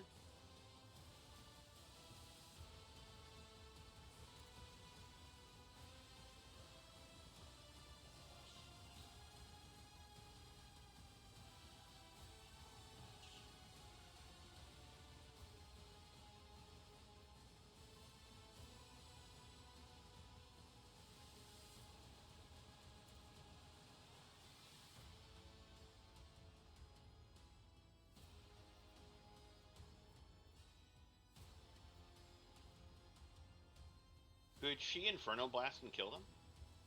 2 of them. She can't hit all 3 of them, though. Okay. Is there a way to kill the Electro Priest with it? It would not kill the Electro Priest. Damn.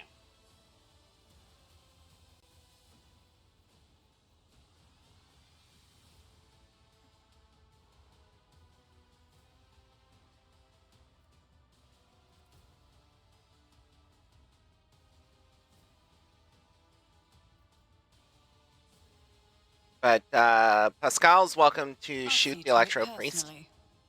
That's likely going to happen.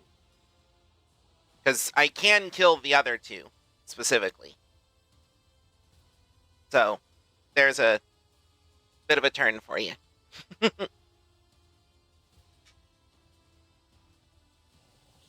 Oh, it's actually pretty low chance to hit. Actually... Oh, wait. It's a machine spirit. Yes. It healed him, motherfucker. Unexpected. Well, I can 94% hit the one on the left, 47 in the middle, and 38 the Electro Priest. Go ahead and hit the one on the left. I'll hit the Electro Priest and the other guy. Vital functions successfully terminated. Pascal did not hurt himself. Good job.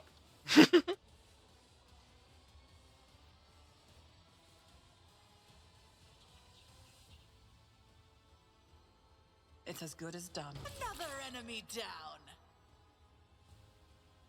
It did less damage than you healed. Rounds until the reactor explodes 3. Okay, so for every Electro Priest we kill, it goes up, I think. Okay.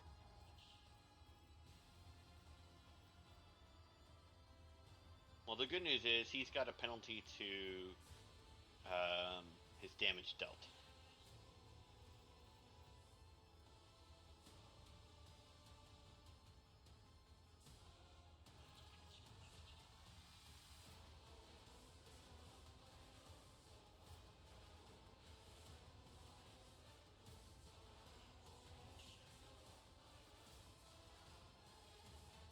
I'll see to it personally. Appreciate it. Yes. Yeah, Heinrichs gets a turn too. Well, I'm not sure if he's close enough to actually make much use of it, but I figured I'd throw it on him while he's still in range to do so.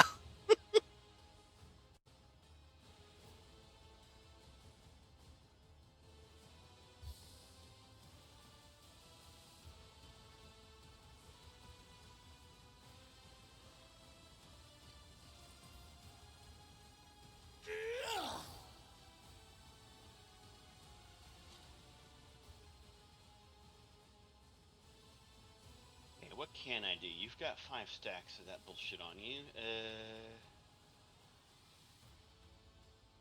I'm in cover, so I'm going to use this. Going to... How much dodge, parry, and armor does this guy have? 20% armor. He's got 2 deflection, but I can't do anything about that.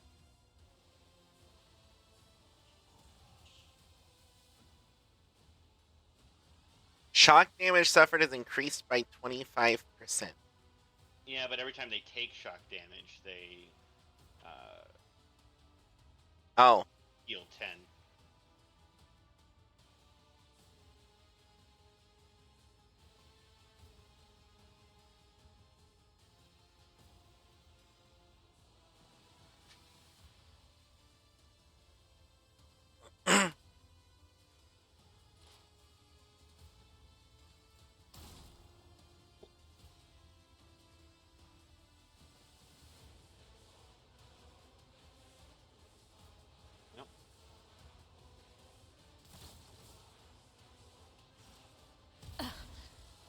There is only death.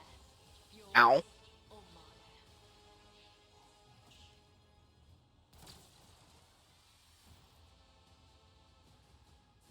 Move up and open fire.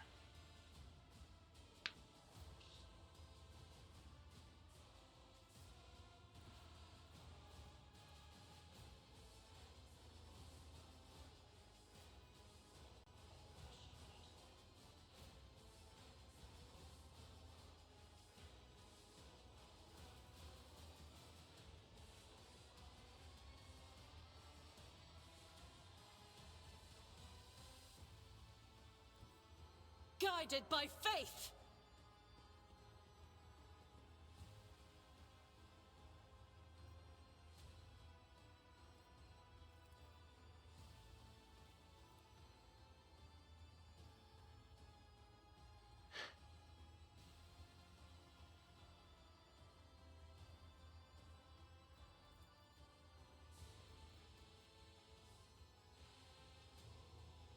I'll do it.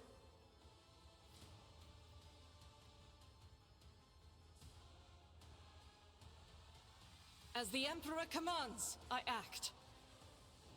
Play this works I'll do it. how I want.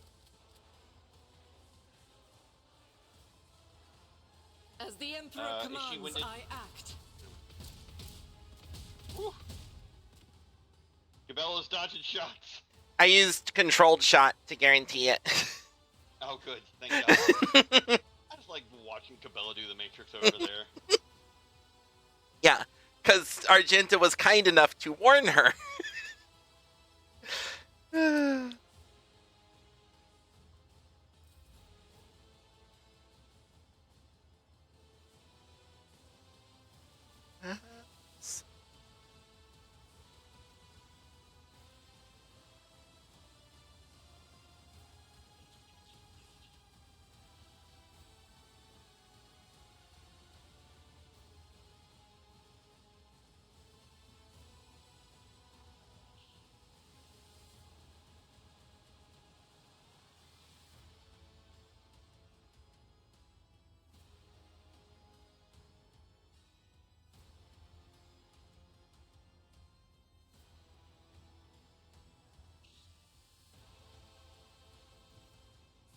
Be careful not to cross my gaze.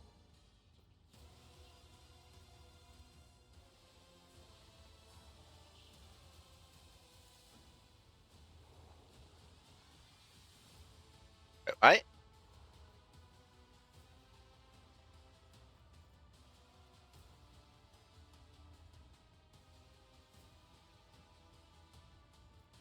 That, how did...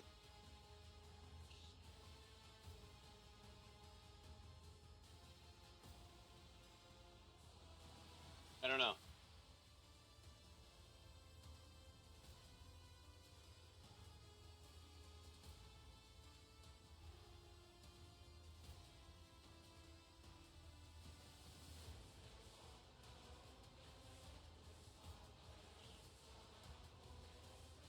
I have no idea how that did not move him.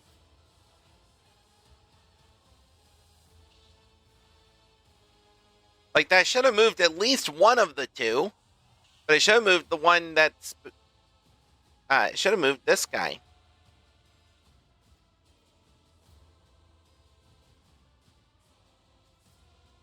Because they move even if stunned or immobilized.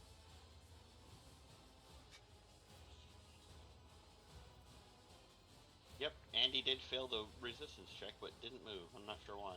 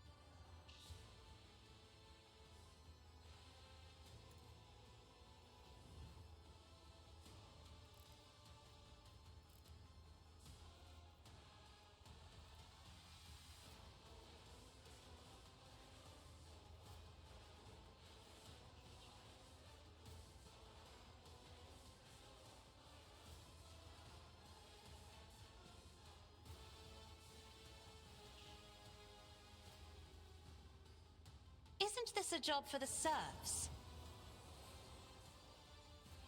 Well, he's stunned now, so there's that. And cascaded.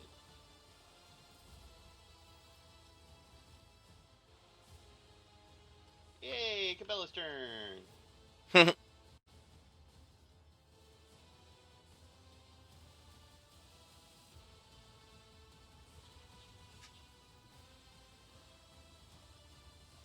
Do I have any stacks of jumpy jump? I do not. Cool.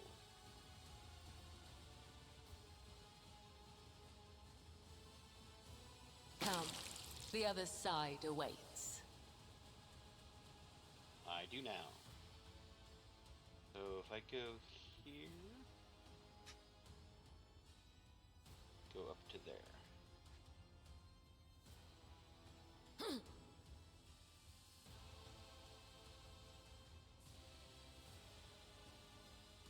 Two things that would be interesting to see: an entire party of Cabela's and an entire party of Cassius.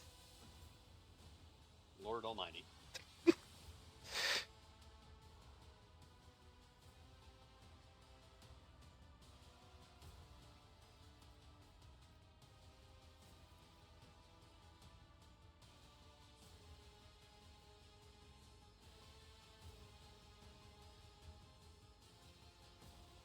On it.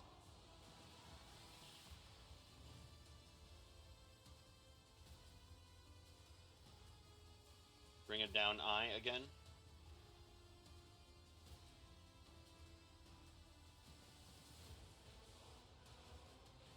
And so I'm thinking, Well, if you use the pistol shot on your Corrupted Inferno pistol, there's a chance you can kill that Electro Priest, and then Cassia can eye up to the other side. or I could fire the last gun. Yeah, last gun. Single shot. That's the regular shot will kill him. 95% chance. Yeah, do it. Single shot. But I'm gonna bring it down on her first to. No. Or, If you do the single shot on Let's Porte first, then you can. If you miss somehow, then Cassia can kill him. Except you, in the past when I've shot before doing bring it down, it kept me from being able to bring it down. For some reason. Doesn't say it does. Right now, that's not the case. Huh? I will bet you right now that that's not the case. It's happened before. I don't know if it's supposed to, but I've got 95% chance of hitting. Mm-hmm. So it should be fine. Do the single shot first is what I'm saying. Even if I don't get to break it down or bring it down? Well, I'm saying do the single shot first on him, and that way if you miss, you can bring it down with Cassia to kill him. I'm saying that in the past when I've done my shot first, it wouldn't let me bring it down after.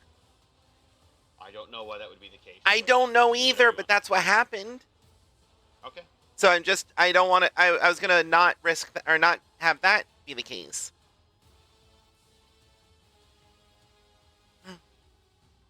Single shot says it'll prevent you from taking actions, so maybe bring it down counts as an action, but I don't think that it is, but whatever, I don't know. I don't think it's, I don't think, there's nothing on it that indicates it's supposed to be that way, but it happened to me previously when I tried doing it, so. Bring it down first. Yeah. I'll make it happen.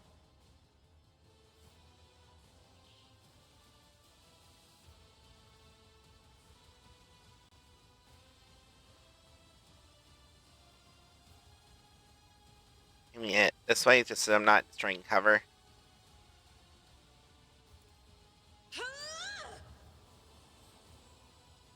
And that one's done. Good.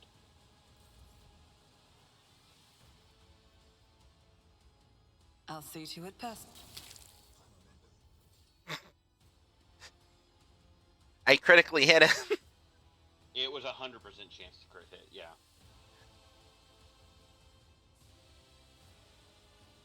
Threads and Faults was adding 108%. Give Cassia another turn and have her just run up and... That's what I was thinking. Well, she'd only really get to hit the one Techno Priest, so maybe that's not a good precedent. She can run up and do stuff, though.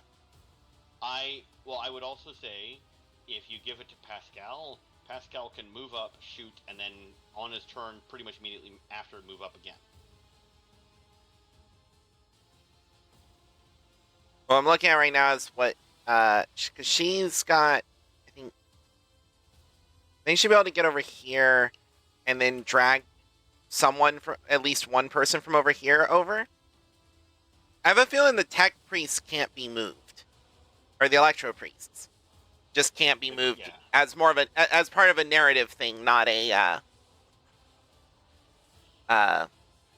normal ability thing. But I could, I should be able to hit the Electro Priest right there and the cultist gunner and possibly drag that other cultist gunner out to be hit also.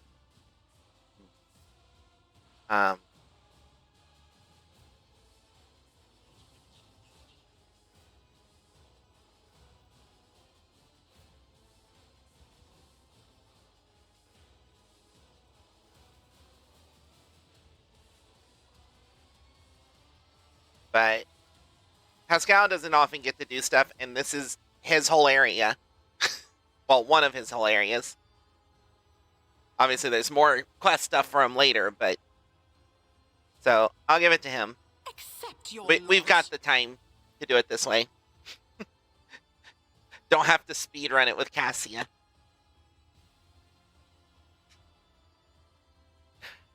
Yawny Raven. Sleep well when you go back to bed.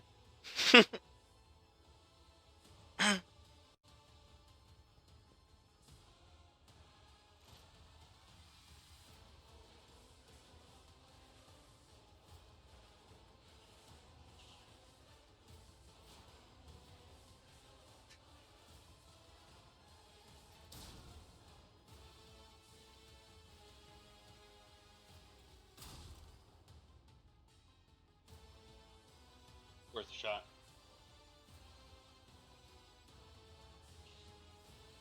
Pascal's just having a rough time. The problem is it's cover and it not ideal range. But one of the whole points of getting him the extra turn was to help him move out of cover and move up a bit. Yeah. Because he's going to be going again here in a moment. Meanwhile, fucking Heinrich is like, can I catch up, please? He's having the Abelard problem. Like, Cabela, slow down. I can...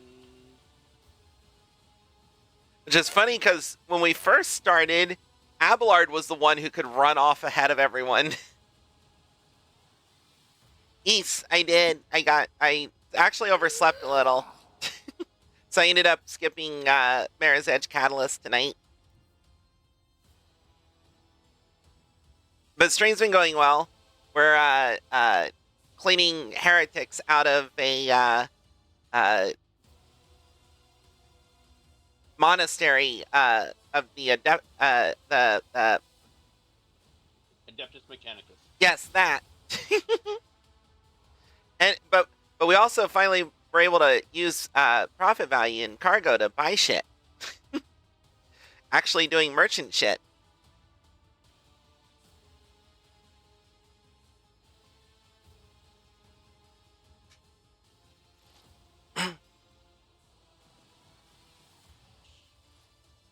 And we picked up a new party member that's voiced by a voice actor that I actually have been following and watching on TikTok for a long time.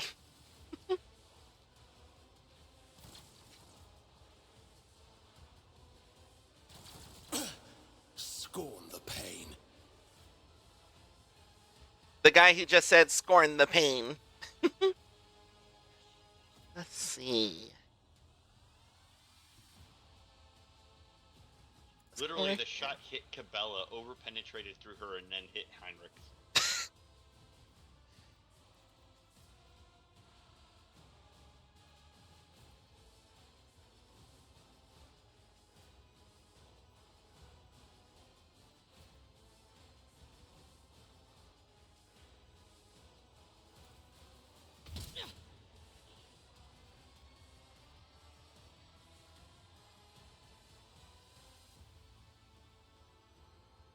Faith without deeds is worthless. I forgot to use that first. Doubt is for the weak.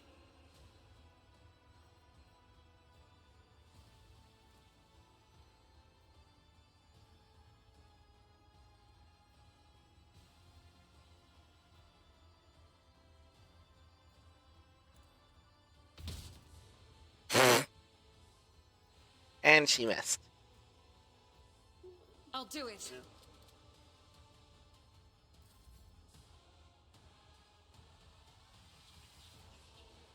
Cool.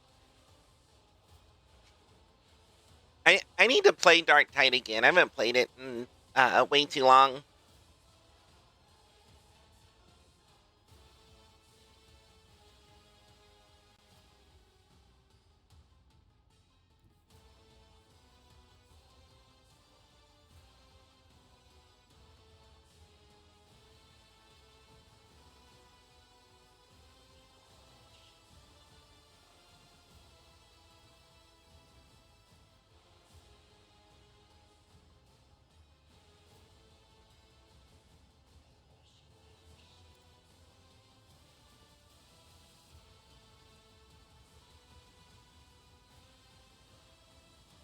I'm not accustomed to being ordered around.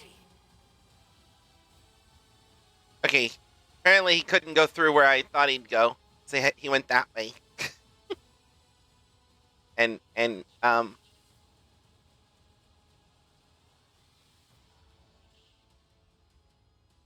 he's on his knees. That's what's going on there. It's like, what is he doing?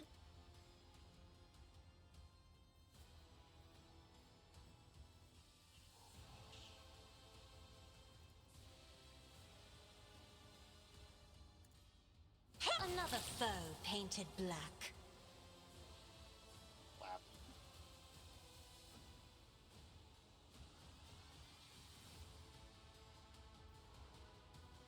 Another Electro Priest down.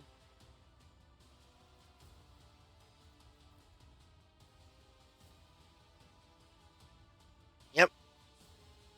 It's the Cassia and Cabela show.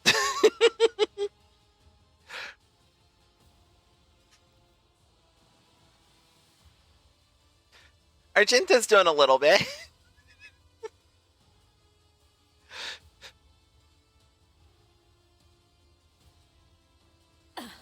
Aim for the heart next time. Did she just tell herself to aim for the heart? I think Cabela's a little confused.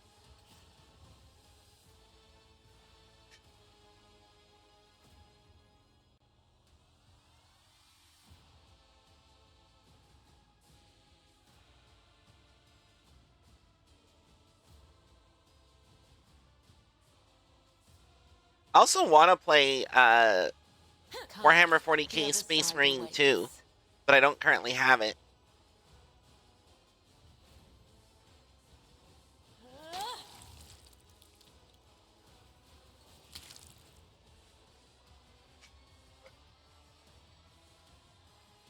Well, Cabela's done with her side first. I mean, theoretically, Cassia could have, but we decided to let Pascal do something. Pascal's like, I'm here too. Shoots and misses.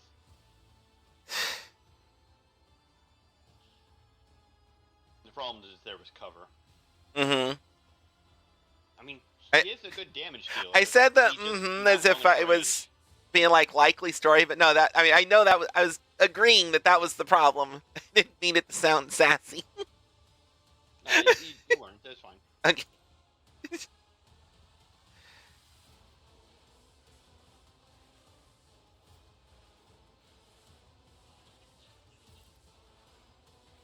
Alright, since it's not going to really affect anything on this turn, I will give this another shot to see if it'll actually allow bring it down after shooting.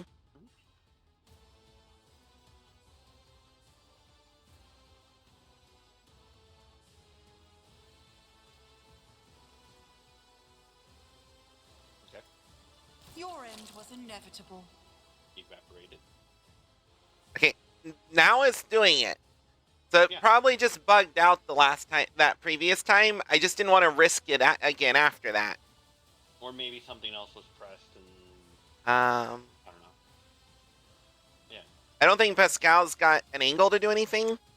There's kind of a big pillar in front of him. Yeah, there's a big pillar in front of him. But Cassia's out of range. Unless I can... No, I cannot do that on her yet. Cassia, doesn't she have a sidearm of some sort? No, she's out of range of bringing down. Oh, and put it on Pascal. He can maybe do something. I don't know. It's as good as done. He can try.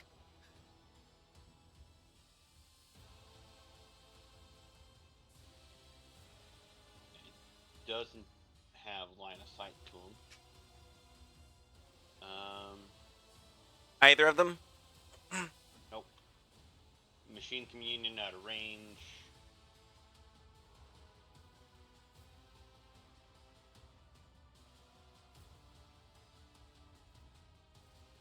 Nope, sorry.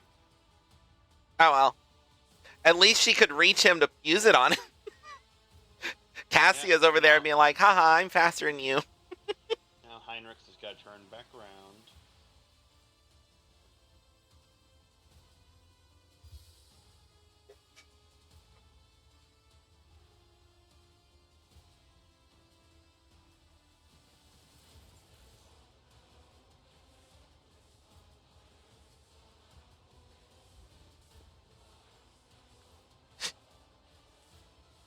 I guess, yeah, set up the ones that are further back for fighting Aurora.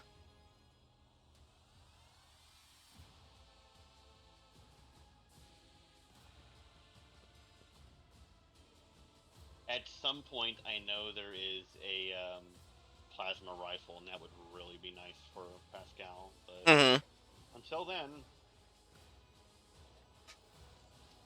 then, my ranged girly in Dark Tide is using it. come the fuck on! He's in good cover, and it fucking hits him. I just noticed the veil degradation's been going up. Heinrich. Oh, right. You're like, hey, let's have a psyker. All right. And he doesn't have, like, fancy lower the stuff. So it just goes down by 1 every round. Kind of pushing it a little. Well, I just accidentally ended Argenta's turn, but honestly, she didn't have anything to do.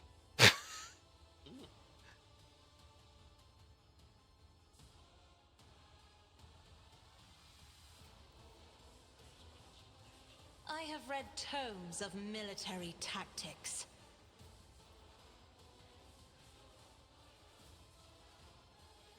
Yeah, and yeah, I think you're right. Story-wise, these guys are kind of like melded to the machine, so they're not moving. Yeah.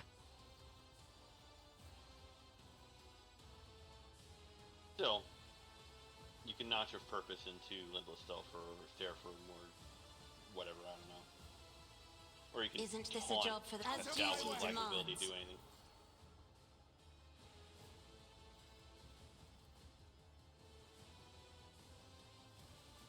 Me? If you insist, Lord Captain. Stunned, castigated, threads and faults. Can you... I couldn't do anything else.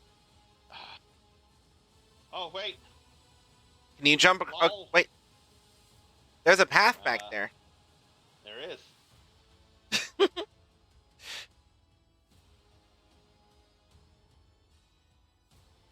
I have no line of sight to him, unless...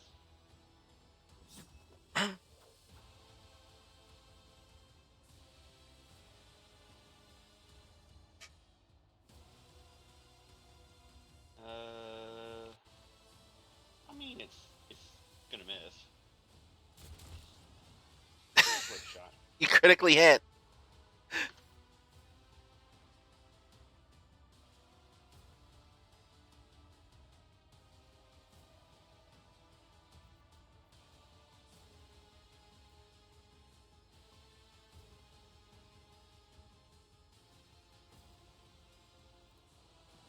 Have Lasporte go back to help Heinrich and Argenta with Aurora. Yeah.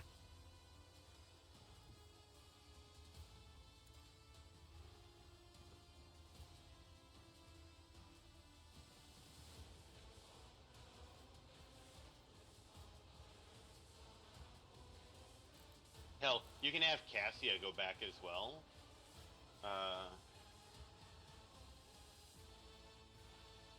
If you want, because Cabela needs to go through that priest to get there anyway. Also, the priest is on fire. He might burn down. We don't know. Mm-hmm.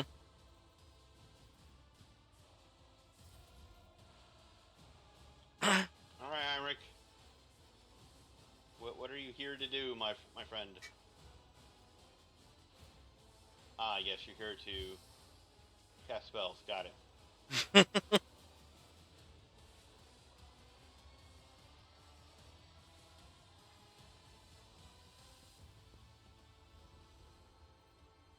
I don't understand how that worked, but good on you. Just runs over and roars at her. Okay, Pascal.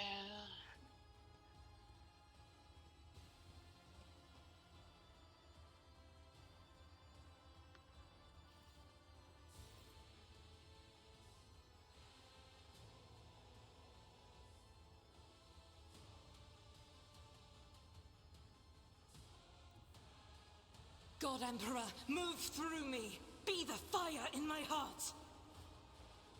As the Emperor commands, I act.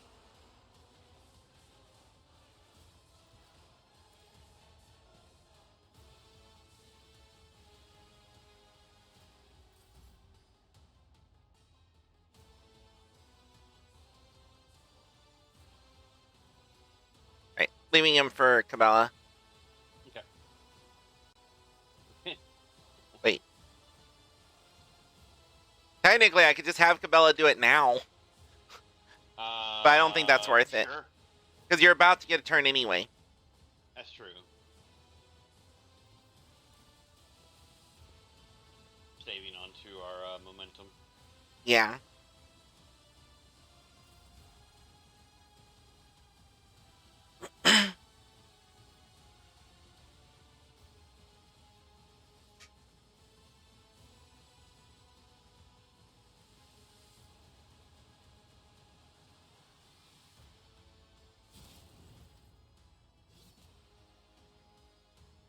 Oh. Enough! Now an aged, rattling voice speaks to you from behind the bloodstained mask. You are powerless to halt the approach of what is to come. I see a crimson trail leading humanity to its doom. I see the glow of the final dawn, and that means existence has made its choice. A dagger flashes in Aurora's hand. She drives it into the control panel with all her strength. Now you will see it too!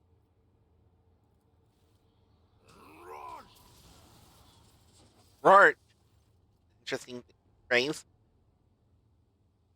A blinding voltaic arc bursts forth from the broken control panel and strikes at Aurora's uncanny mask. Its metal heats up. Smoke billows through the bars. With a howl, the cultist collapses.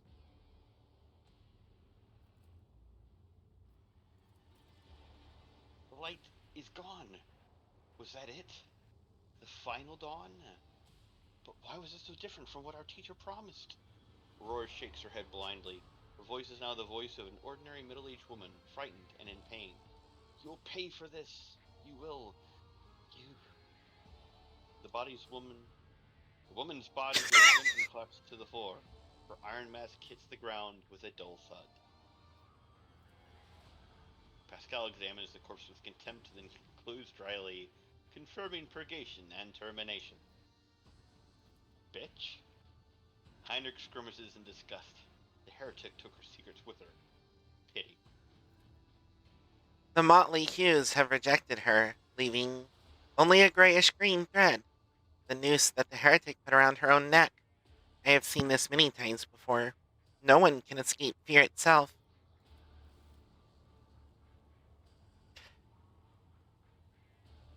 Now just don't remember what I said. Heinrich approaches Aurora's body and leans over it. A minute, please. Musporde. I need no more than a minute. 95% chance on that, Laura Xenos.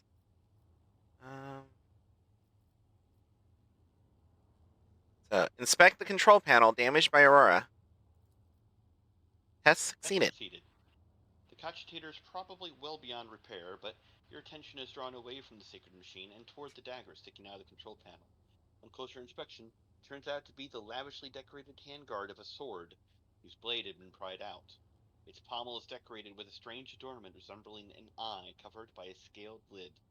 What remains of the blade has a blue sheen to it, same tint as Kunrad's weapon during the mutiny on your void ship. This is no human-made object. It was grown from wraithbone, a material favored by the Eldari. An Eldari material composed of crystallized psychic energy, used in the creation of everything from art pieces to craft worlds. Yep. Eldari, an ancient, highly advanced alien race that once dominated the galaxy. Space elves. As you lean over the shard, you suddenly hear a multitude of voices. They blend together, and individual words are distorted, as though they are mocking your attempts to grasp their meaning. The nagging whisper is like the burning red scratch of an unholy claw upon your mind. Surreptitiously take the sword shard. When you touch the abomination, the whispers in your ears become louder and more bloodthirsty. You pocket the trophy surreptitiously just before the interrogator appears at your shoulder.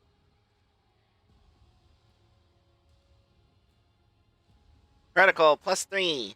Items received. Mysterious sword handguard. Heinrich gives you an appraising look, then shifts his gaze to the Godsteer's control panel. An impressive blow. I suppose whatever she used to breach the frame was melted by the impact of the motive force. Rogue Trader, on behalf of the Holy Ordos, I thank you for your cooperation to release you from the requisition. From this moment on, I am at your service. I'm ready to come aboard your ship and head for Footfall as soon as you deem it possible. That is, if you do not have other business in the system, in which case I am prepared to assist you in its prompt resolution. Yes, Heinrichs, do not remember what I said earlier. And do not ask questions. You're a rogue trader. He's fallen away in his memory banks, but he's not going to dig deep in there at the moment. Remove Aurora's mask. The iron helmet is firmly attached to the heretic's flesh. Her face is impossible to make out in the darkness behind the bars of her mask. But after peering at it for a little longer than necessary, you wonder if for a moment you saw something move. Let us finish cleansing the monastery, Pascal. Executed. Let the Omnissiah given motive force flow, and all obstacles in its path be eradicated.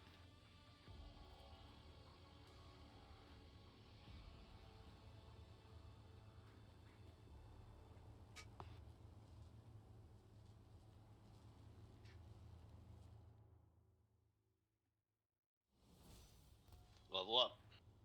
Woohoo! Quick save. Loot. Oh. What'd you find? Well, Blasphemous Prism. A glass prism crafted by the cultists of the Final Dawn. It belonged to their leader, Aurora. If you look through it long enough, your vision begins to deceive your mind, showing what could be instead of what is.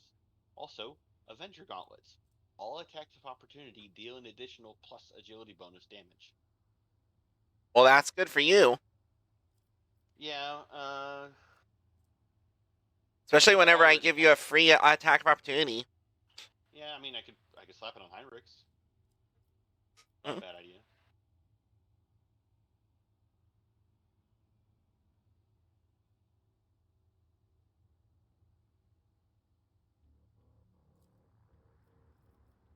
Anyway, it's time to level people up. Yes.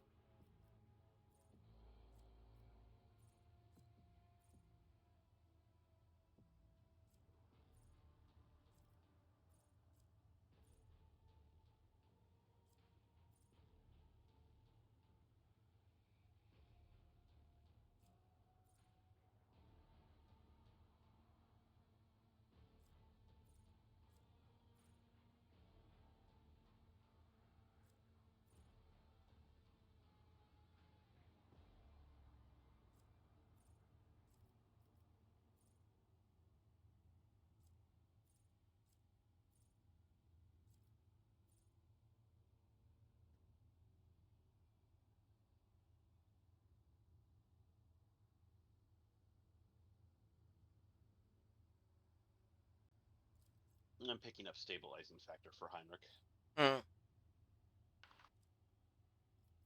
Wounds are no excuse is the thing that makes it so get back in the fight removes fresh injuries. Sounds like it could be useful.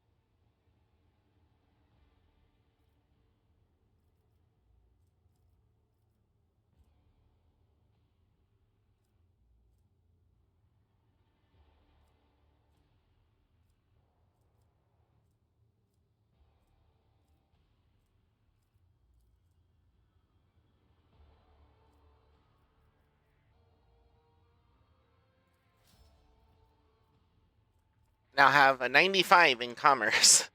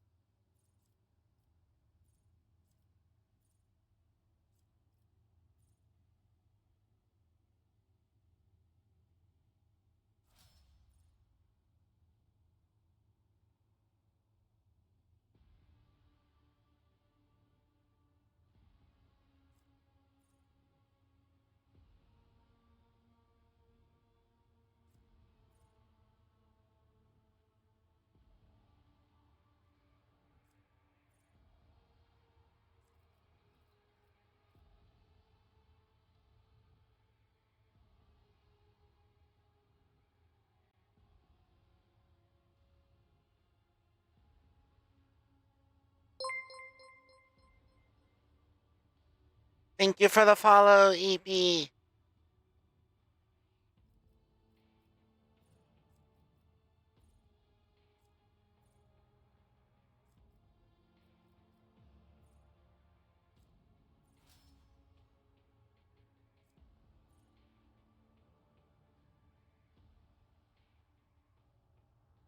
Um,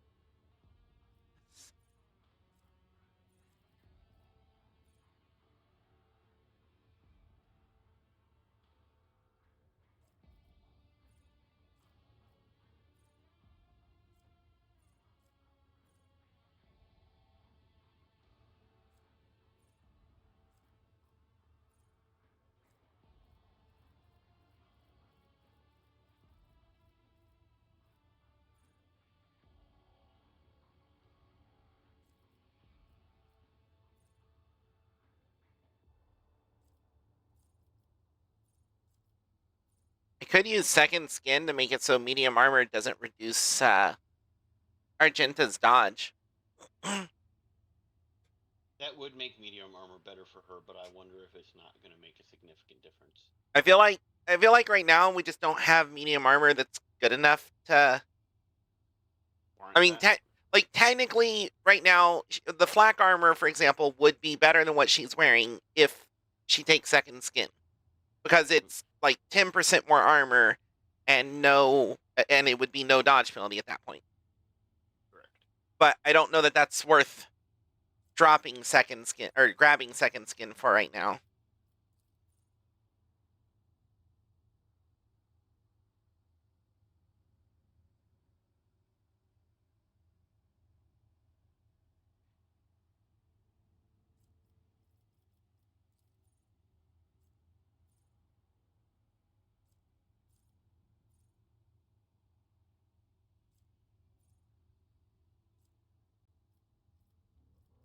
Instead, I'm thinking either Fortress or Exploit Surroundings. I'm leaning towards Exploit Surroundings just because a lot of times if we even have cover available, it's just half cover, not full. And Fortress only works with full cover, I believe. Yeah.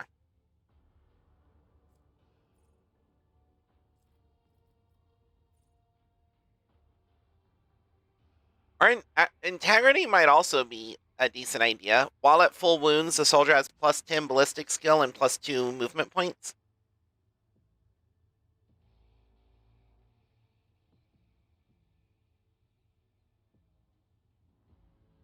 What do you think on that one, Evie? Let me just a moment to take a look. So what is it you were comparing? Integrity is what I'm looking at.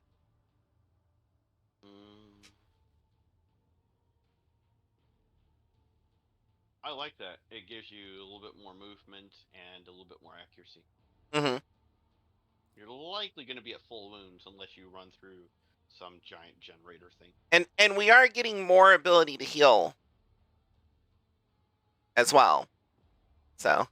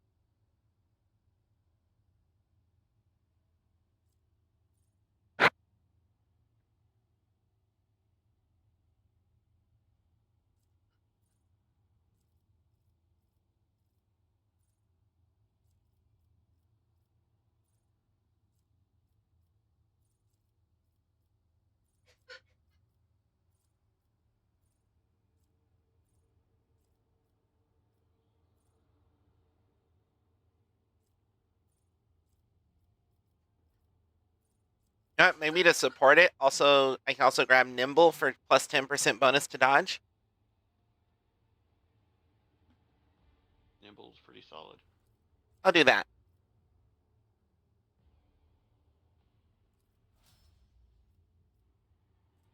Her dodge is now listed as 100%.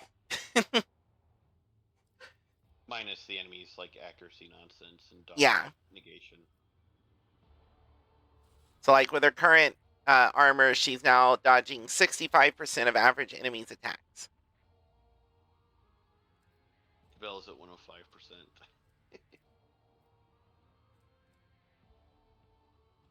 Okay, I'm gonna go around and loot now that the battle is over. Also, leveling up Cassie now.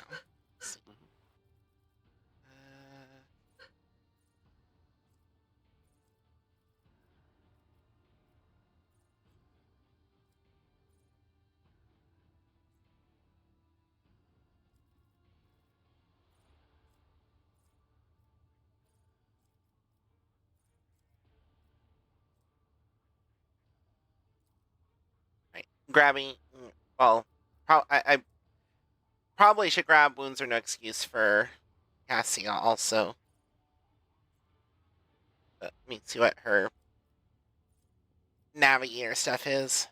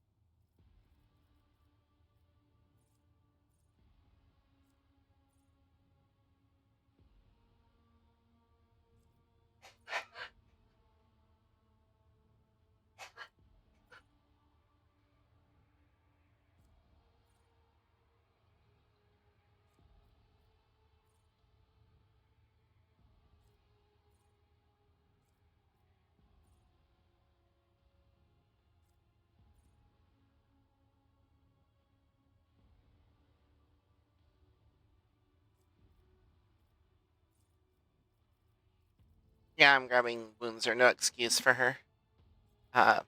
One thing, when it does remove fresh injuries, it also hers heals a lot more than Lysphoridae's will, because the heal it does scales off of willpower.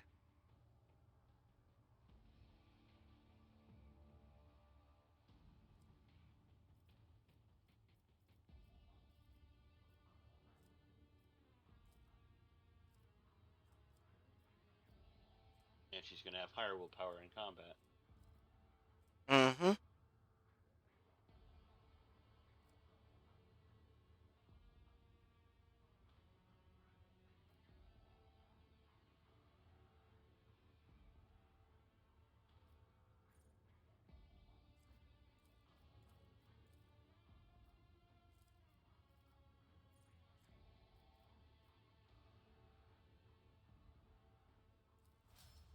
Also gave her more awareness.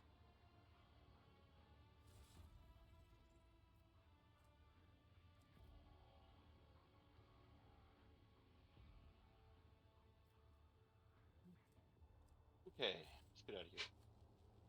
Pick up all the loot. Yep. Nothing interesting.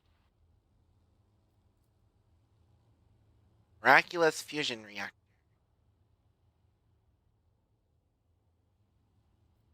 Let us not dawdle.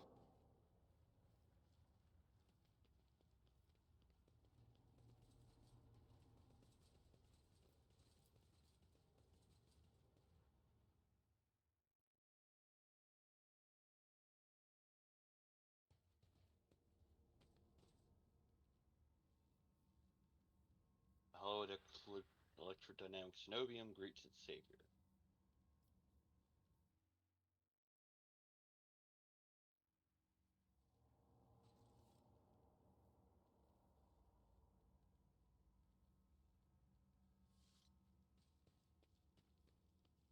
You want to talk to Dar Impulse's 6? I tried. He just said the same thing again. Oh. I always have a backup plan. Let's blow this popsicle stand. So that's what we've just prevented from happening. Literally.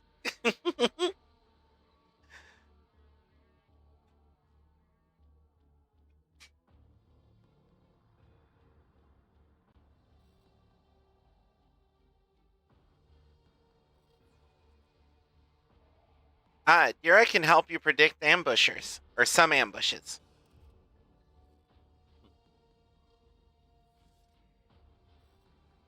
Unless she didn't explode every time I tried to use her.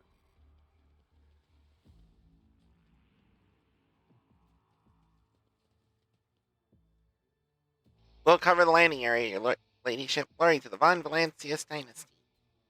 Oh yeah, that's my people. Rise to the top. I forgot they were here.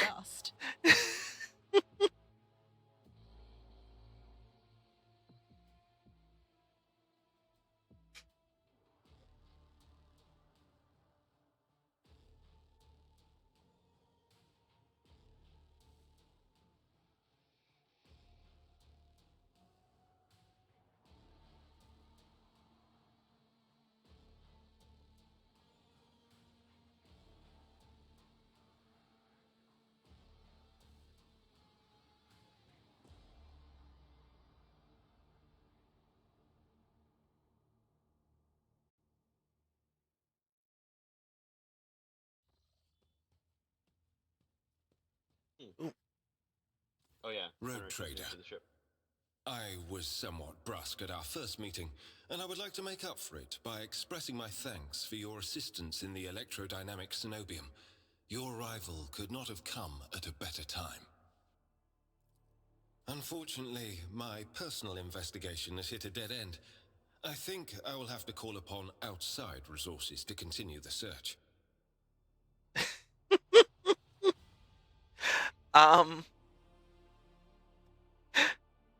How you want to play it? I will say, as a minor hint of a spoiler, if you collect all the blade fragments, you will get access to something that your character cannot use. Mm-hmm. So if you do give him that, it won't have any like, oh, you'll miss out on this amazing thing.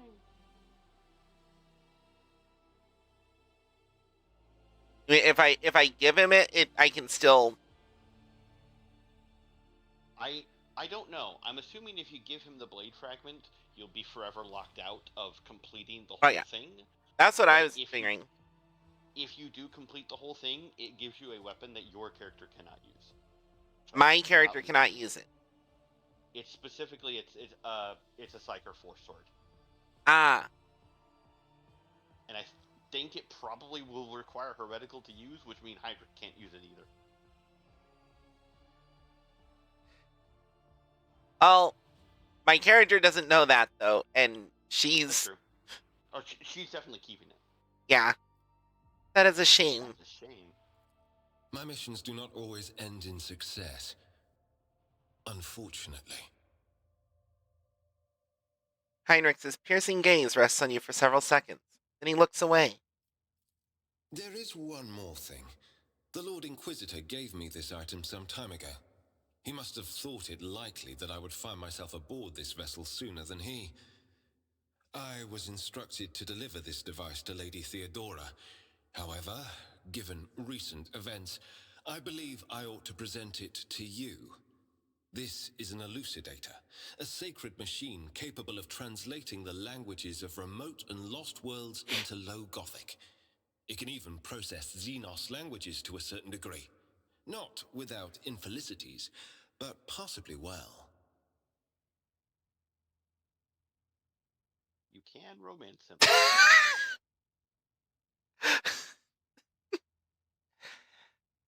I mean, I like the actor's voice, but not that much. Not that much, right? At least so far, he's no Iron Bull.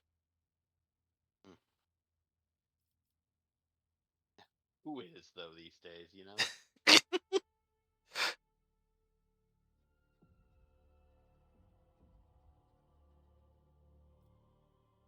Be honest, Van Kallox.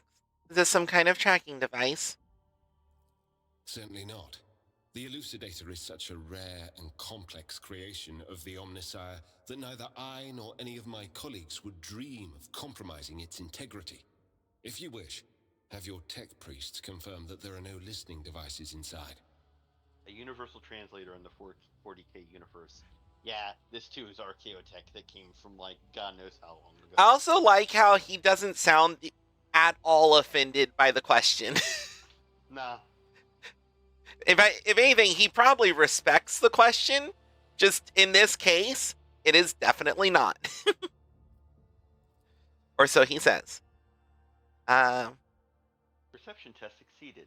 Heinrich cuts you a glance, one which, you suddenly realize, is charged with a strange, almost personal interest, or deferentially averting its gaze.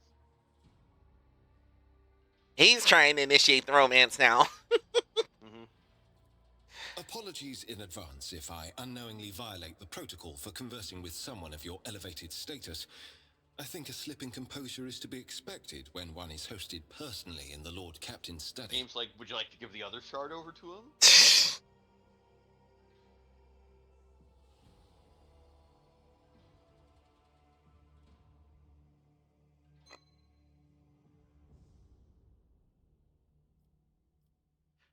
What do you plan to do now? I would like to offer my assistance in resolving your immediate problems. I am aware that the ship suffered considerable losses during the recent mutiny and was damaged by the cultists' actions, and you have lost many valuable officers as well. You are in a difficult situation. I am at your disposal. What do you think will become of the electrodynamic cenobium? It all depends on the electro-priests who survived the attack. Fortunately for them, the cultists did not manage to seriously corrupt the holy site, partly thanks to the priesthood's efforts. Nevertheless, I would not be surprised if the local explorator fleet decides to audit and purge the damaged units once it hears about what has happened.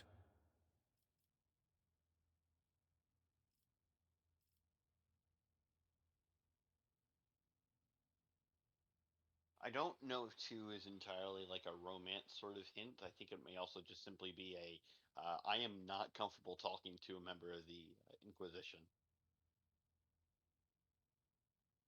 Conversing with you is no less disconcerting for me, Master von Calyx. After serving in the Holy Ordos all these years, I'm used to people being wary of me. The first one. It's not your status, it's you. uh,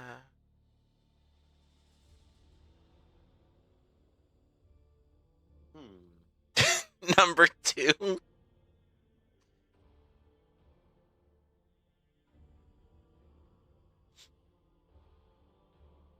Not gonna lie, the dialogue options for some of this is piquing my interest. Mm-hmm.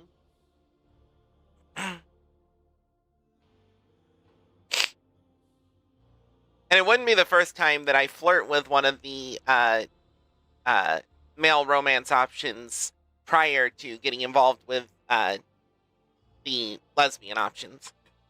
Just because flirting is fun. Can be. I'm gonna go with that. A little more, and my pious trepidation will turn into something much less seemly. At least it sounds flirtatious to me. I will let your remark go unanswered until evidence arises to confirm my suspicions about your reasons for making it. You will not let you flirt with him until he's sure that it's just flirting and not something else unseemly. Honestly, smart.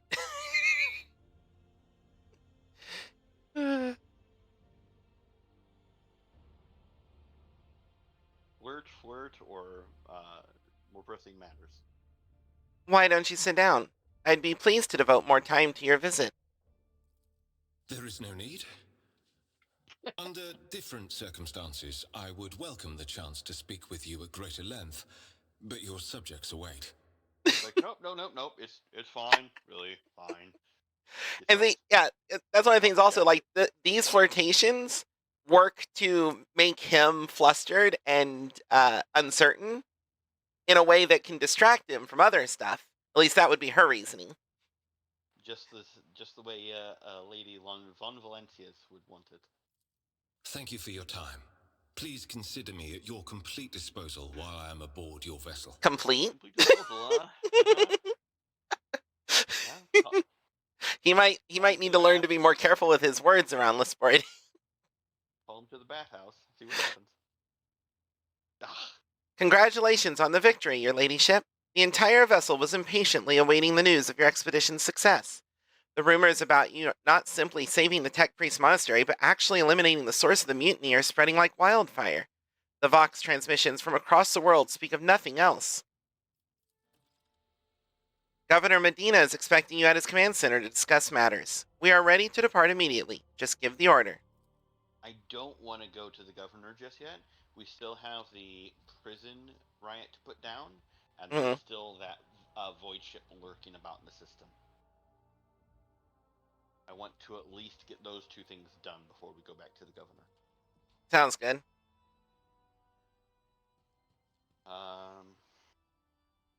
It is 3 a.m. for me, so this might be a good place to stop.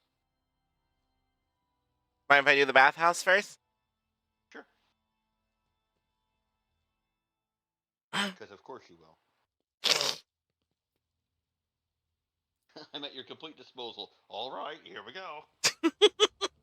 Go on, what happened when you call Pascal in? Well, hopefully he doesn't short circuit and electrocute me. That's what you say, right?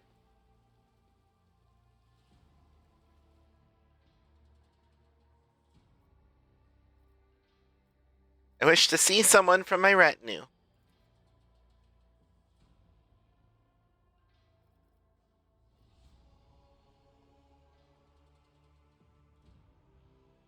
Heinrichs. He will keep me entertained. Comes in dressed like a clown. Waka waka waka! Oh, he's sitting far on the other side of the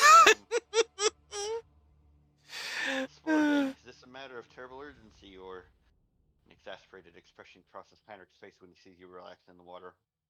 Or did you simply call me here for your own amusement? On second thought, don't answer. I think I have assessed the situation for myself. I suppose you desire entertainment. Very well. I will give you something to occupy your time. A simple game of intellect that is often played in our conclave. I will give you a fact about my life, and you will have to discern whether it is true or a lie. Shall we begin? I betrayed my family and caused the death of innocent people, and I was never held accountable for my actions. Welcome to the Imperium, by the way. Ooh. Awareness Heinrich test has succeeded. The corners of Heinrich's mouth twitch slightly. His hands are tense, and his breathing is quickened. The interrogator's behavior suggests that he is lying. That was using my awareness. And your logic. It's not 100%.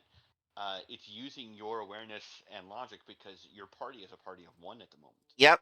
Well, review my assumptions.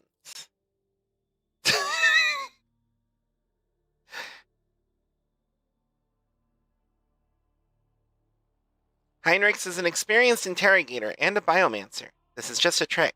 He is too skilled to give himself away through body language. The real trap lies in the way he phrased the rules. He wants you to think that only two answers exist. What if there's a third option? What if his statement is both true and false? The first part is true, and the second part of it, him not even being punished, is false. You have not told a lie, but you have failed to tell the whole truth. These claims sound shocking because you have presented them without context.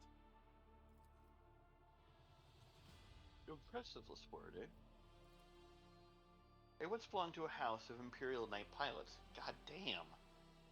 My younger sisters wanted a coat of arms like the ones that adorn the holes of our mighty machines.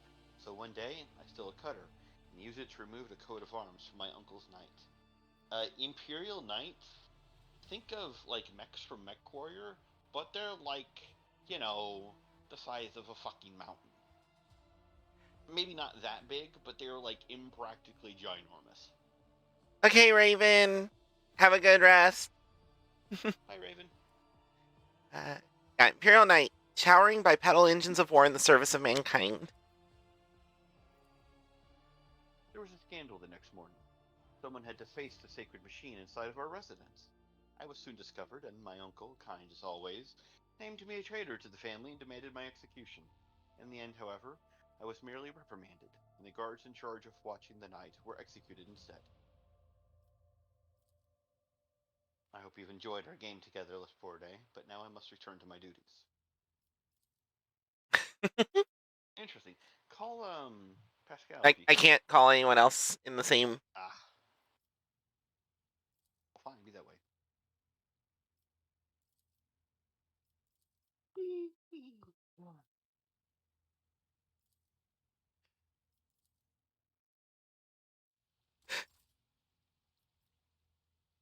But I happen to have a character that could actually succeed at that game.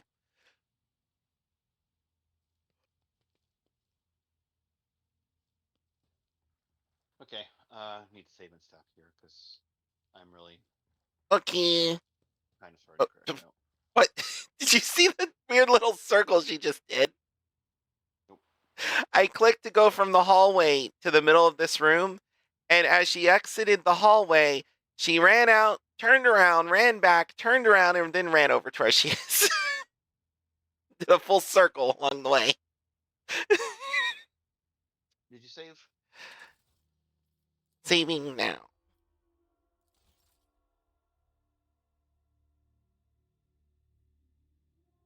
Okay, I'm heading out. We'll see you later. Have a Good night.